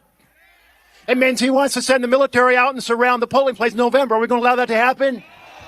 It means that absolutely will be happening because nobody's doing anything to stop that from happening. And you can guarantee that the military will be at your polling places to intimidate you and to throw you out of your polling places when you go in to vote and you discovered that you have been purged from the voting rolls. That is definitely going to happen as well. And if you try to contest the fact that this administration is looking for every way to purge United States citizens from the voting rolls, you're sadly mistaken. ICE operating as secret police. And I can tell you this, I never thought we'd see secret police here in the United States of America. I mean, you read about it at some other country about people who have no badges. They show up in an unmarked van. They have no judicial warrant. They knock down the doors. They grab people out of the house. They grab people out of the car. They proceed to disappear them. They don't let them reach an attorney. They don't let them reach family. Folks, we have secret police right now in the United States of America, and we've got to end it. And perhaps the most dangerous part of his 10-part plan is rigging the next election. Have you heard about this thing called the SAVE Act? What he means by save is he wants to save his authoritarian control and turn the presidency into a kingship. We're going to let that happen? Yeah, the SAVE Act would say, well, we're going to take folks who generally might vote for the blue side and make it hard to register to vote. We're going to make it hard to actually vote. We're going to make it hard to do vote by mail. We're going to make it hard for women who have changed their name when they got married, or men who changed their name when they got married, doesn't match their birth certificate, make it difficult for them to vote. You know what? I think if you really believe in the Constitution of the United States of America, you want every single citizen to be at the ballot and able to cast their vote for how the direction of this country goes. So tonight, I am really pleased to introduce my guest, Nafisa Faye. Nafisa has broken a lot of boundaries. She came to the United States of America as a Somali refuge. She became a leader in her community, not just her Somali community, but her Washington County community. She proceeded to get elected to the county commission and to be a real fighter for the fundamentals for families to thrive, for health care, for housing, for education, for good paying jobs. And you know what? I want to say this. When the president and his team attack any group resident in the United States, let's stand by their side. When he attacks our Muslim Americans, let's stand with our Muslim Americans. When he attacks our Hispanic Americans, let's stand with our Hispanic Americans. When he attacks our Somali Americans, let's stand with our Somali Americans. Together, we are virtually all immigrants. Let's together make this nation stronger, embrace each other's talents. I say hell yes to diversity. I say hell yes to equity. I say hell yes to inclusion. And here is a champion doing the hard work at the county level, Nafisa Faye. Let's give her a big welcome. What's possible? With leaders and leadership like yours, Senator Merkley, residents are empowered to seek justice, and we are called to ensure tragedies like Paulino are never repeated. Thank you for this opportunity and for giving us a voice and for being here today. Thank you. Nafisa, thank you so much. Thank you, Patriots. Let's save our... Seen the searing images of Liam Conejo Ramos and his dad ripped away from their home and sent off to Texas for no reason at all. But I'm here to tell you that what you see in the pictures is what's really happening is so much worse than that. Because once you get past the incredible documentation that is happening by these eyewitness accounts in small towns all across Minnesota, this same thing is happening. Restaurants and people have lost their livelihoods because of this secret police that has attacked our state. Families are torn apart and they will never be put back together again. The pain and the suffering and the damage is going to last for a very, very long time. And this is what Donald Trump and Kristi Noem are doing to us right now. But we have seen something else in Minnesota. When they brought guns, we had whistles. People came out in their neighborhood and they stuck up for people that they didn't even know. They brought diapers and they helped get prescriptions to families. They gathered together just out of the pure love of their neighbors, even the neighbors that they did not know. And when ICE came and started circling around schools and terrorizing families, people like Brenda stood up and fought for their kids because she knew that her most important job was to keep those kiddos safe. Okay, hold on 1 second. There's someone, C. Wag, asked her opinion on abortion and gay marriage. My opinion on abortion and gay marriage has no merit on the lives or of anyone, but my life and the life of whomever I am married to or having intercourse with. Why would my opinion on abortion or gay marriage? Who is this her you're talking about? Ask her. Ask who is her. You mean me? Why does my anyone opinion on abortion and gay marriage matter to anyone else in the world? If you're against abortion, don't have an abortion. If you are against gay marriage, don't marry another person of your same sex. I don't understand. Where's the problem in any of this? If these are things that you are against, it should be very easy for you to navigate your life in the United States of America. If these are things that you don't believe in, these are things that you will not participate in, I don't get what's the problem. Okay, let's continue. And so I want you all to thank Brenda for everything that she has done. I want to invite her up to talk about what it has really been like, in Minnesota. So Brenda, can you tell us what happened? When did you first realize that this was happening with ICE and that you were going to have to spring into action? Sure. I first realized this in December when the temporary order was put through on our Somali families, and we were told, let's watch our attendance, and our attendance immediately dropped. Then the day after the Renee Good murder, we had more than a third of our students absent, and that's when it began. And at that time, we thought we had seen the worst. And I'm about to share with you tonight a story that happened that covers a 10-minute period of time on a morning. I woke up that morning a little bit optimistic, and we learned that 700 ICE agents were leaving Minnesota immediately. Little glimmer of hope. Our second glimmer of hope, our lawsuit to keep ICE out of Minnesota schools, was trending really well in the media. That morning on patrol, all of a sudden, I got a call saying there are 6 vehicles up and down, right outside of one of our elementary schools. They were then in a roundabout preventing our children from crossing to come to school. They were yelling and screaming at our crossing guards. Then our principal was trying to help and trying to keep our students safe. And 4 ICE agents posing as press with orange upper bicep bands were yelling and screaming at her and videoing her. Then a mother was followed who was legally in the United States by 2 vehicles full of ICE agents, and she had to pull into our school so that she wouldn't be hurt. A board member was followed by ICE agents with a 3-year-old in the back of her car. This is just a 10-minute period on one morning at an elementary school welcome. So think about that. Brenda and her educators should be figuring out how our children can be learning. And instead, they are pressed into this relentless effort to keep our children safe. But I want you to think, as I wrap here, about where the power is right now. The power is with people like Brenda. The power is with people like you and people like you all over this country. The power. Okay, let's move forward. Let's see what she's talking about.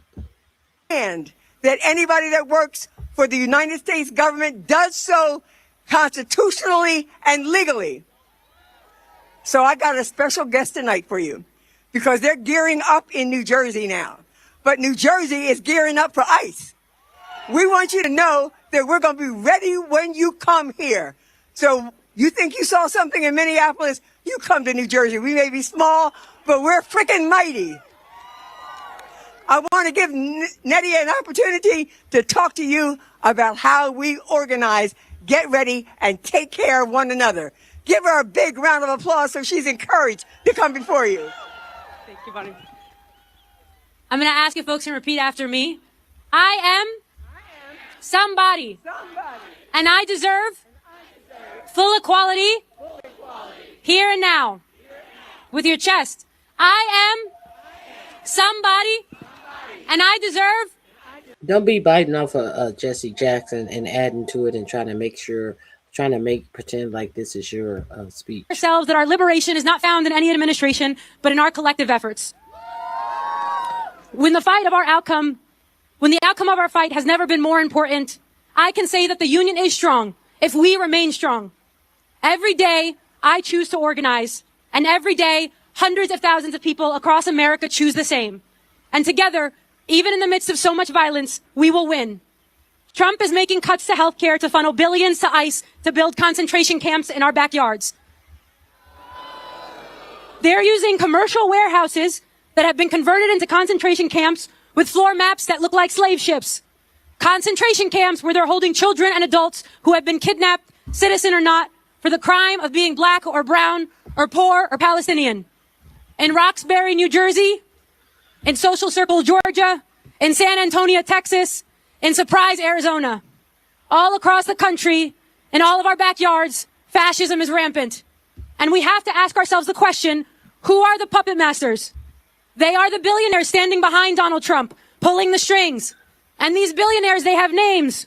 Peter Thiel, Alex Karp, Elon Musk, and many more. Corporations like Palantir are beta testing their mass surveillance systems on immigrants, and they are helping the administration compile data on U.S. residents across every government agency, including the IRS and law enforcement. They won't stop until they build an algorithmic surveillance where they profit on all of us. In the face of such blatant greed and hatred, the American people couldn't be more clear. We want an economy that delivers for all of us, and a country where we protect our neighbors. From Dilley to Delaney, we are prepared to dismantle ICE. This is not the path we chose to take. But if the only way out is through, then the only way through is together. As one people, fighting for the ones we don't know yet. Presidents can come and go, but we are here to stay. And while we need to defund ICE, we need to deconstruct Homeland Security. Okay. Amen. Amen. Amen. Let me get another round of applause for those queens. Deconstruct DHS. I think I could get down with that. If the funding runs out, I'm not sure it should come back.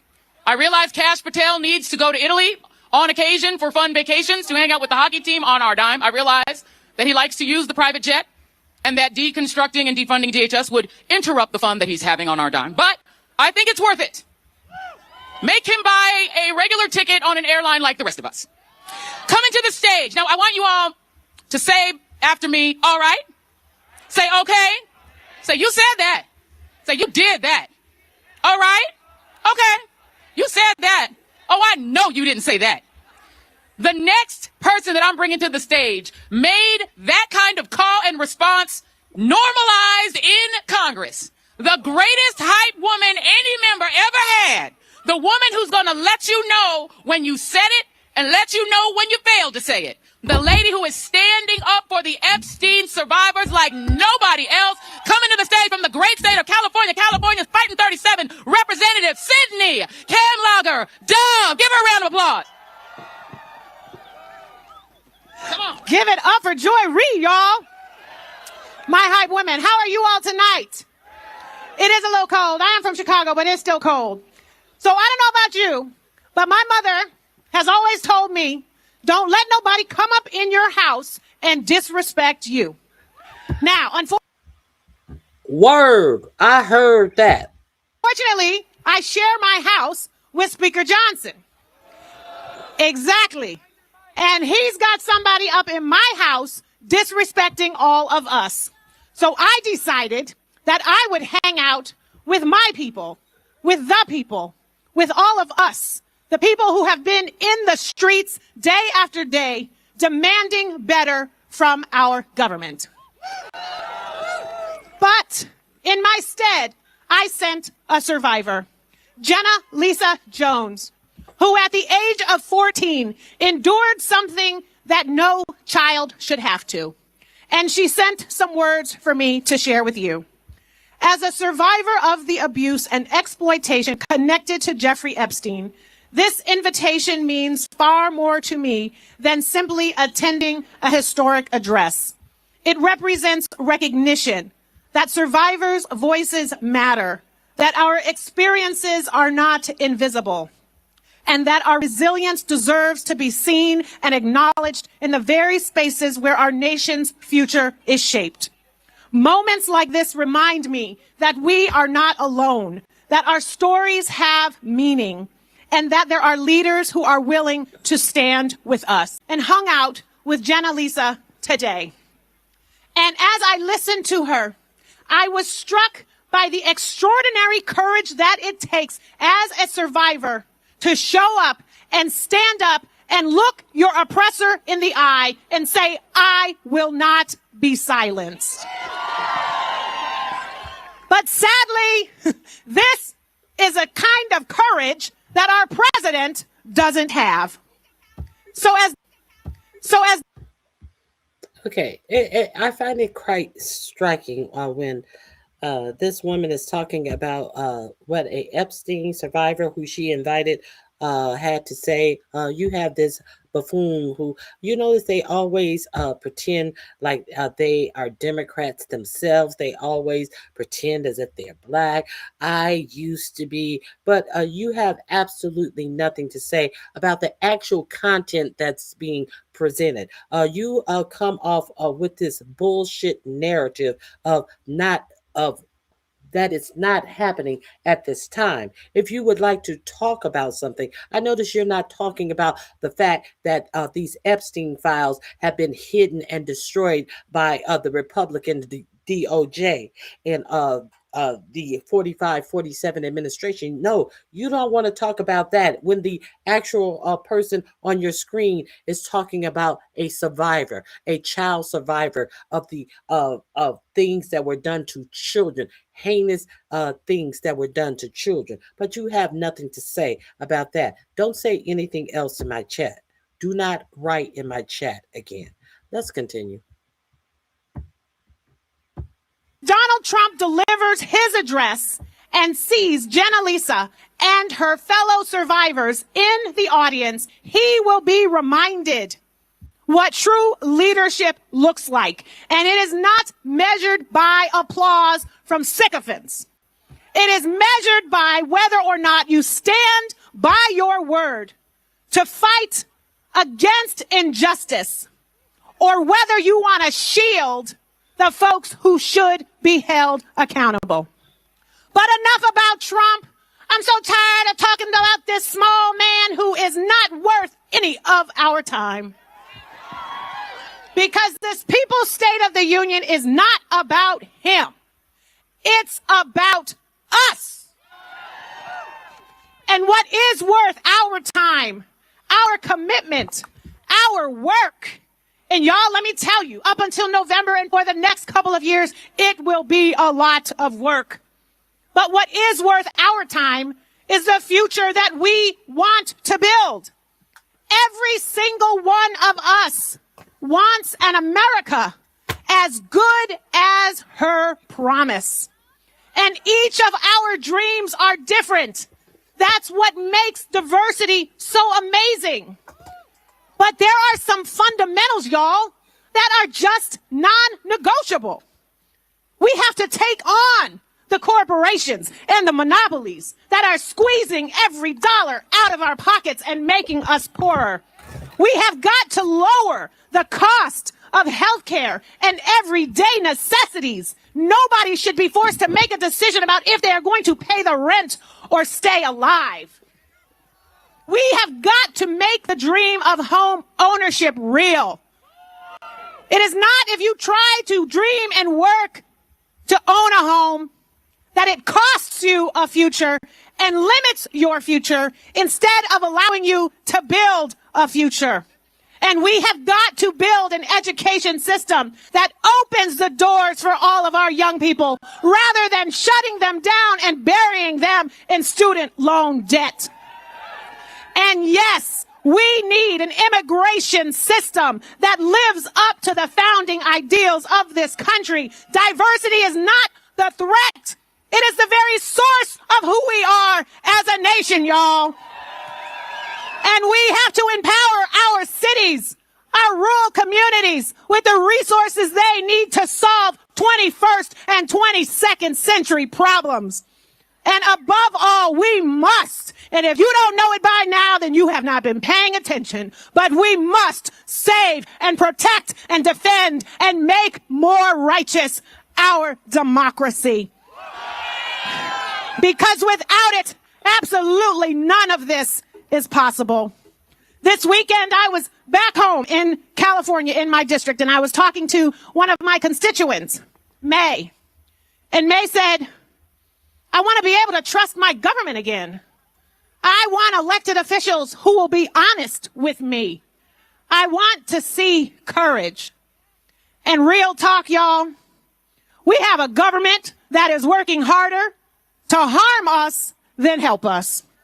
Real talk, we have a government right now where justice goes to the highest bidder and the lowest kneeler. And that is not what we've signed up for, and that's not what we deserve.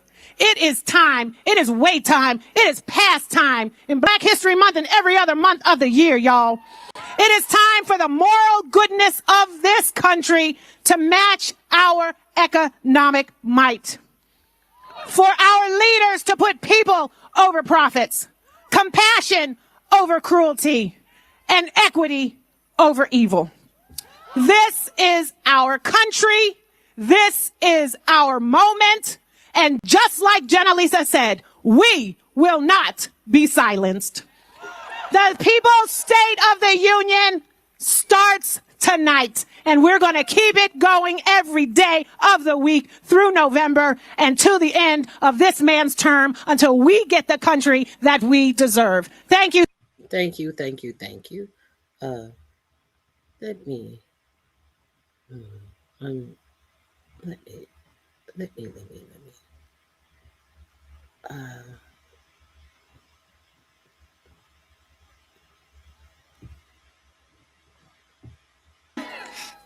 I really appreciate Move On organizing this tonight and all the people that are on the live stream across the country, because this matters. It matters that we are out here and that we are not in that chamber.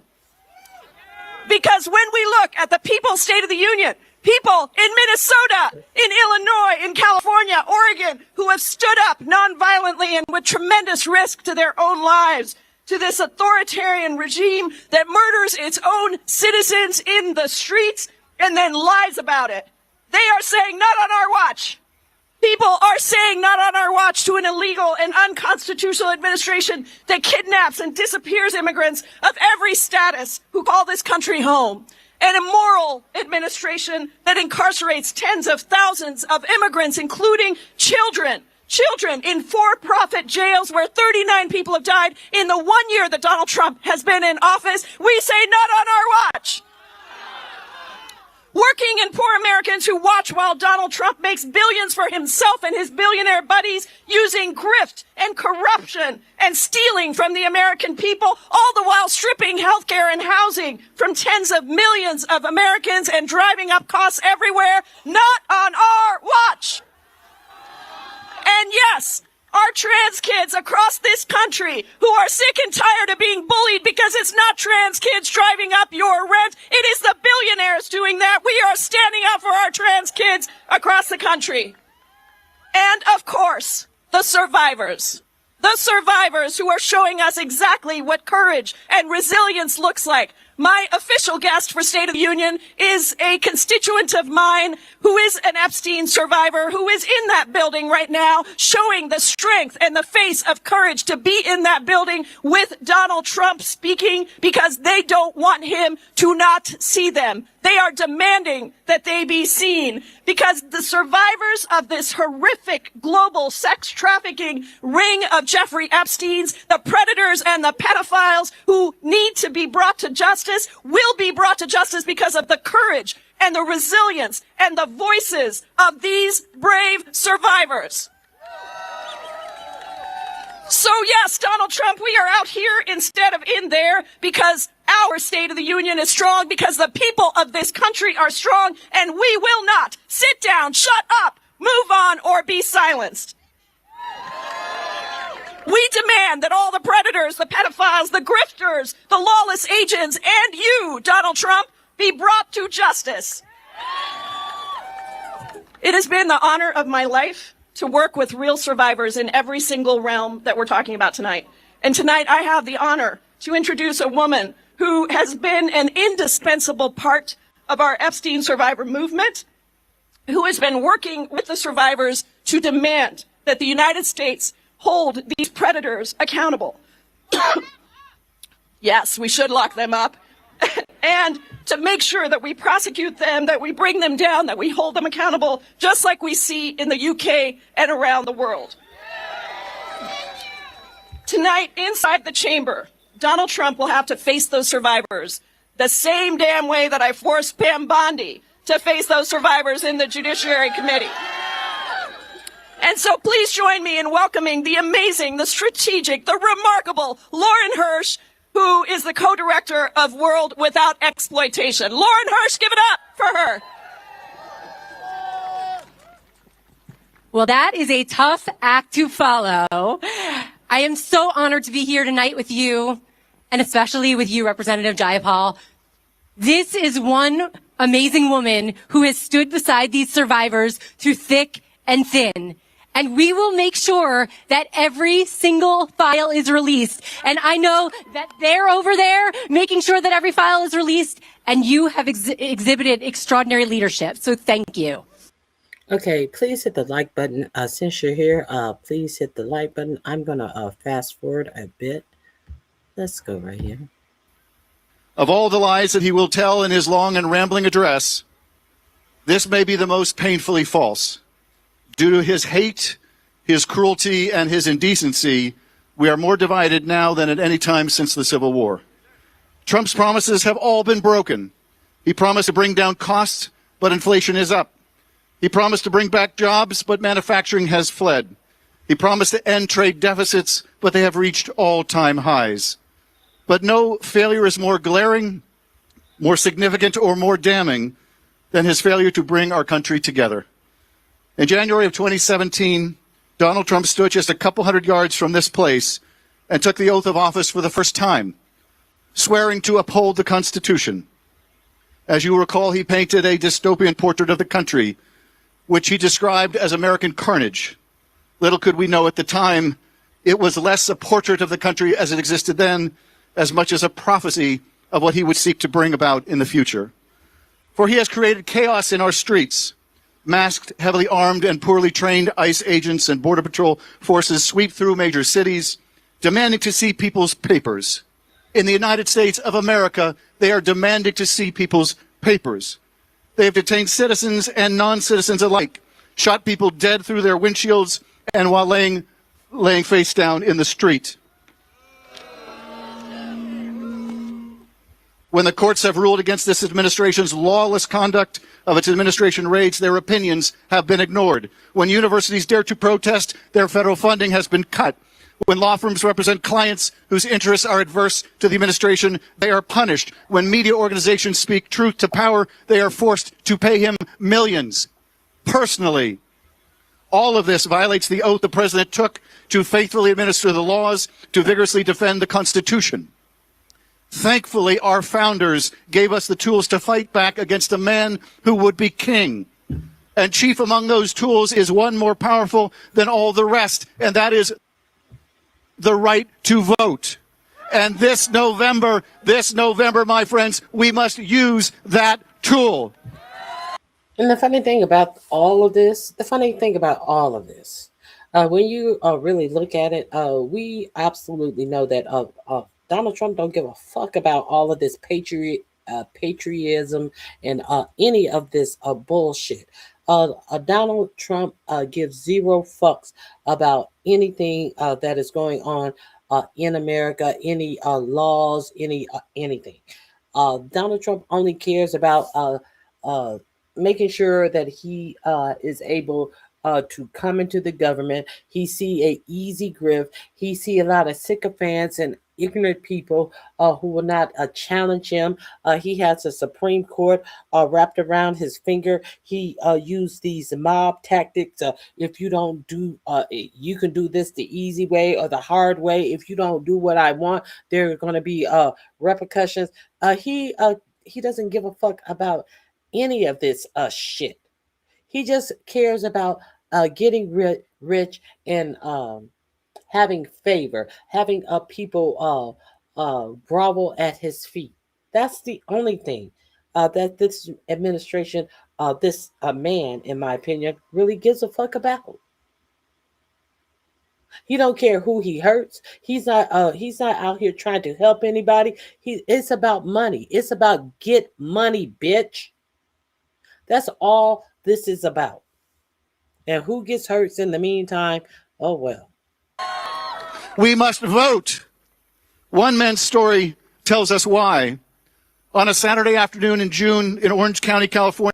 Let me go for it. I want to get to Mehdi Hassan. I think this is the last speaker I want to hear from.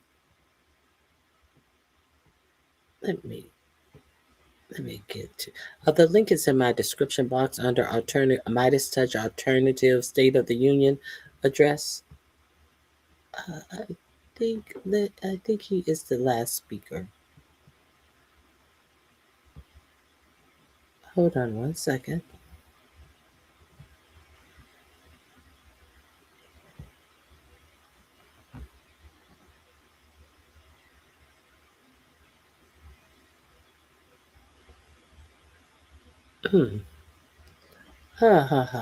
Where is he? Did I pass him by? I guess I may have passed him by. Let me see if I can find him. Maybe he did a pre-show speech.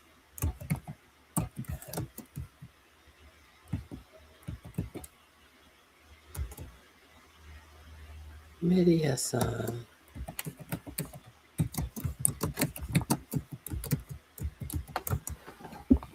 Maybe it was prior to the show.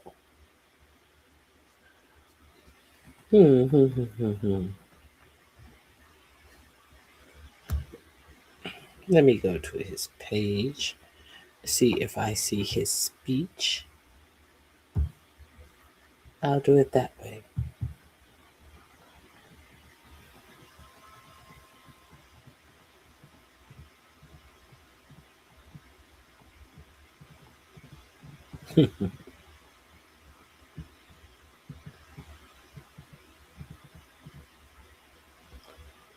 No, I can't find it. Let me see if it's under his live. I don't know.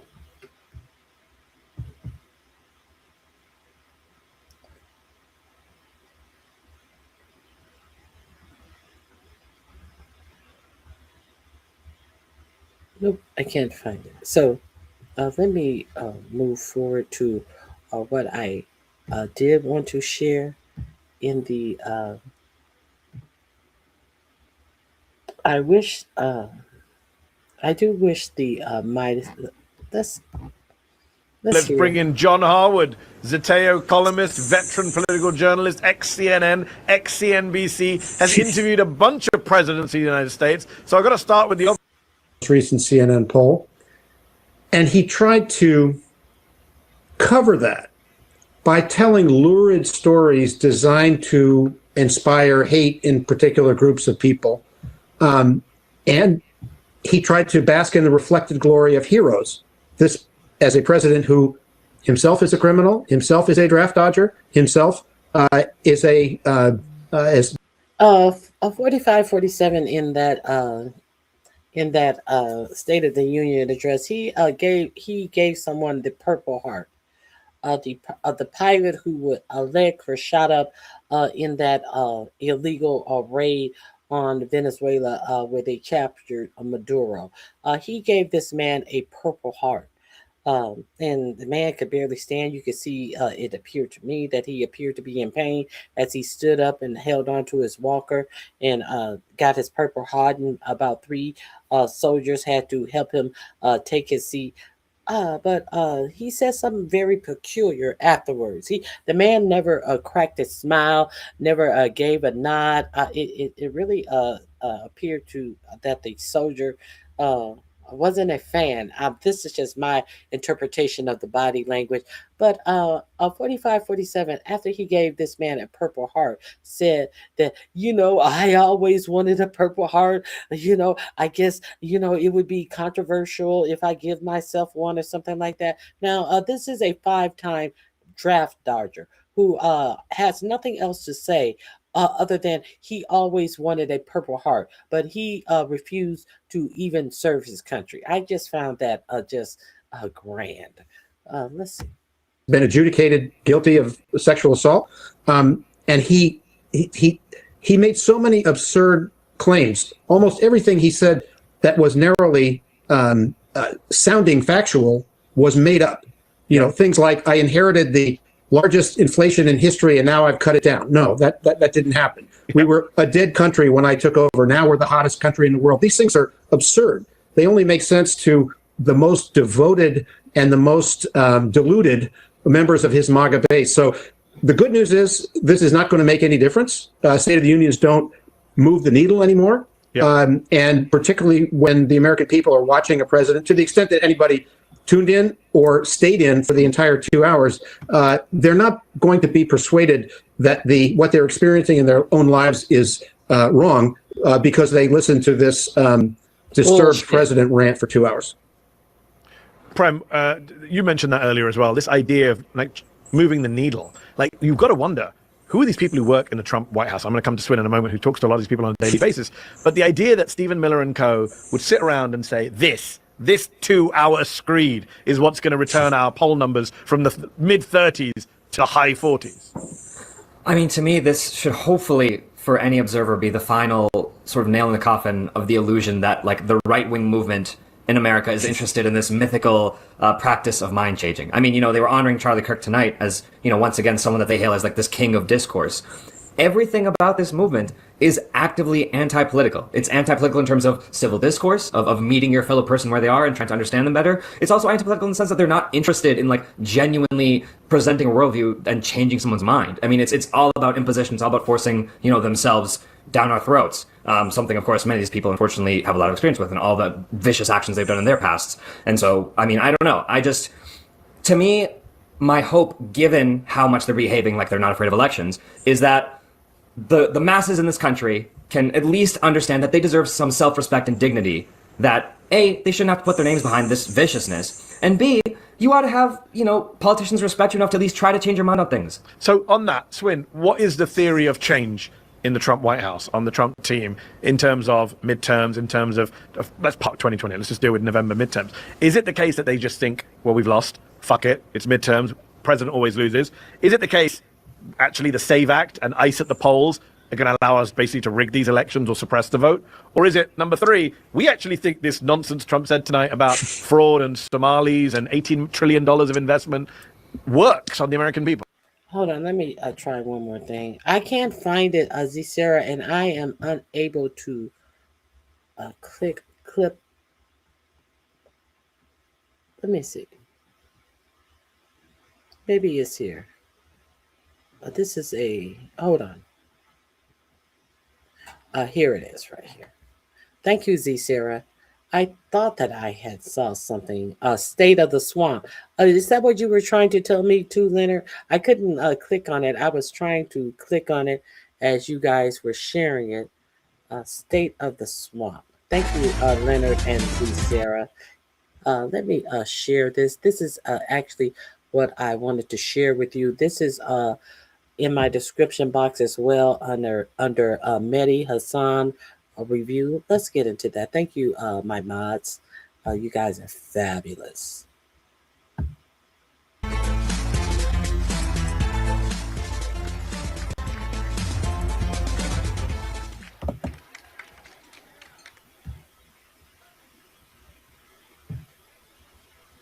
His mic isn't on.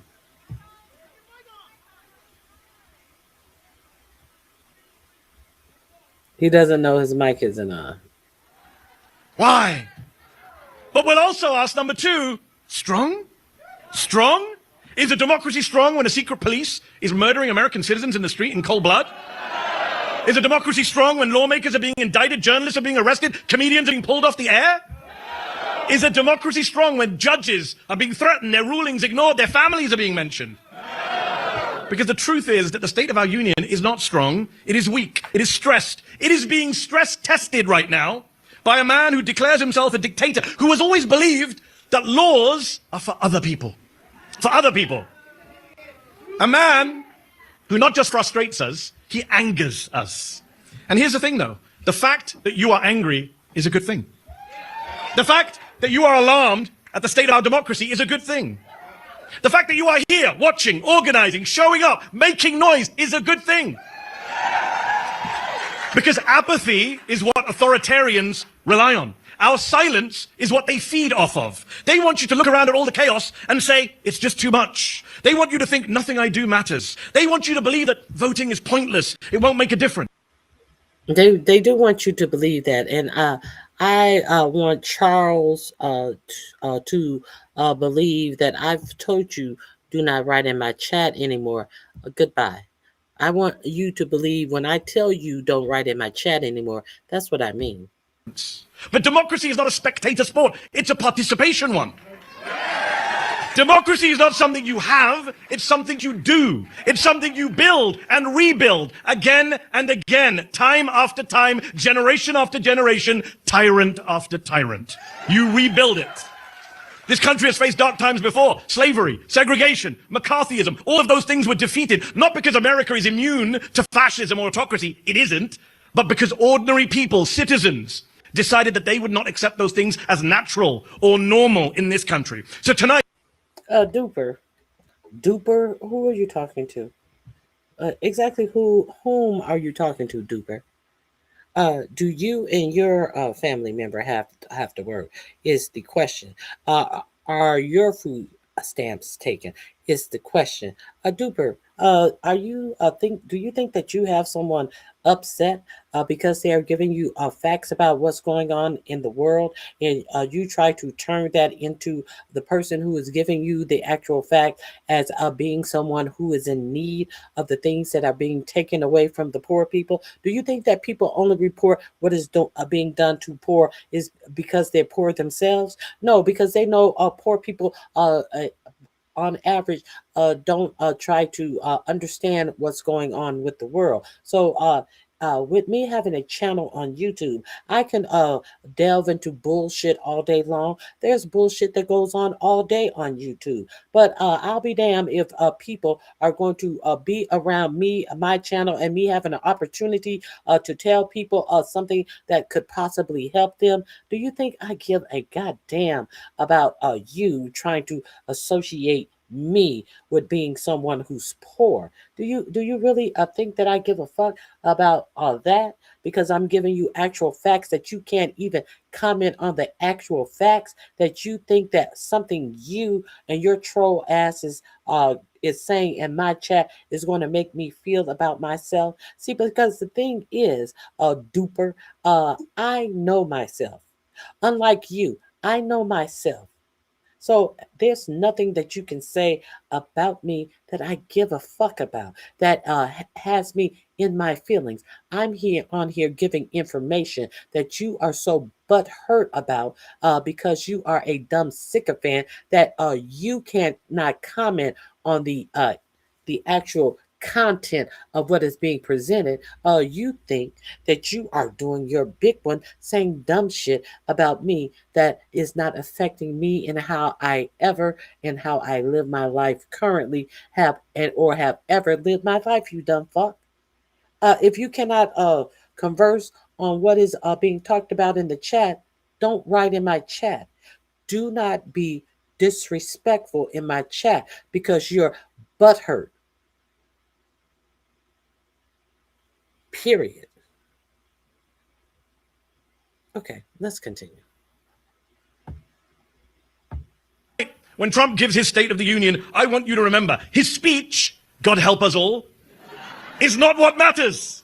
What matters is what happens after his speech. What matters is what we do next. Remember, fascism is not destiny. It is a choice. It can be fought. It can be rejected, but only if we reject it together. And you know what gives me hope tonight? What gives me hope is that there are more of us than there are of them. There are more of us than there are of them. Ladies and gentlemen, brothers and sisters, America has been saved before, not by presidents, not by billionaires, not by kings, but by citizens. It will be saved again the exact same way. By you, by me, by we, the people. Thank you very much. Thank you very much. Okay, that was his address after the fact. Now let's get to the rest of the stuff that I had shared. I had planned to share on the show. Let's get to these things. All of the clips that I have played are actually in the description box. I am going to. I don't want to share that. I am going to actually move on to other things that I wanted to report on today and call it a day, because shortly here it will be time to walk my donkey. Let's get into the things that I wanted to talk about today. Hours before Donald Trump's big speech tonight for State of the Union, a huge bombshell has dropped connecting Donald Trump to the Epstein files in a way that was not previously known. And we are now learning that the Department of Justice is engaged in the largest criminal cover-up in American history. And that is, I'm not being facetious. I don't think I'm being dramatic. I think that's actually just saying what is going on. It's so bad that Ted Cruz is flustered. And he actually said this. Child molesters are being molested. The child molesters are being molested. Now, I want you to remember that this is what Marjorie Taylor Greene said not even a couple of weeks ago, I think last week. That fight to release the Epstein files came directly from President Trump. And I know a lot of people have a hard time with that, but that is the truth. He fought the hardest to stop these files from being released.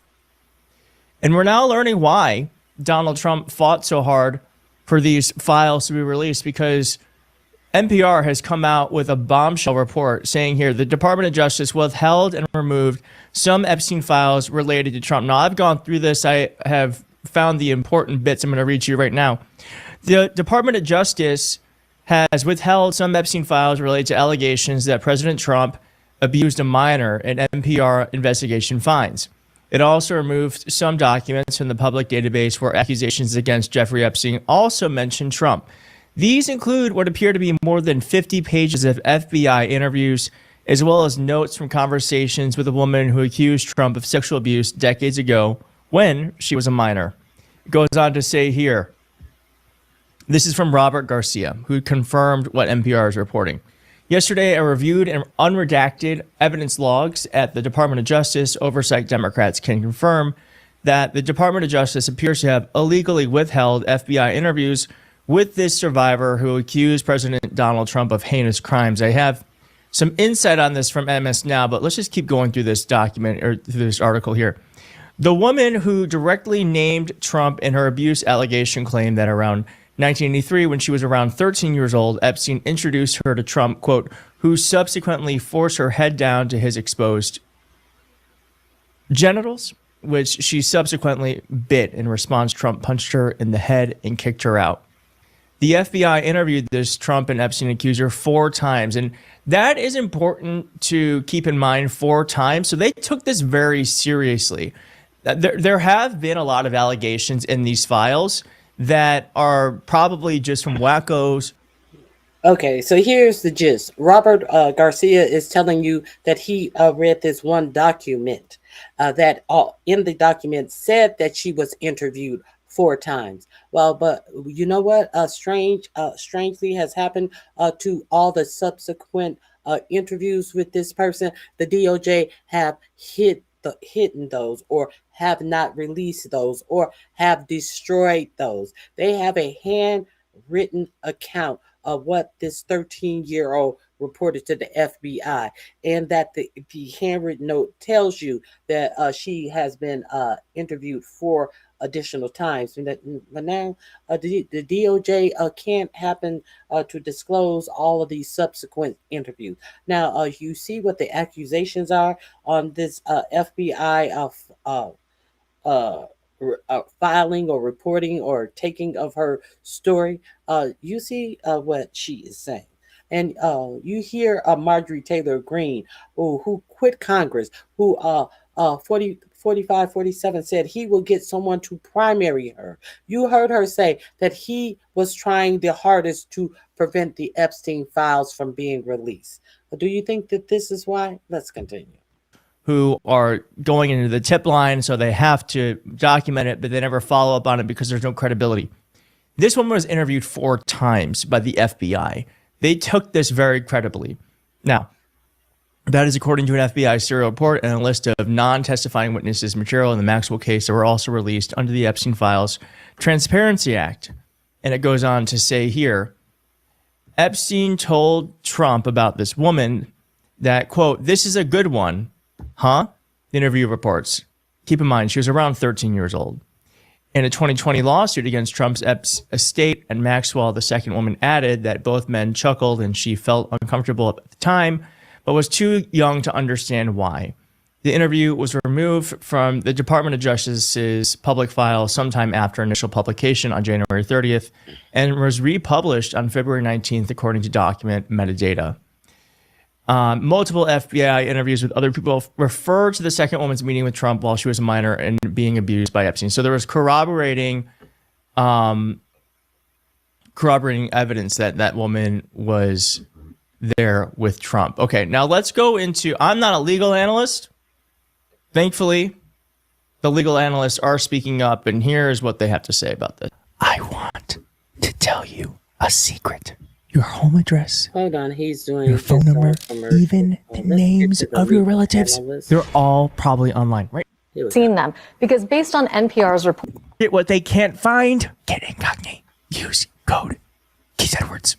About how we know the pages are missing and who might have seen them. Because based on NPR's reporting, many of these documents, and I think some of our viewers are familiar with this, they have a number at the very bottom that starts with EFTA for Epstein Files Transparency Act, and then has a number. That number has a meaning. It's basically a consecutive numbering of pages of a production so that each page has its own unique identifier. NPR basically looked then at the index, compared it to what was produced for this particular witness and her statements, and has, by comparing those page numbers, has counted 50 plus pages that they believe are missing that correspond to these 3 interview memoranda. We have not independently 50 pages of things could be missing from the index of this reporting. 50 pages.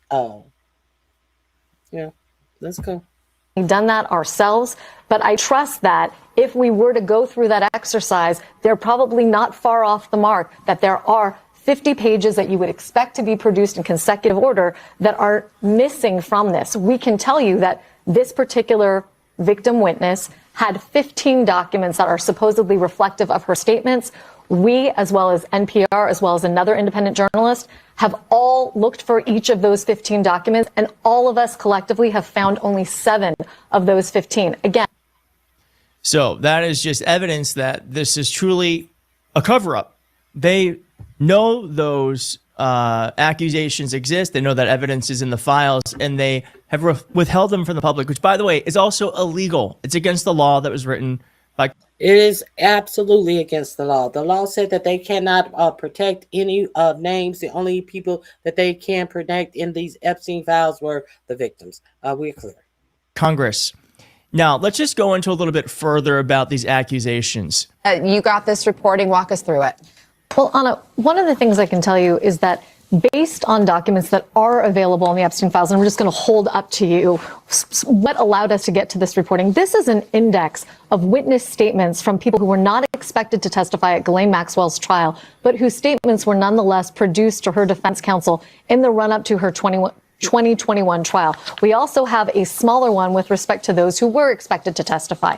And based on those indices, as well as documents available in the file, MS Now can report that there is at least one witness for whom 3 interviews with the FBI in rapid succession in 2019 are missing. You might say, well, what's the big deal about that? Well, the big deal about that is that we can also confirm that that woman is the same person who in a 2025 FBI presentation is identified to have accused Donald Trump of a sexual assault when she was between 13 and 15 years old. We know that based on a human source who has confirmed to us that this woman is one and the same. So I want to make this very clear. There is a woman who, according to the FBI and documents compiled last summer, accused Donald Trump of sexually assaulting and physically abusing her. One of the things in her accusation is that in addition to forcing her to perform oral sex, he also hit her in that same episode.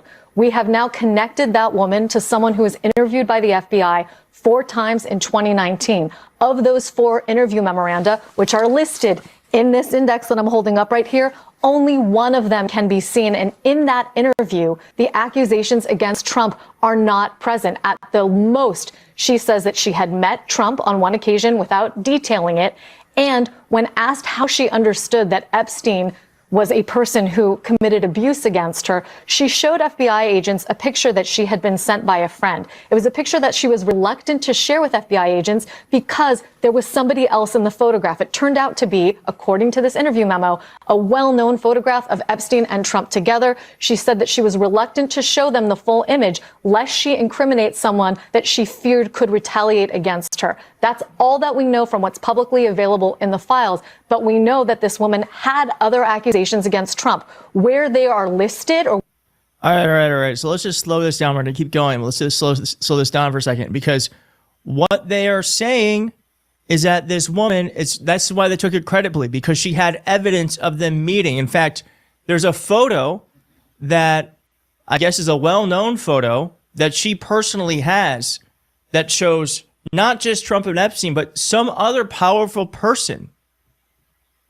So this is a photo that we know exists, but there's more evidence to it, if that makes sense. So it's like she has the full photo that isn't out in the public. Where they've been memorialized, we're not sure, but we can tell you and our viewers that there are 3 other interview memoranda taken by the FBI that are not present anywhere in the Epstein files. And this is a problem that we expect may have recurred with dozens of other witnesses whose files may not have been produced in their totality. Again, this index gives a unique numerical identifier to more than 500 witnesses and lists in numerical order the kinds of documents from which their statements were taken. Everything from FBI interview memos to Palm Beach police incident reports to handwritten notes and the like.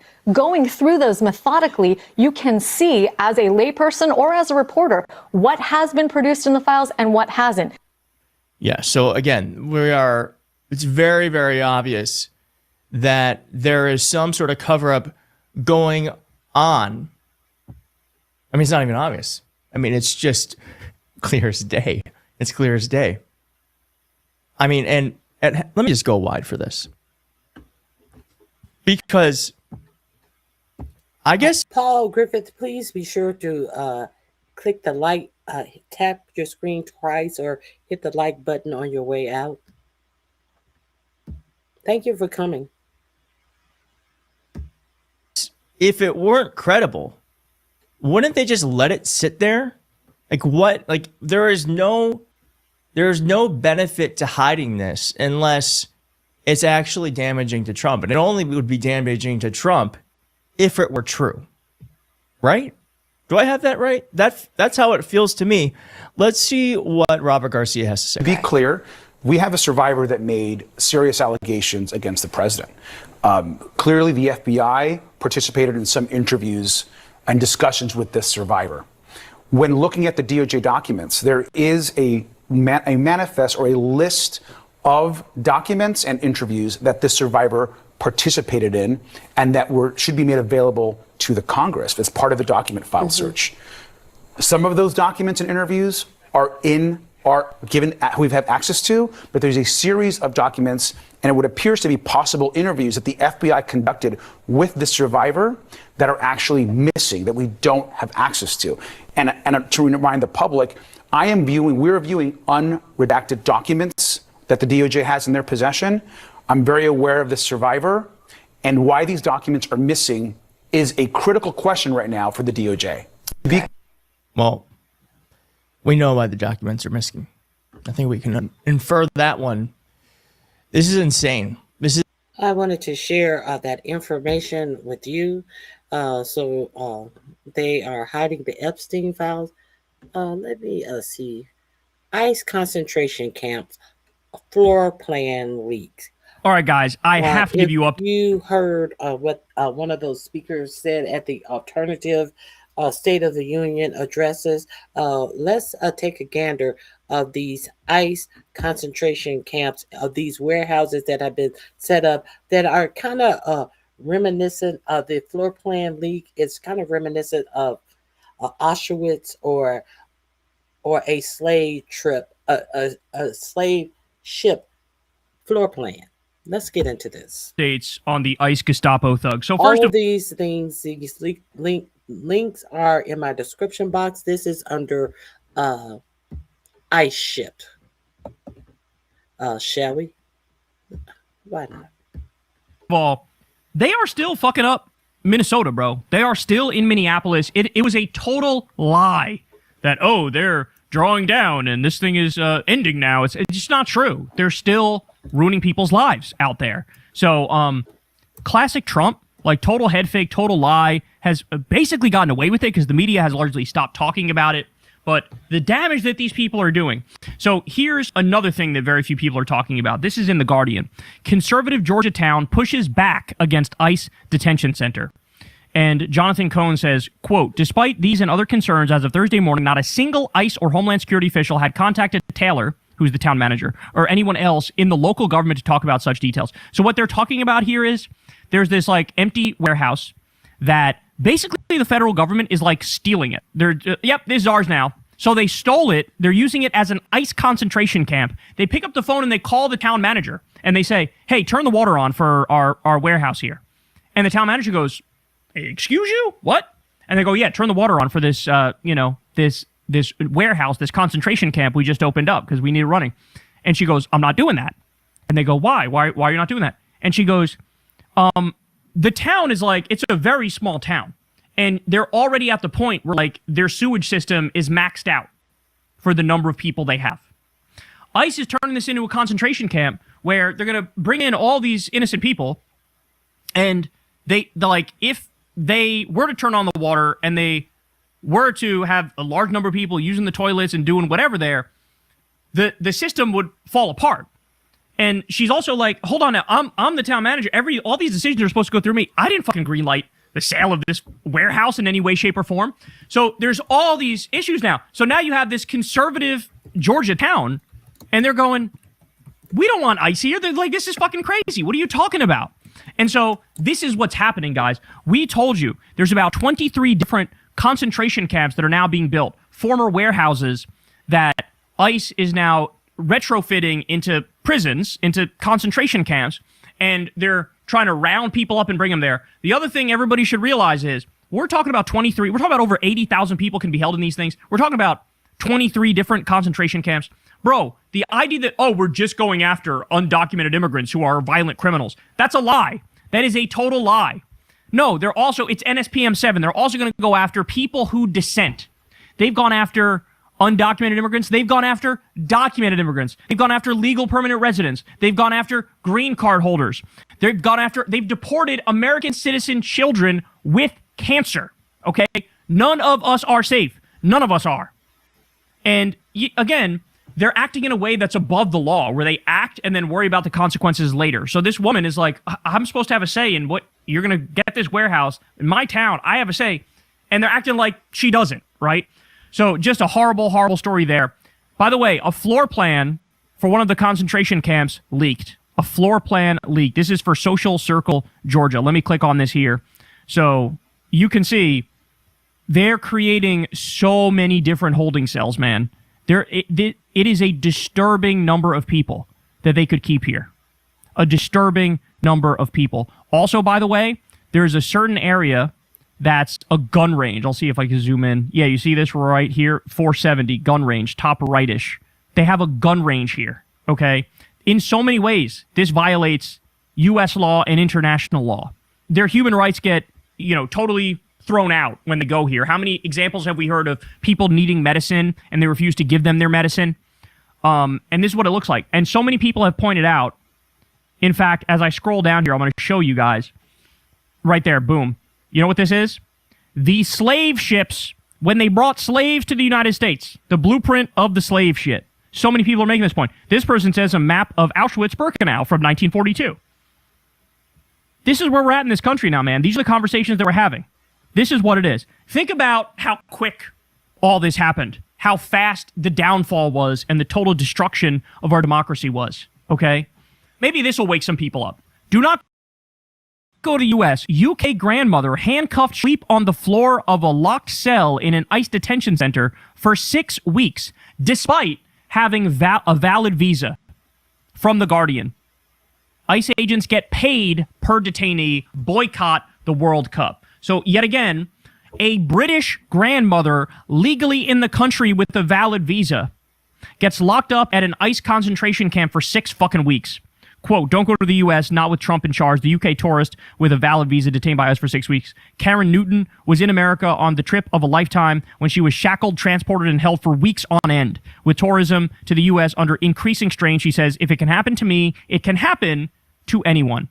An old British grandma. I think she's right that you're getting bonuses for the ICE Gestapo thugs per arrest.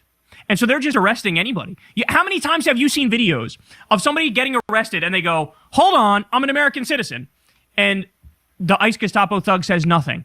Then they say, I can prove it. I have the proof on me. And they say no, and they go, I don't care. I'm going to lock you up anyway. Think about that. Clearly what's happening there is some colossal incentive that these ICE Gestapo thugs have been given the green light. Hey, you're the secret police. You're the paramilitary. You do what you want to do, but also we will pay you more the more you arrest people. Clearly, Stephen Miller's not only trying to break the deportation record, he's also trying to break the arrest record. And so now you get horror stories like this. Is this the country that we want to be? Is this, by the way, we're going to do a story in a little bit. Tourism in this country, collapsing. Totally fell off a cliff. Totally fell off a cliff. Because nobody wants to come here anymore because shit like this could happen. People go, wow, am I going to show up to the airport and they're going to, knock me out and send me to CCOT in El Salvador where I get raped and tortured? Is that what's going to happen? Because I've seen the horror stories that does happen to some people. Am I going to end up in a concentration camp, a nice concentration camp? Am I going to get, deathly sick there and then they won't give me the medicine? Am I going to be able to get in front of a judge? Because clearly they try to keep us from getting... You know what they do, guys? They'll arrest you in one state and then take you to a different state. And the person's lawyer will be in the other state and they don't practice law in the new state they were sent to. They have all these disgusting loopholes that they exploit to try to avoid the law, to try to avoid the Constitution and rights and checks and balances. And nobody talks about this. Nobody talks about this. You're tuning in here. We talk about it. Very few people have brought this up. This truly is a Gestapo network. That's what we're witnessing. The federal judge in West Virginia, where ICE has been pulling over and detaining people on the freeway, are literally screaming about ICE's tactics. Quote, it is an assault on the constitutional order, Judge Goodwin says. A federal judge in fucking West Virginia, one of the most conservative states in the country, is saying that. All pregnant, unaccompanied minors apprehended by ICE are being sent to a shelter in Texas, where Texas's total abortion ban has led to denials and delays in care with deadly consequences. They are as young as 13, and more than half are pregnant due to rape.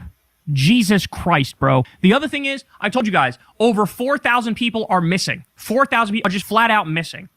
The other thing is, they have some facilities that are just supposed to be for kids only. This is like Jeffrey Epstein's fucking dream here. You are opening up the door wide open for child trafficking. They've set those conditions on purpose. On purpose. I don't trust these people to protect. They won't even, a 2-month-old baby had bronchitis and was dying, was deathly ill. Took him to the hospital, released him, gave the ICE Gestapo thugs the medicine. They didn't give the medicine to the kid. This is what we're talking about. I don't trust these people. They should not have this much control. They should not have it. It is so crazy what we're witnessing here. How about this one? Florida man feels pain of regret voting for Trump after ICE detains his fiancée to deport her back to Cuba. This is another one. Hey, don't say we didn't tell you, bro. Don't say we didn't warn you. All these Venezuelans in this country that are viewed as more right-wing because they escaped Maduro's Venezuela. All these Cubans who came here who are always vote Republican, very right-wing because they hate communism, because they hate, Fidel Castro and Cuba and what it's become. Got all these right-wingers. They come here. A lot of them voted for motherfucking Trump. And now he's still deporting all you motherfuckers anyway. Like it's nothing. He doesn't give a fuck. Remember the story? He deported a guy who opened up a burger place that was like named after Trump. It was called like Trump Burger or something like that. Yes, I remember. He deported that guy. They are they're so out over their skis.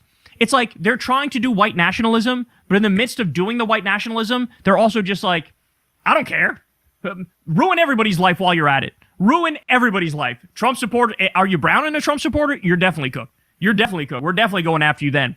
So it's like white nationalism mixed with like haphazardly going after many of their own people and even British grandmas, like we just discussed. That's how insane the system currently is. Watch this. Here we go. Please, she does not deserve this. She's the sweetest person and she prayed for you. Yeah, how many people who've been deported are sweet people? Only about maybe 5% or fewer are undocumented immigrants and violent criminals. So that means like 95% are not violent criminals. They're all probably pretty fucking sweet. A lot of them, they all have backstories. They all have family members. They all have friends. They all have detailed lives. But yours is so special. Well, maybe you shouldn't have fucking voted for the guy. How about that? To President Trump from a South Florida man fearing his life partner could be deported to Cuba at any moment. He reached out to our Christian De La Rosa to share his story and his remorse. It's been 8 months. I didn't know a man could cry this much. I did not think that this would happen. Wayne DeMario has been working overtime at a Southwest Miami-Dade guitar shop, trying to distract himself from his pain and regret. I hate to see her going through this. She's my best friend. His life partner of nearly 20 years, Yamile Alcantu, originally from Cuba. ICE detained her back in June. 8 months that she's been taken. I call it kidnapped because it basically is. He says it happened during what they thought was just another immigration check-in. They grabbed her, put her in shackles and chains. She'd been checking in annually, as so many do, hoping to fix her status. She lost her legal residency and got a deportation order back in 2008. Okay, I just wanted to show you the warship things. I apologize if I ran a little long on it.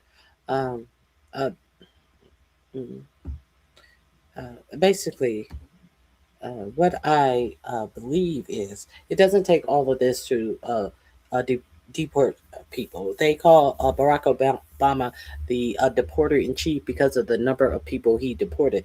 There is a reason why all of this illegalities and all of this abuse is going on in plain sight. And they're trying to normalize this abuse, and they're trying to normalize it for a reason. They are trying to normalize these federal police agents in the streets and get you used to them and get you used to the fact that they are going to be covering their faces. You're not going to be able to distinguish one from another.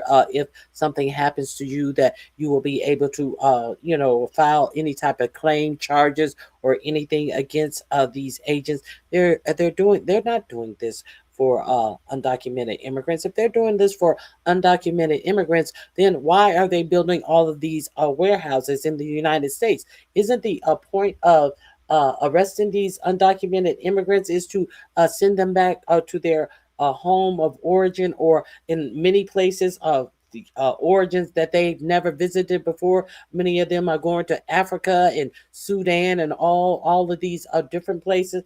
But why are they building the concentration camps? I want you to understand. See, because you are Black people, you non-people of color, think that everything is for everyone else, and you don't see what's coming for you. Let's get into some more things I want to share with you.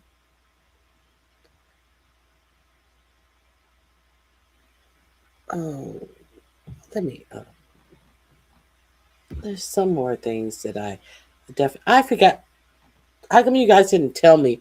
I forgot to do my Black history presentation on yesterday. I apologize. I did forget to do my Black history presentation on yesterday.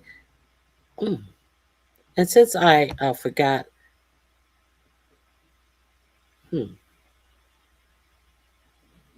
since I forgot to do my Black history presentation on yesterday, I do want to do it on today. Because this is Black History Month, and even though 4547, don't tell me he took it down, wants us to forget it. We're not going to forget From the Houston Advanced Research Center estimated that existing data centers in Texas consume about 1% of the state's total water use for things like producing their own power or cooling equipment.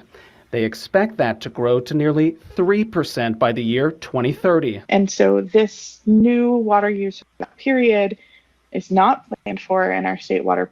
Now, this is Texas. Government Greg Abbott solicited all of these tech billionaires to come to Texas and build your data center. And now Texas is concerned about water use because there has been a new report that has come out that the world may be without water. Water is the new commodity. Like I told you, I think it was 4 years ago, sometime early in when I had my channel up, that water is going to be the new commodity. And if you got it, you got it. And if you got it, you're going to be able to use it as a commodity to sell and put a price on it, whatever your price is. And if you don't got it, you're going to die. So let's get into the data centers that are using all of the water and evaporating all of the water to collect their data to make their billionaires richer by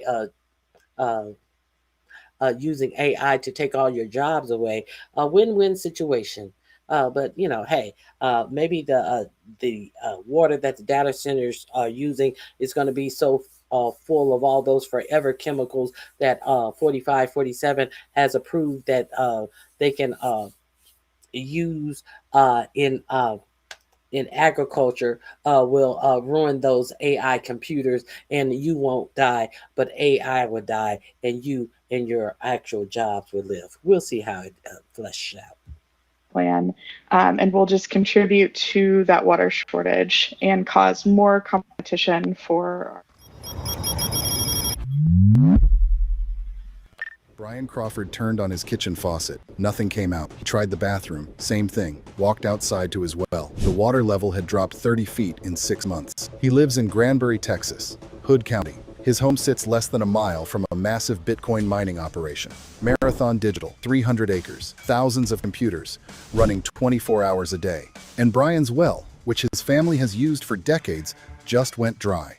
He's not alone. Neighbors reported the same thing, wells dropping, water pressure failing, some testing their water and finding it turned brackish because the freshwater zone got depleted and saltwater seeped in. February 6th, 2026, the Public Utility Commission of Texas announced it would require data centers and cryptocurrency mining facilities across the state to report their water usage for the first time. Not voluntarily. Required. Spring 2026. 6 weeks to respond. 4 days later, February 10th, the Texas House held a 7-hour hearing on groundwater sustainability. Robert Mace, a hydrogeologist from Texas State University, delivered testimony that made every legislator in the room stop what they were doing. 95% of groundwater districts estimate that their future water needs are unsustainable based on today's use and conditions. 95%. That's not a regional problem. That's statewide collapse. State Representative Armando Wally stood up and said what residents like Brian Crawford had been screaming for years. These facilities are giant soda straws, sucking aquifers dry, while residents watch their wells fail. Governor Greg Abbott has spent the last 2 years courting every data center company willing to build in Texas: Google, Microsoft, Meta, OpenAI. He sat next to tech CEOs at press conferences and called their investments proof of Texas's leadership. Never mentioned water, never required disclosure, never asked how much they were using. And now, After drought disaster declarations covering 189 counties since July 2022, after reservoirs hitting record lows, after farmers losing irrigation for 4 straight years, Texas regulators are finally asking big tech a question they should have answered before breaking ground. How much water are you actually using? The survey that should have come years ago. The Public Utility Commission of Texas announced the survey plan on February 6th during a regular meeting. Luisa Venegoni, Chief of Staff to the Executive Director, presented the details. Data centers and cryptocurrency mining facilities will receive a survey in spring 2026. They'll have 6 weeks to respond. Questions will cover direct water use, cooling technologies, and indirect water use tied to their power sources. The PUC will compile responses into a report by the end of 2026. That report goes to the Texas.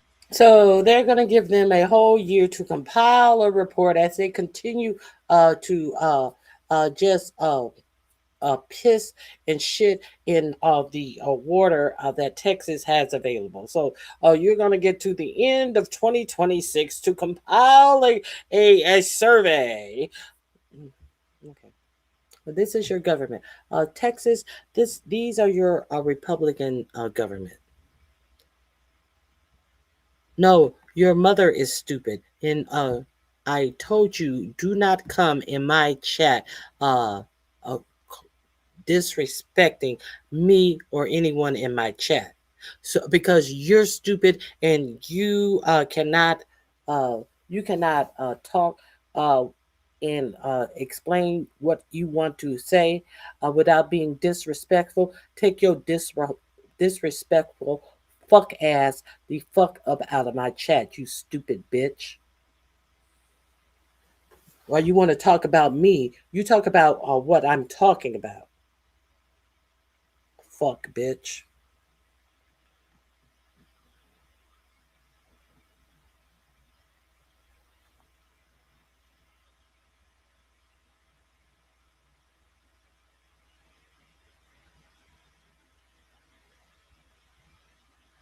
Okay, let's continue.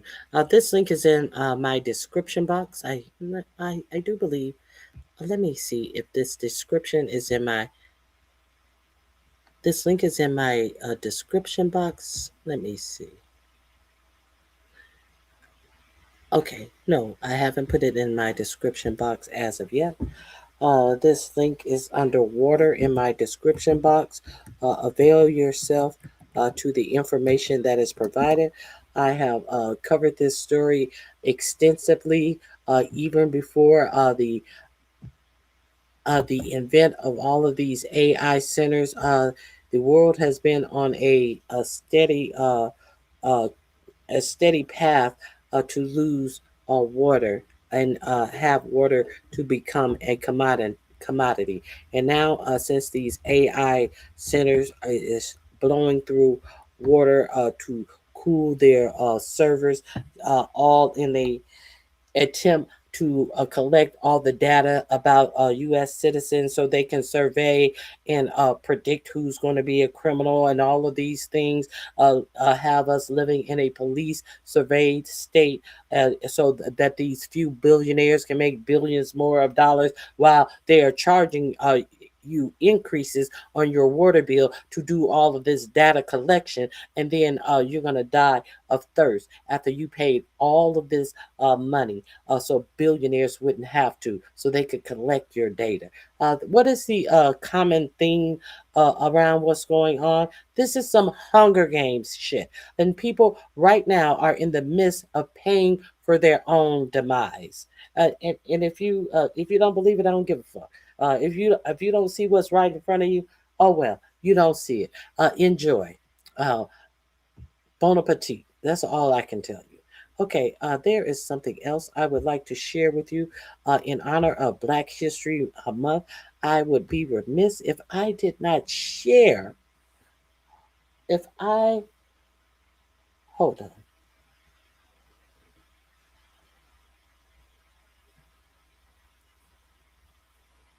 Hello?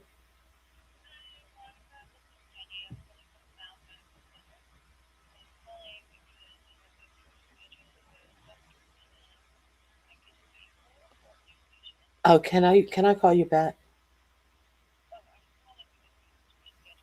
Are you in Washington? I no longer live in Washington. Bye. No.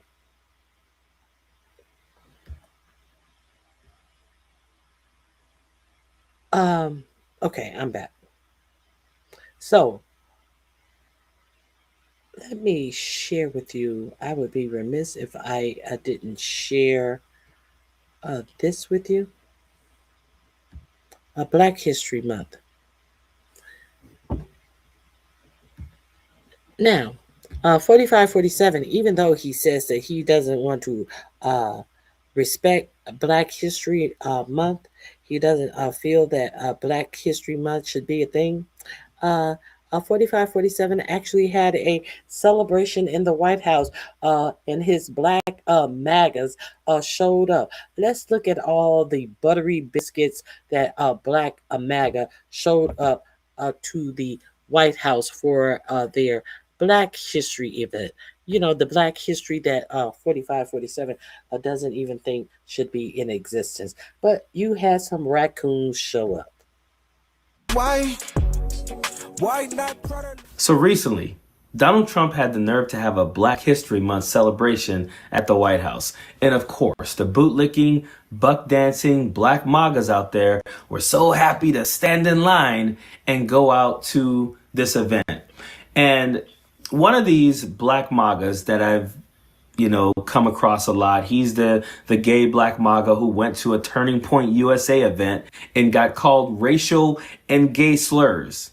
Then ran and left. He was so insulted. Oh, I can't believe MAGA did this to me. Oh, I cannot believe. And now here he is with his big chiclet teeth, trying to act as if everyone there loves him, and you see the people turn away from him, and he, how you doing? Hey, hello, how are you? It's good. We're out here at the president. Is the next time someone tells you the president doesn't do Black history, you tell him that you saw this event.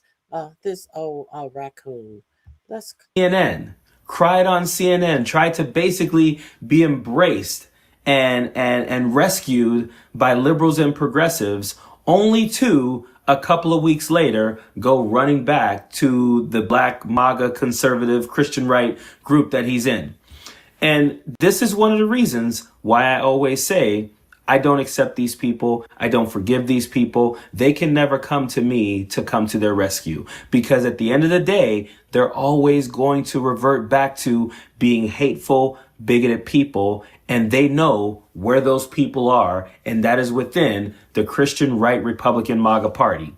So that guy decides to make a video of him and a bunch of other bootlicking black MAGAs standing in line, waiting to go inside of this Black History Month celebration held by Donald Trump at the White House. All right, so today is the Black History Month reception at the White House. I'm out here and you can see all of these people standing and waiting in line to go into the White House reception for Black History Month. So if anybody's telling you, what's going on, brother? How you doing? How you doing? This is an all-star affair. This is another one. This is what happens. All-star affair.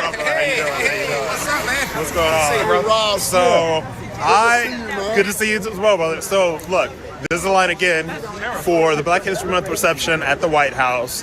So the next time somebody tells you that Trump is racist or he doesn't like black people or anything like that, you can direct them to this crowd.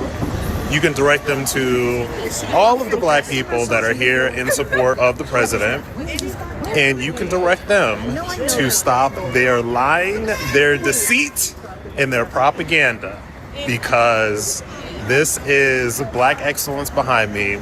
And the Trump White House appreciates that, respects it, and is honoring it for Black History Month. And I like how he says, the next time someone tries to tell you that Donald Trump is racist, show him this video of all of these black people standing in line, waiting to go and see him at a Black History Month celebration. Standing in line outside the gate, outside the actual grounds, standing in line. How come that they're not able to enter the White House like any other event? I've never seen an event at the White House that has people who are invited to an event have to stand outside of the grounds, outside of a chain link fence to the event that they have been invited to. Let's start there. Okay.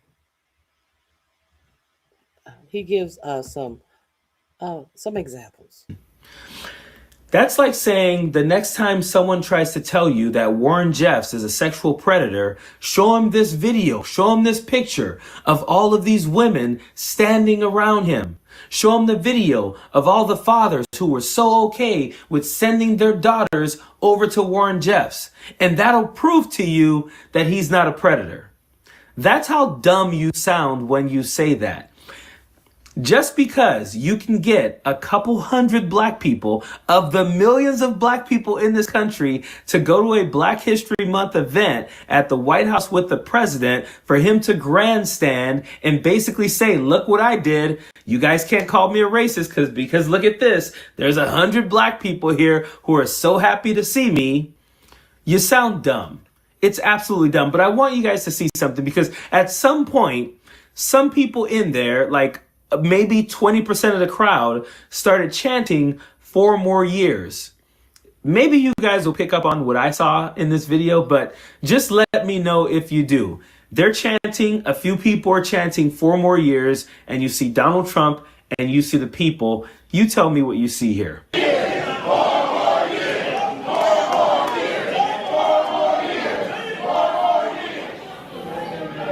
So what I see there is Donald Trump on stage at a podium, standing about 30 or 40 feet away from them.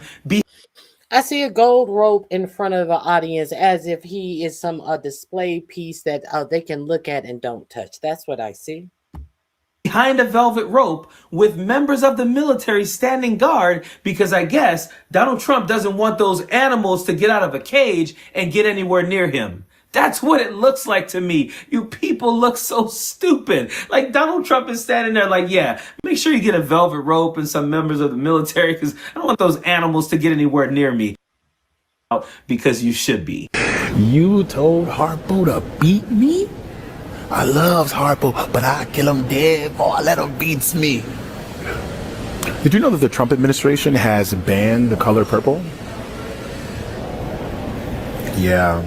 That black book / movie that tells the story of a black woman's journey from suppression to autonomy and joy, that tells our story of persecution, black people's story of persecution, banned by Trump's department for being too woke. Oh, it was all fun and games with Trump though, right? He's funny on Twitter, right? Yeah, it was just a big joke, right? He's just a businessman, right? I'm not gonna lie, Trump get to the money though, bro. Trump with the economy, right? They're erasing you. They're erasing you. 591 black books carrying our stories, carrying our history, banned under Donald Trump. Banned. While you have this raccoon sitting up here who got butthurt when Turning Point USA called him all these gay slurs and racist slurs when he showed up at a Turning Point USA event, believing his own ignorant ass hype that he was just like them. No, you're not like them. They told you you're not like us. And now where is he again? Tap dancing for Massa. Even though I'm going to ignore Massa is getting rid of all of our history. Our eyes going to ignore Massa.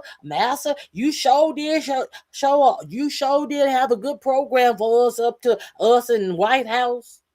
Massa. Yeah, that voting stuff don't really affect me, right? Oh, both sides are the exact same, right? They're erasing you. It's never a book about a Polish American immigrant. It's never a book about the first Irishman to climb Mount Everest. It's you. They wake up every morning and erase you while you plan with that stuff our ancestors warned us about. But opportunity zones, brother, right? But the economy, bro. You know what's funny? Even the things that you use to excuse this, you were wrong about. Y'all said, oh, y'all focused on a little tweet Yeah, maybe he said something a little racist. Yeah. But economically, he gonna help the economy. He gonna help us. Yeah, you were wrong about that too. The lowest black unemployment rate in American history happened under Biden, not Trump. Double the amount of black people started businesses under Biden than Trump. 34,000 to 17,000. Inflation adjusted wages were higher. Black poverty was lower. More black people were buying houses. The data are beating your ass. Every single conceivable economic metric comes back to the same answer. You were wrong and gullible. But HBCUs, right? Yeah, he might say something a little racist every now and then, but he gave a bunch of money to HBCUs, right? How much money did President Obama give to HBCUs? $4 billion. How much did Donald Trump give to HBCUs? $225 million. How much money did Joe Biden give to HBCUs? $16 billion. You haven't Googled it because you didn't care in the first place. You are so easily fooled. And it is to everybody else's detriment. And now we all have to sleep in the bed of your gullibility. All of what he said. Donald Trump doesn't give a damn about black people. He's never created legislation or backed legislation that has done anything for the black community. Anytime he's had to sign legislation that benefits black people, he had to be forced to do it. And while you guys are standing in line, waiting to go in to see Donald Trump claiming he's doing things for the black community, he's also trying to erase your history. He had Black History slave exhibits taken down.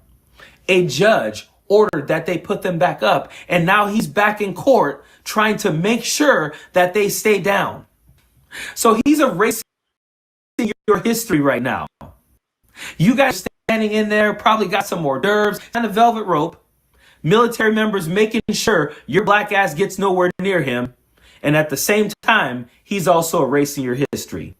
I fucking hate these people. Donald Trump doesn't give a damn about you. You're a pawn in his game to be able to grandstand and say, look at me, look what I did. Can't call me racist because I brought a couple hundred black people into the White House to stand 40 feet away from me, of course. And now I get to say, look what I did. You're fucking idiots. Period. Don't want no enemies or ops. Happy Black History Month. Envy in their heart, I tell them stop. I would be remiss if I didn't celebrate Black History Month with you.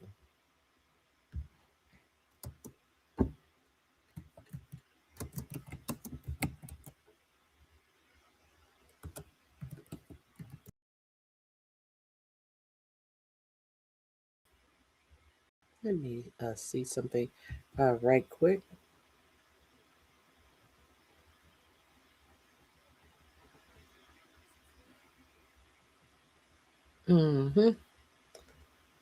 Hold on 1 second.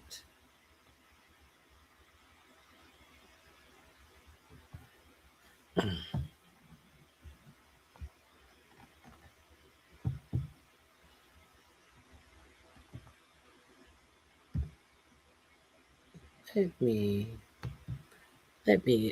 go down here. Right here. Hold on 1 second.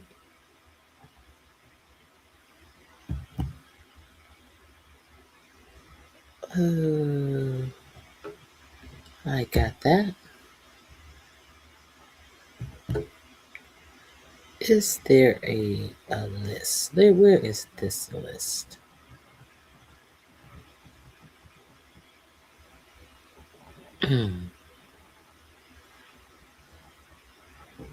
Hold on 1 second.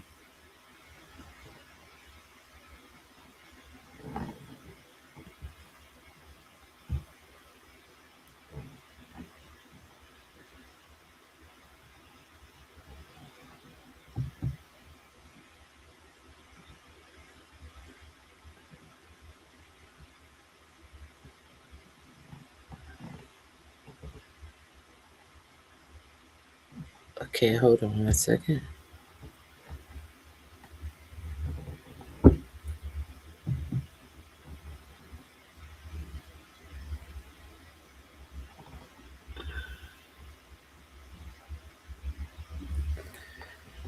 Oh, 1 second again.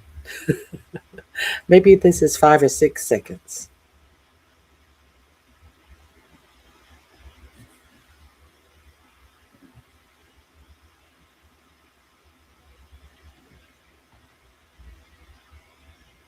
Da, da, da. The book Color Purple uh, has been banned by the Department of Defense.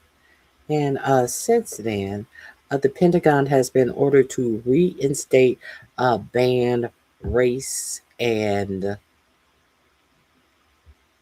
gender themed books in military family schools. So, if you are unclear, if you want to come in here and tell me what has not been banned and where it has been banned at, Pete Kegbreath, those are that is one of the books that was banned by the Pentagon.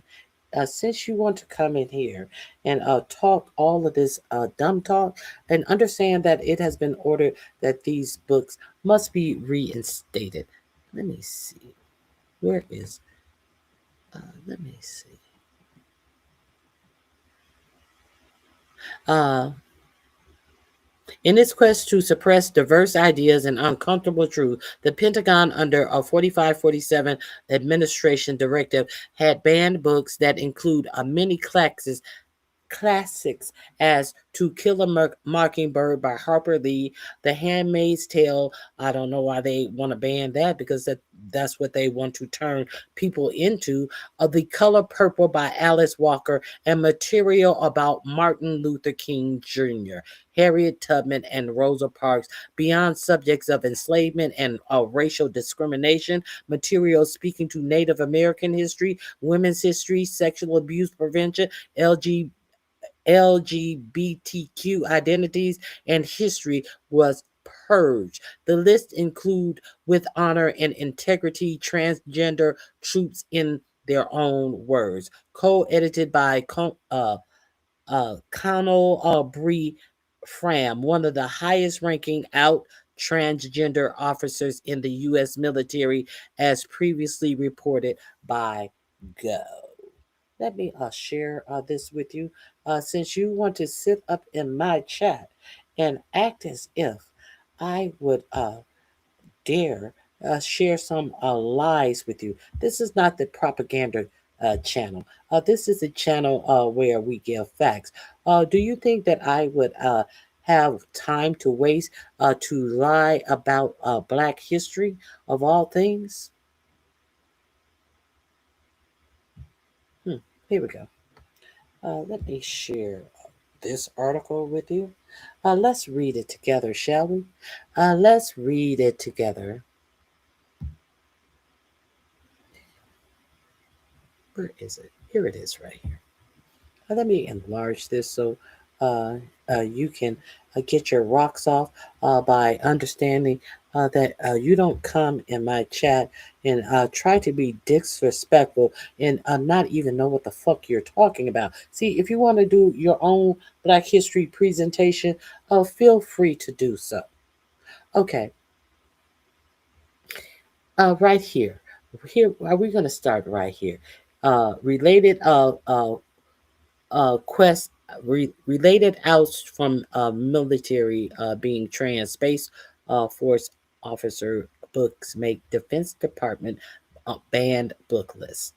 Right under that, a heading, in its quest to suppress diverse ideas and uncomfortable truth, the Pentagon, under Trump administration directive, had banned books that included many classics, such as To Kill a Mockingbird by Harper Lee, The Handmaid's Tale by Margaret Atwood, The Color Purple by Alice Walker, and material about Martin Luther King Jr., Harriet Tubman, and Rosa Parks, beyond subjects of enslavement and racial discrimination, materials speaking to Native American history, women's history, sexual abuse prevention, and LGBTQ identities and history was purged. This list included With Honor and Integrity, Transgender Troops in Their Own Words, co-edited by uh, Colonel Bree Fram, one of the highest ranking out transgender officers in the U.S. military, as previously reported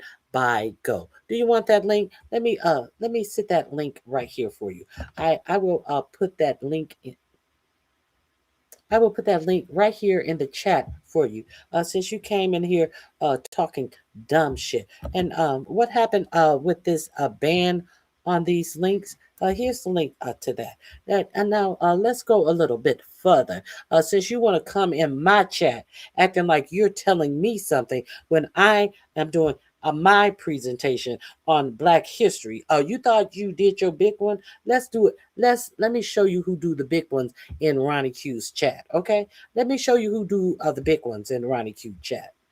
If you don't want to take the word of go, the military channel has something for you as well. If you don't think that go is a reputable source, let's go here. Can we go here? Where are we going? Military.com, Defense Department schools. Here are a list of the 595 books that here we go. Here we go. Children biographers of trailblazing transgender public figures. An award-winning novel reflect on what it was like to be Black in America, a series of graphic novels about the love story between a teenage gay couple. Those are some of the 596 books that have been pulled from shelves in the Defense Department schools that serve military children as part of the Trump administration broader effort to censor LGBTQ and racial issues from official government materials. The full list, you can click on it here, was released by the order of the federal judges as a part of American Civil Liberties Union lawsuit against the Department of Defense education activity implementation of the President Donald Trump's anti-diversity and anti-LGBTQ executive orders. The amount of titles banned by Trump administration is astonishing, and the list provided by the Department of DOA perfectly illustrate how the administration is putting politics above what is that? Pedagogy. Emerson Sykes, a senior staff official, a senior staff attorney with the ACLU Speech Privacy and Technology Project, said in an email statement to military.com, kids on military bases have the same First Amendment rights that we all enjoy and that their parents swore an oath to defend. Yet the administration has forced schools to remove titles like A is for activists and Julian is a mermaid that reflect the vibrant and diverse world we live in. As all 596 of these books must be returned to shelves immediately. As A is for Activist is an ABC board book about progressive terms and values, while Julian is a mermaid is a picture book about a boy who wants to become a mermaid. These are all the books that some of the books. The full list of the books can be found here. In April, the ACLU filed a lawsuit on behalf of a dozen Department of DEA students and their families, alleging that the book bans and other actions to implement Trump's executive orders at the school violate the First Amendment. During a June hearing in the lawsuit, Judge Patricia Tolliver Giles, a Biden appointee in the U.S. District Court of Eastern District of Virginia, ordered the Trump administration to provide the full list of books removed from the Department of DEA. The Trump administration requested Giles to reconsider her order, arguing that the list can't be released because it is pre-decisional, since officials are still deciding the final fate of the books. But on Friday, Giles reaffirmed her order and released the full list. The majority of the books on the list appear to be related to LGBTQ themes and issues. They include several biographies written for children about transgender icons, including actor Chaz Bono, director Lana Wachowski, actress Laverne Cox, blah blah blah blah blah blah blah blah blah. So, you are another sizable chunk of the banned books discuss race and racism in America. One such book is Ta-Nehisi Coates' Between the World and Me, the National Book Award winner that was written as a series of letters to his son reflecting on racism and being black in America. The conversations about race, love, and truth by Wade Hudson and Cheryl Willis Hudson, a collection of short stories exploring the conversation families have about race in America, was removed, as was similarly titled "The Talk" by Darren Bell, a graphic novel about the police brutality. "The Talk" by Alice D. Williams, a picture book about a family advice to a young black boy about how to navigate racism. Okay, so here is the list. Peruse it at your leisure. Don't come in my chat talking dumb shit. The list. There is a link to the list of all the 595 titles of the book. Since I wronged you, since I said something wrong, go and check it out for yourself. Oh, but you left. You talked shit and you ran when you saw that I was finna start dropping these facts on your stupid ass. But let's continue. Enough of that. Let's go on. Let's go on. I have something on Instagram I would like to share with you as well.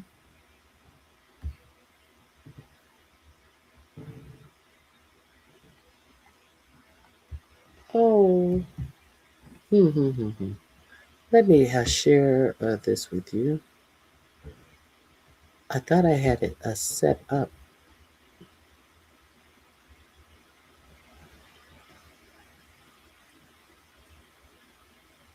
I apologize.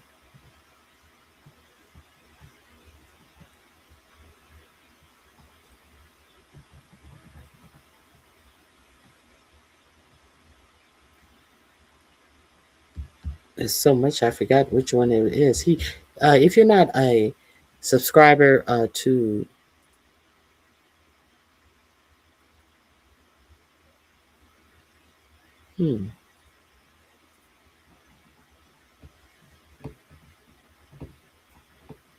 I can't even remember which one I wanted to share with you, and I wanted to share one in particular with you.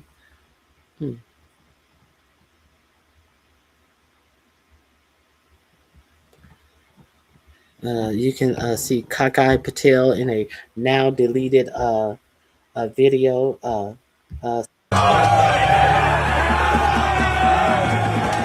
Celebrating and drinking beer when the a soccer team won their gold medal. They tried to delete the video and then tried to say that the video never came up. And of course, let me see.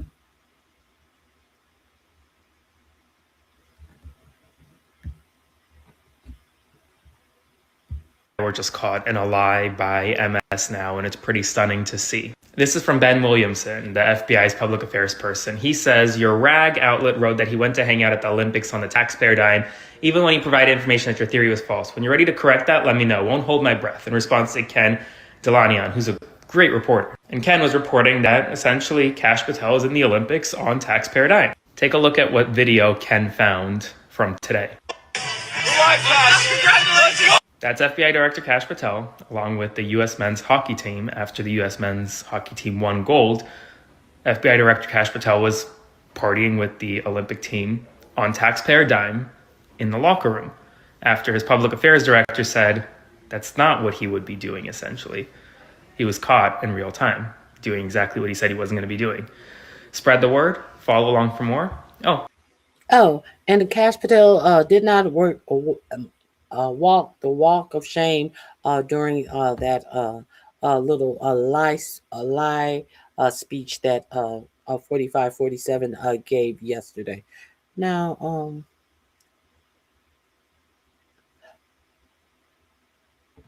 let's talk about the hospital boat that 4547. I talked about it yesterday a little bit, but it's supposed to be sending to Greenland when in fact all of our hospital We have some boats news right now. People are on. are docked and being all of our hospital boats, the two of our hospital boats are actually being docked and repaired and spruced up. 4547 said that he was going to send these big huge hospital boats that they use to help foreign countries out when they are in a jam. He said that he was going to send them to Greenland to help the sick people in Greenland, only to find, did I get into this yesterday? Only to find out that these ships, our hospital ships, are docked somewhere, getting refurbished and spruced up, and only to find out why would he be sending a hospital ship to Greenland? Greenland has universal health care. Greenland has no abundance of sick people that 4547 wanted you to believe. And you know what else Greenland had? Greenland had a United States nuclear warship in its water that Denmark was unaware of. And you know who was sick? One of the sailors had to be lifted out of that nuclear submarine. That's who was sick in Denmark. And 4547 tried to make you think that the people in Denmark, in Greenland, are so sick, and we have to send a actual medical boat out there to take care of the people who have a full universal health care from Greenland. And while we have a full nuclear submarine in the water off of Greenland, and we didn't let them know. And now we have to bring up one of our sailors who was down in this nuclear warship about to die. Did you know that? Did you know that? Did you even hear about the nuclear, the hospital ship that 4547 was going to send over to Greenland? On the world are laughing at the president of the United States after he said he was sending a hospital ship to Greenland to help with illnesses that are running on the island for several reasons. Number one, we're now learning that the United States Navy doesn't actually have any hospital ships that are able to use. Both of them are being repaired currently. So there are no active hospital ships that he could just send there. Number two, there are no illnesses running rampant in Greenland. And not just that, Greenland has healthcare through Denmark, free healthcare, universal healthcare through Denmark. And so around the world, people are saying, what the hell is the president of the United States doing, sending a so-called hospital ship, which he may not even send at all, to Greenland, who doesn't actually need it? And while a lot of people are just saying, well, this could be a ploy by Donald Trump to exert America's soft power abroad, but the people of Greenland don't even need the hospital ship. So lots of laughter right now. Spread the word. Follow along for more. Okay, this link is going to be in my description box, but we're going to follow up on the real. This is in my description box under hospital ship, but let's get to the nuclear submarine and the U.S. sailor who had to be rescued off of this submarine in Greenland. Shall we? Let's get to that. Since people want to argue about Black history, but they don't want to argue about this administration. Y'all want to argue about stuff that is factually easy to prove, but you don't want to argue about this. Let me see.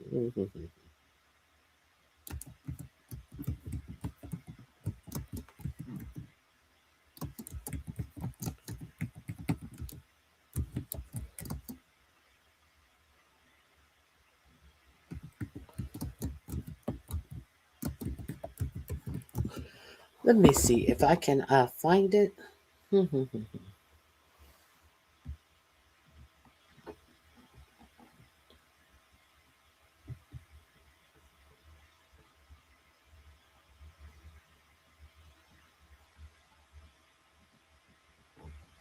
Let me see if I can find it.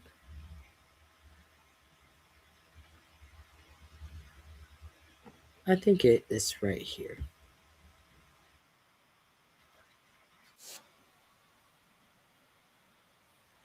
Here we go. Let me share the remainder of this story. It is in my description box under hospital ship.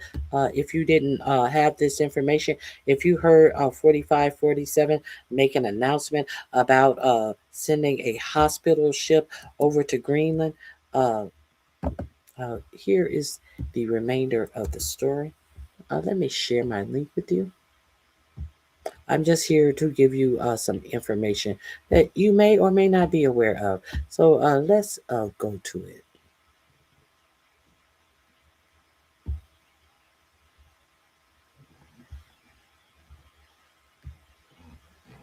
Here we go.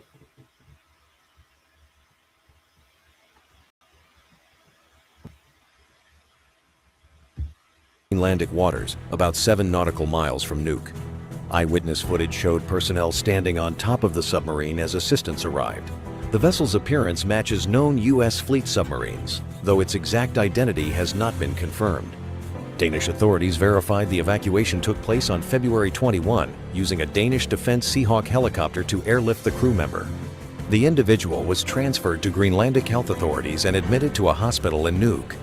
With Arctic security growing in strategic importance, the incident highlights both the expanding military presence in the region and the logistical challenges of operating in extreme northern waters. Denmark's Joint Arctic Command says a U.S. submarine crew member was urgently evacuated in Greenlandic waters, about 7 nautical miles from Nuuk. Eyewitness footage showed personnel standing on top of the submarine as assistance arrived. The vessel's appearance matches known U.S. fleet submarines, though its exact identity has not been confirmed. Danish authorities verified the evacuation took place on February 21 using a Danish Defense Seahawk helicopter to airlift the crew member. The individual was transferred to Greenlandic health authorities and admitted to a hospital in Nuuk.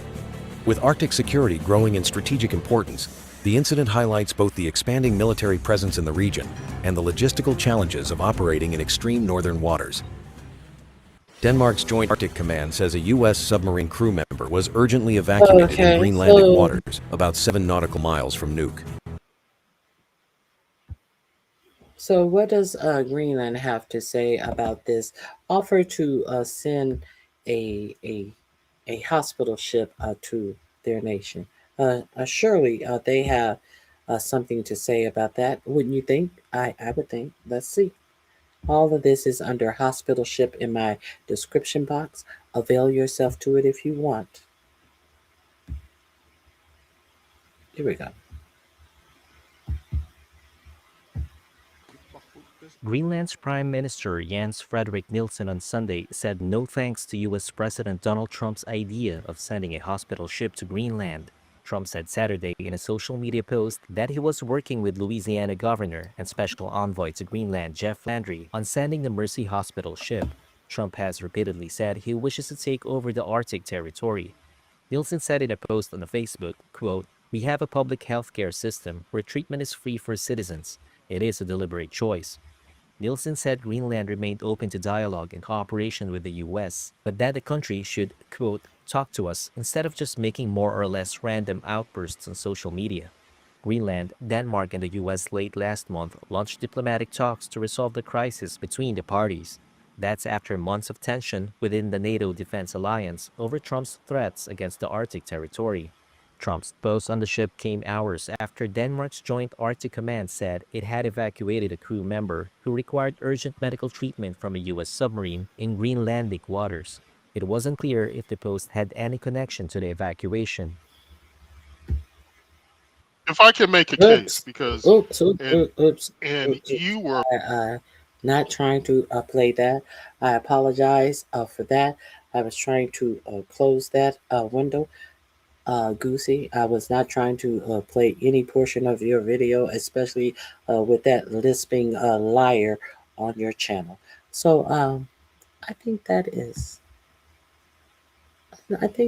all that I have for you today. I do thank you guys. Let me make sure because I always veer off to something different, and I forget to show something to you. Oh, here.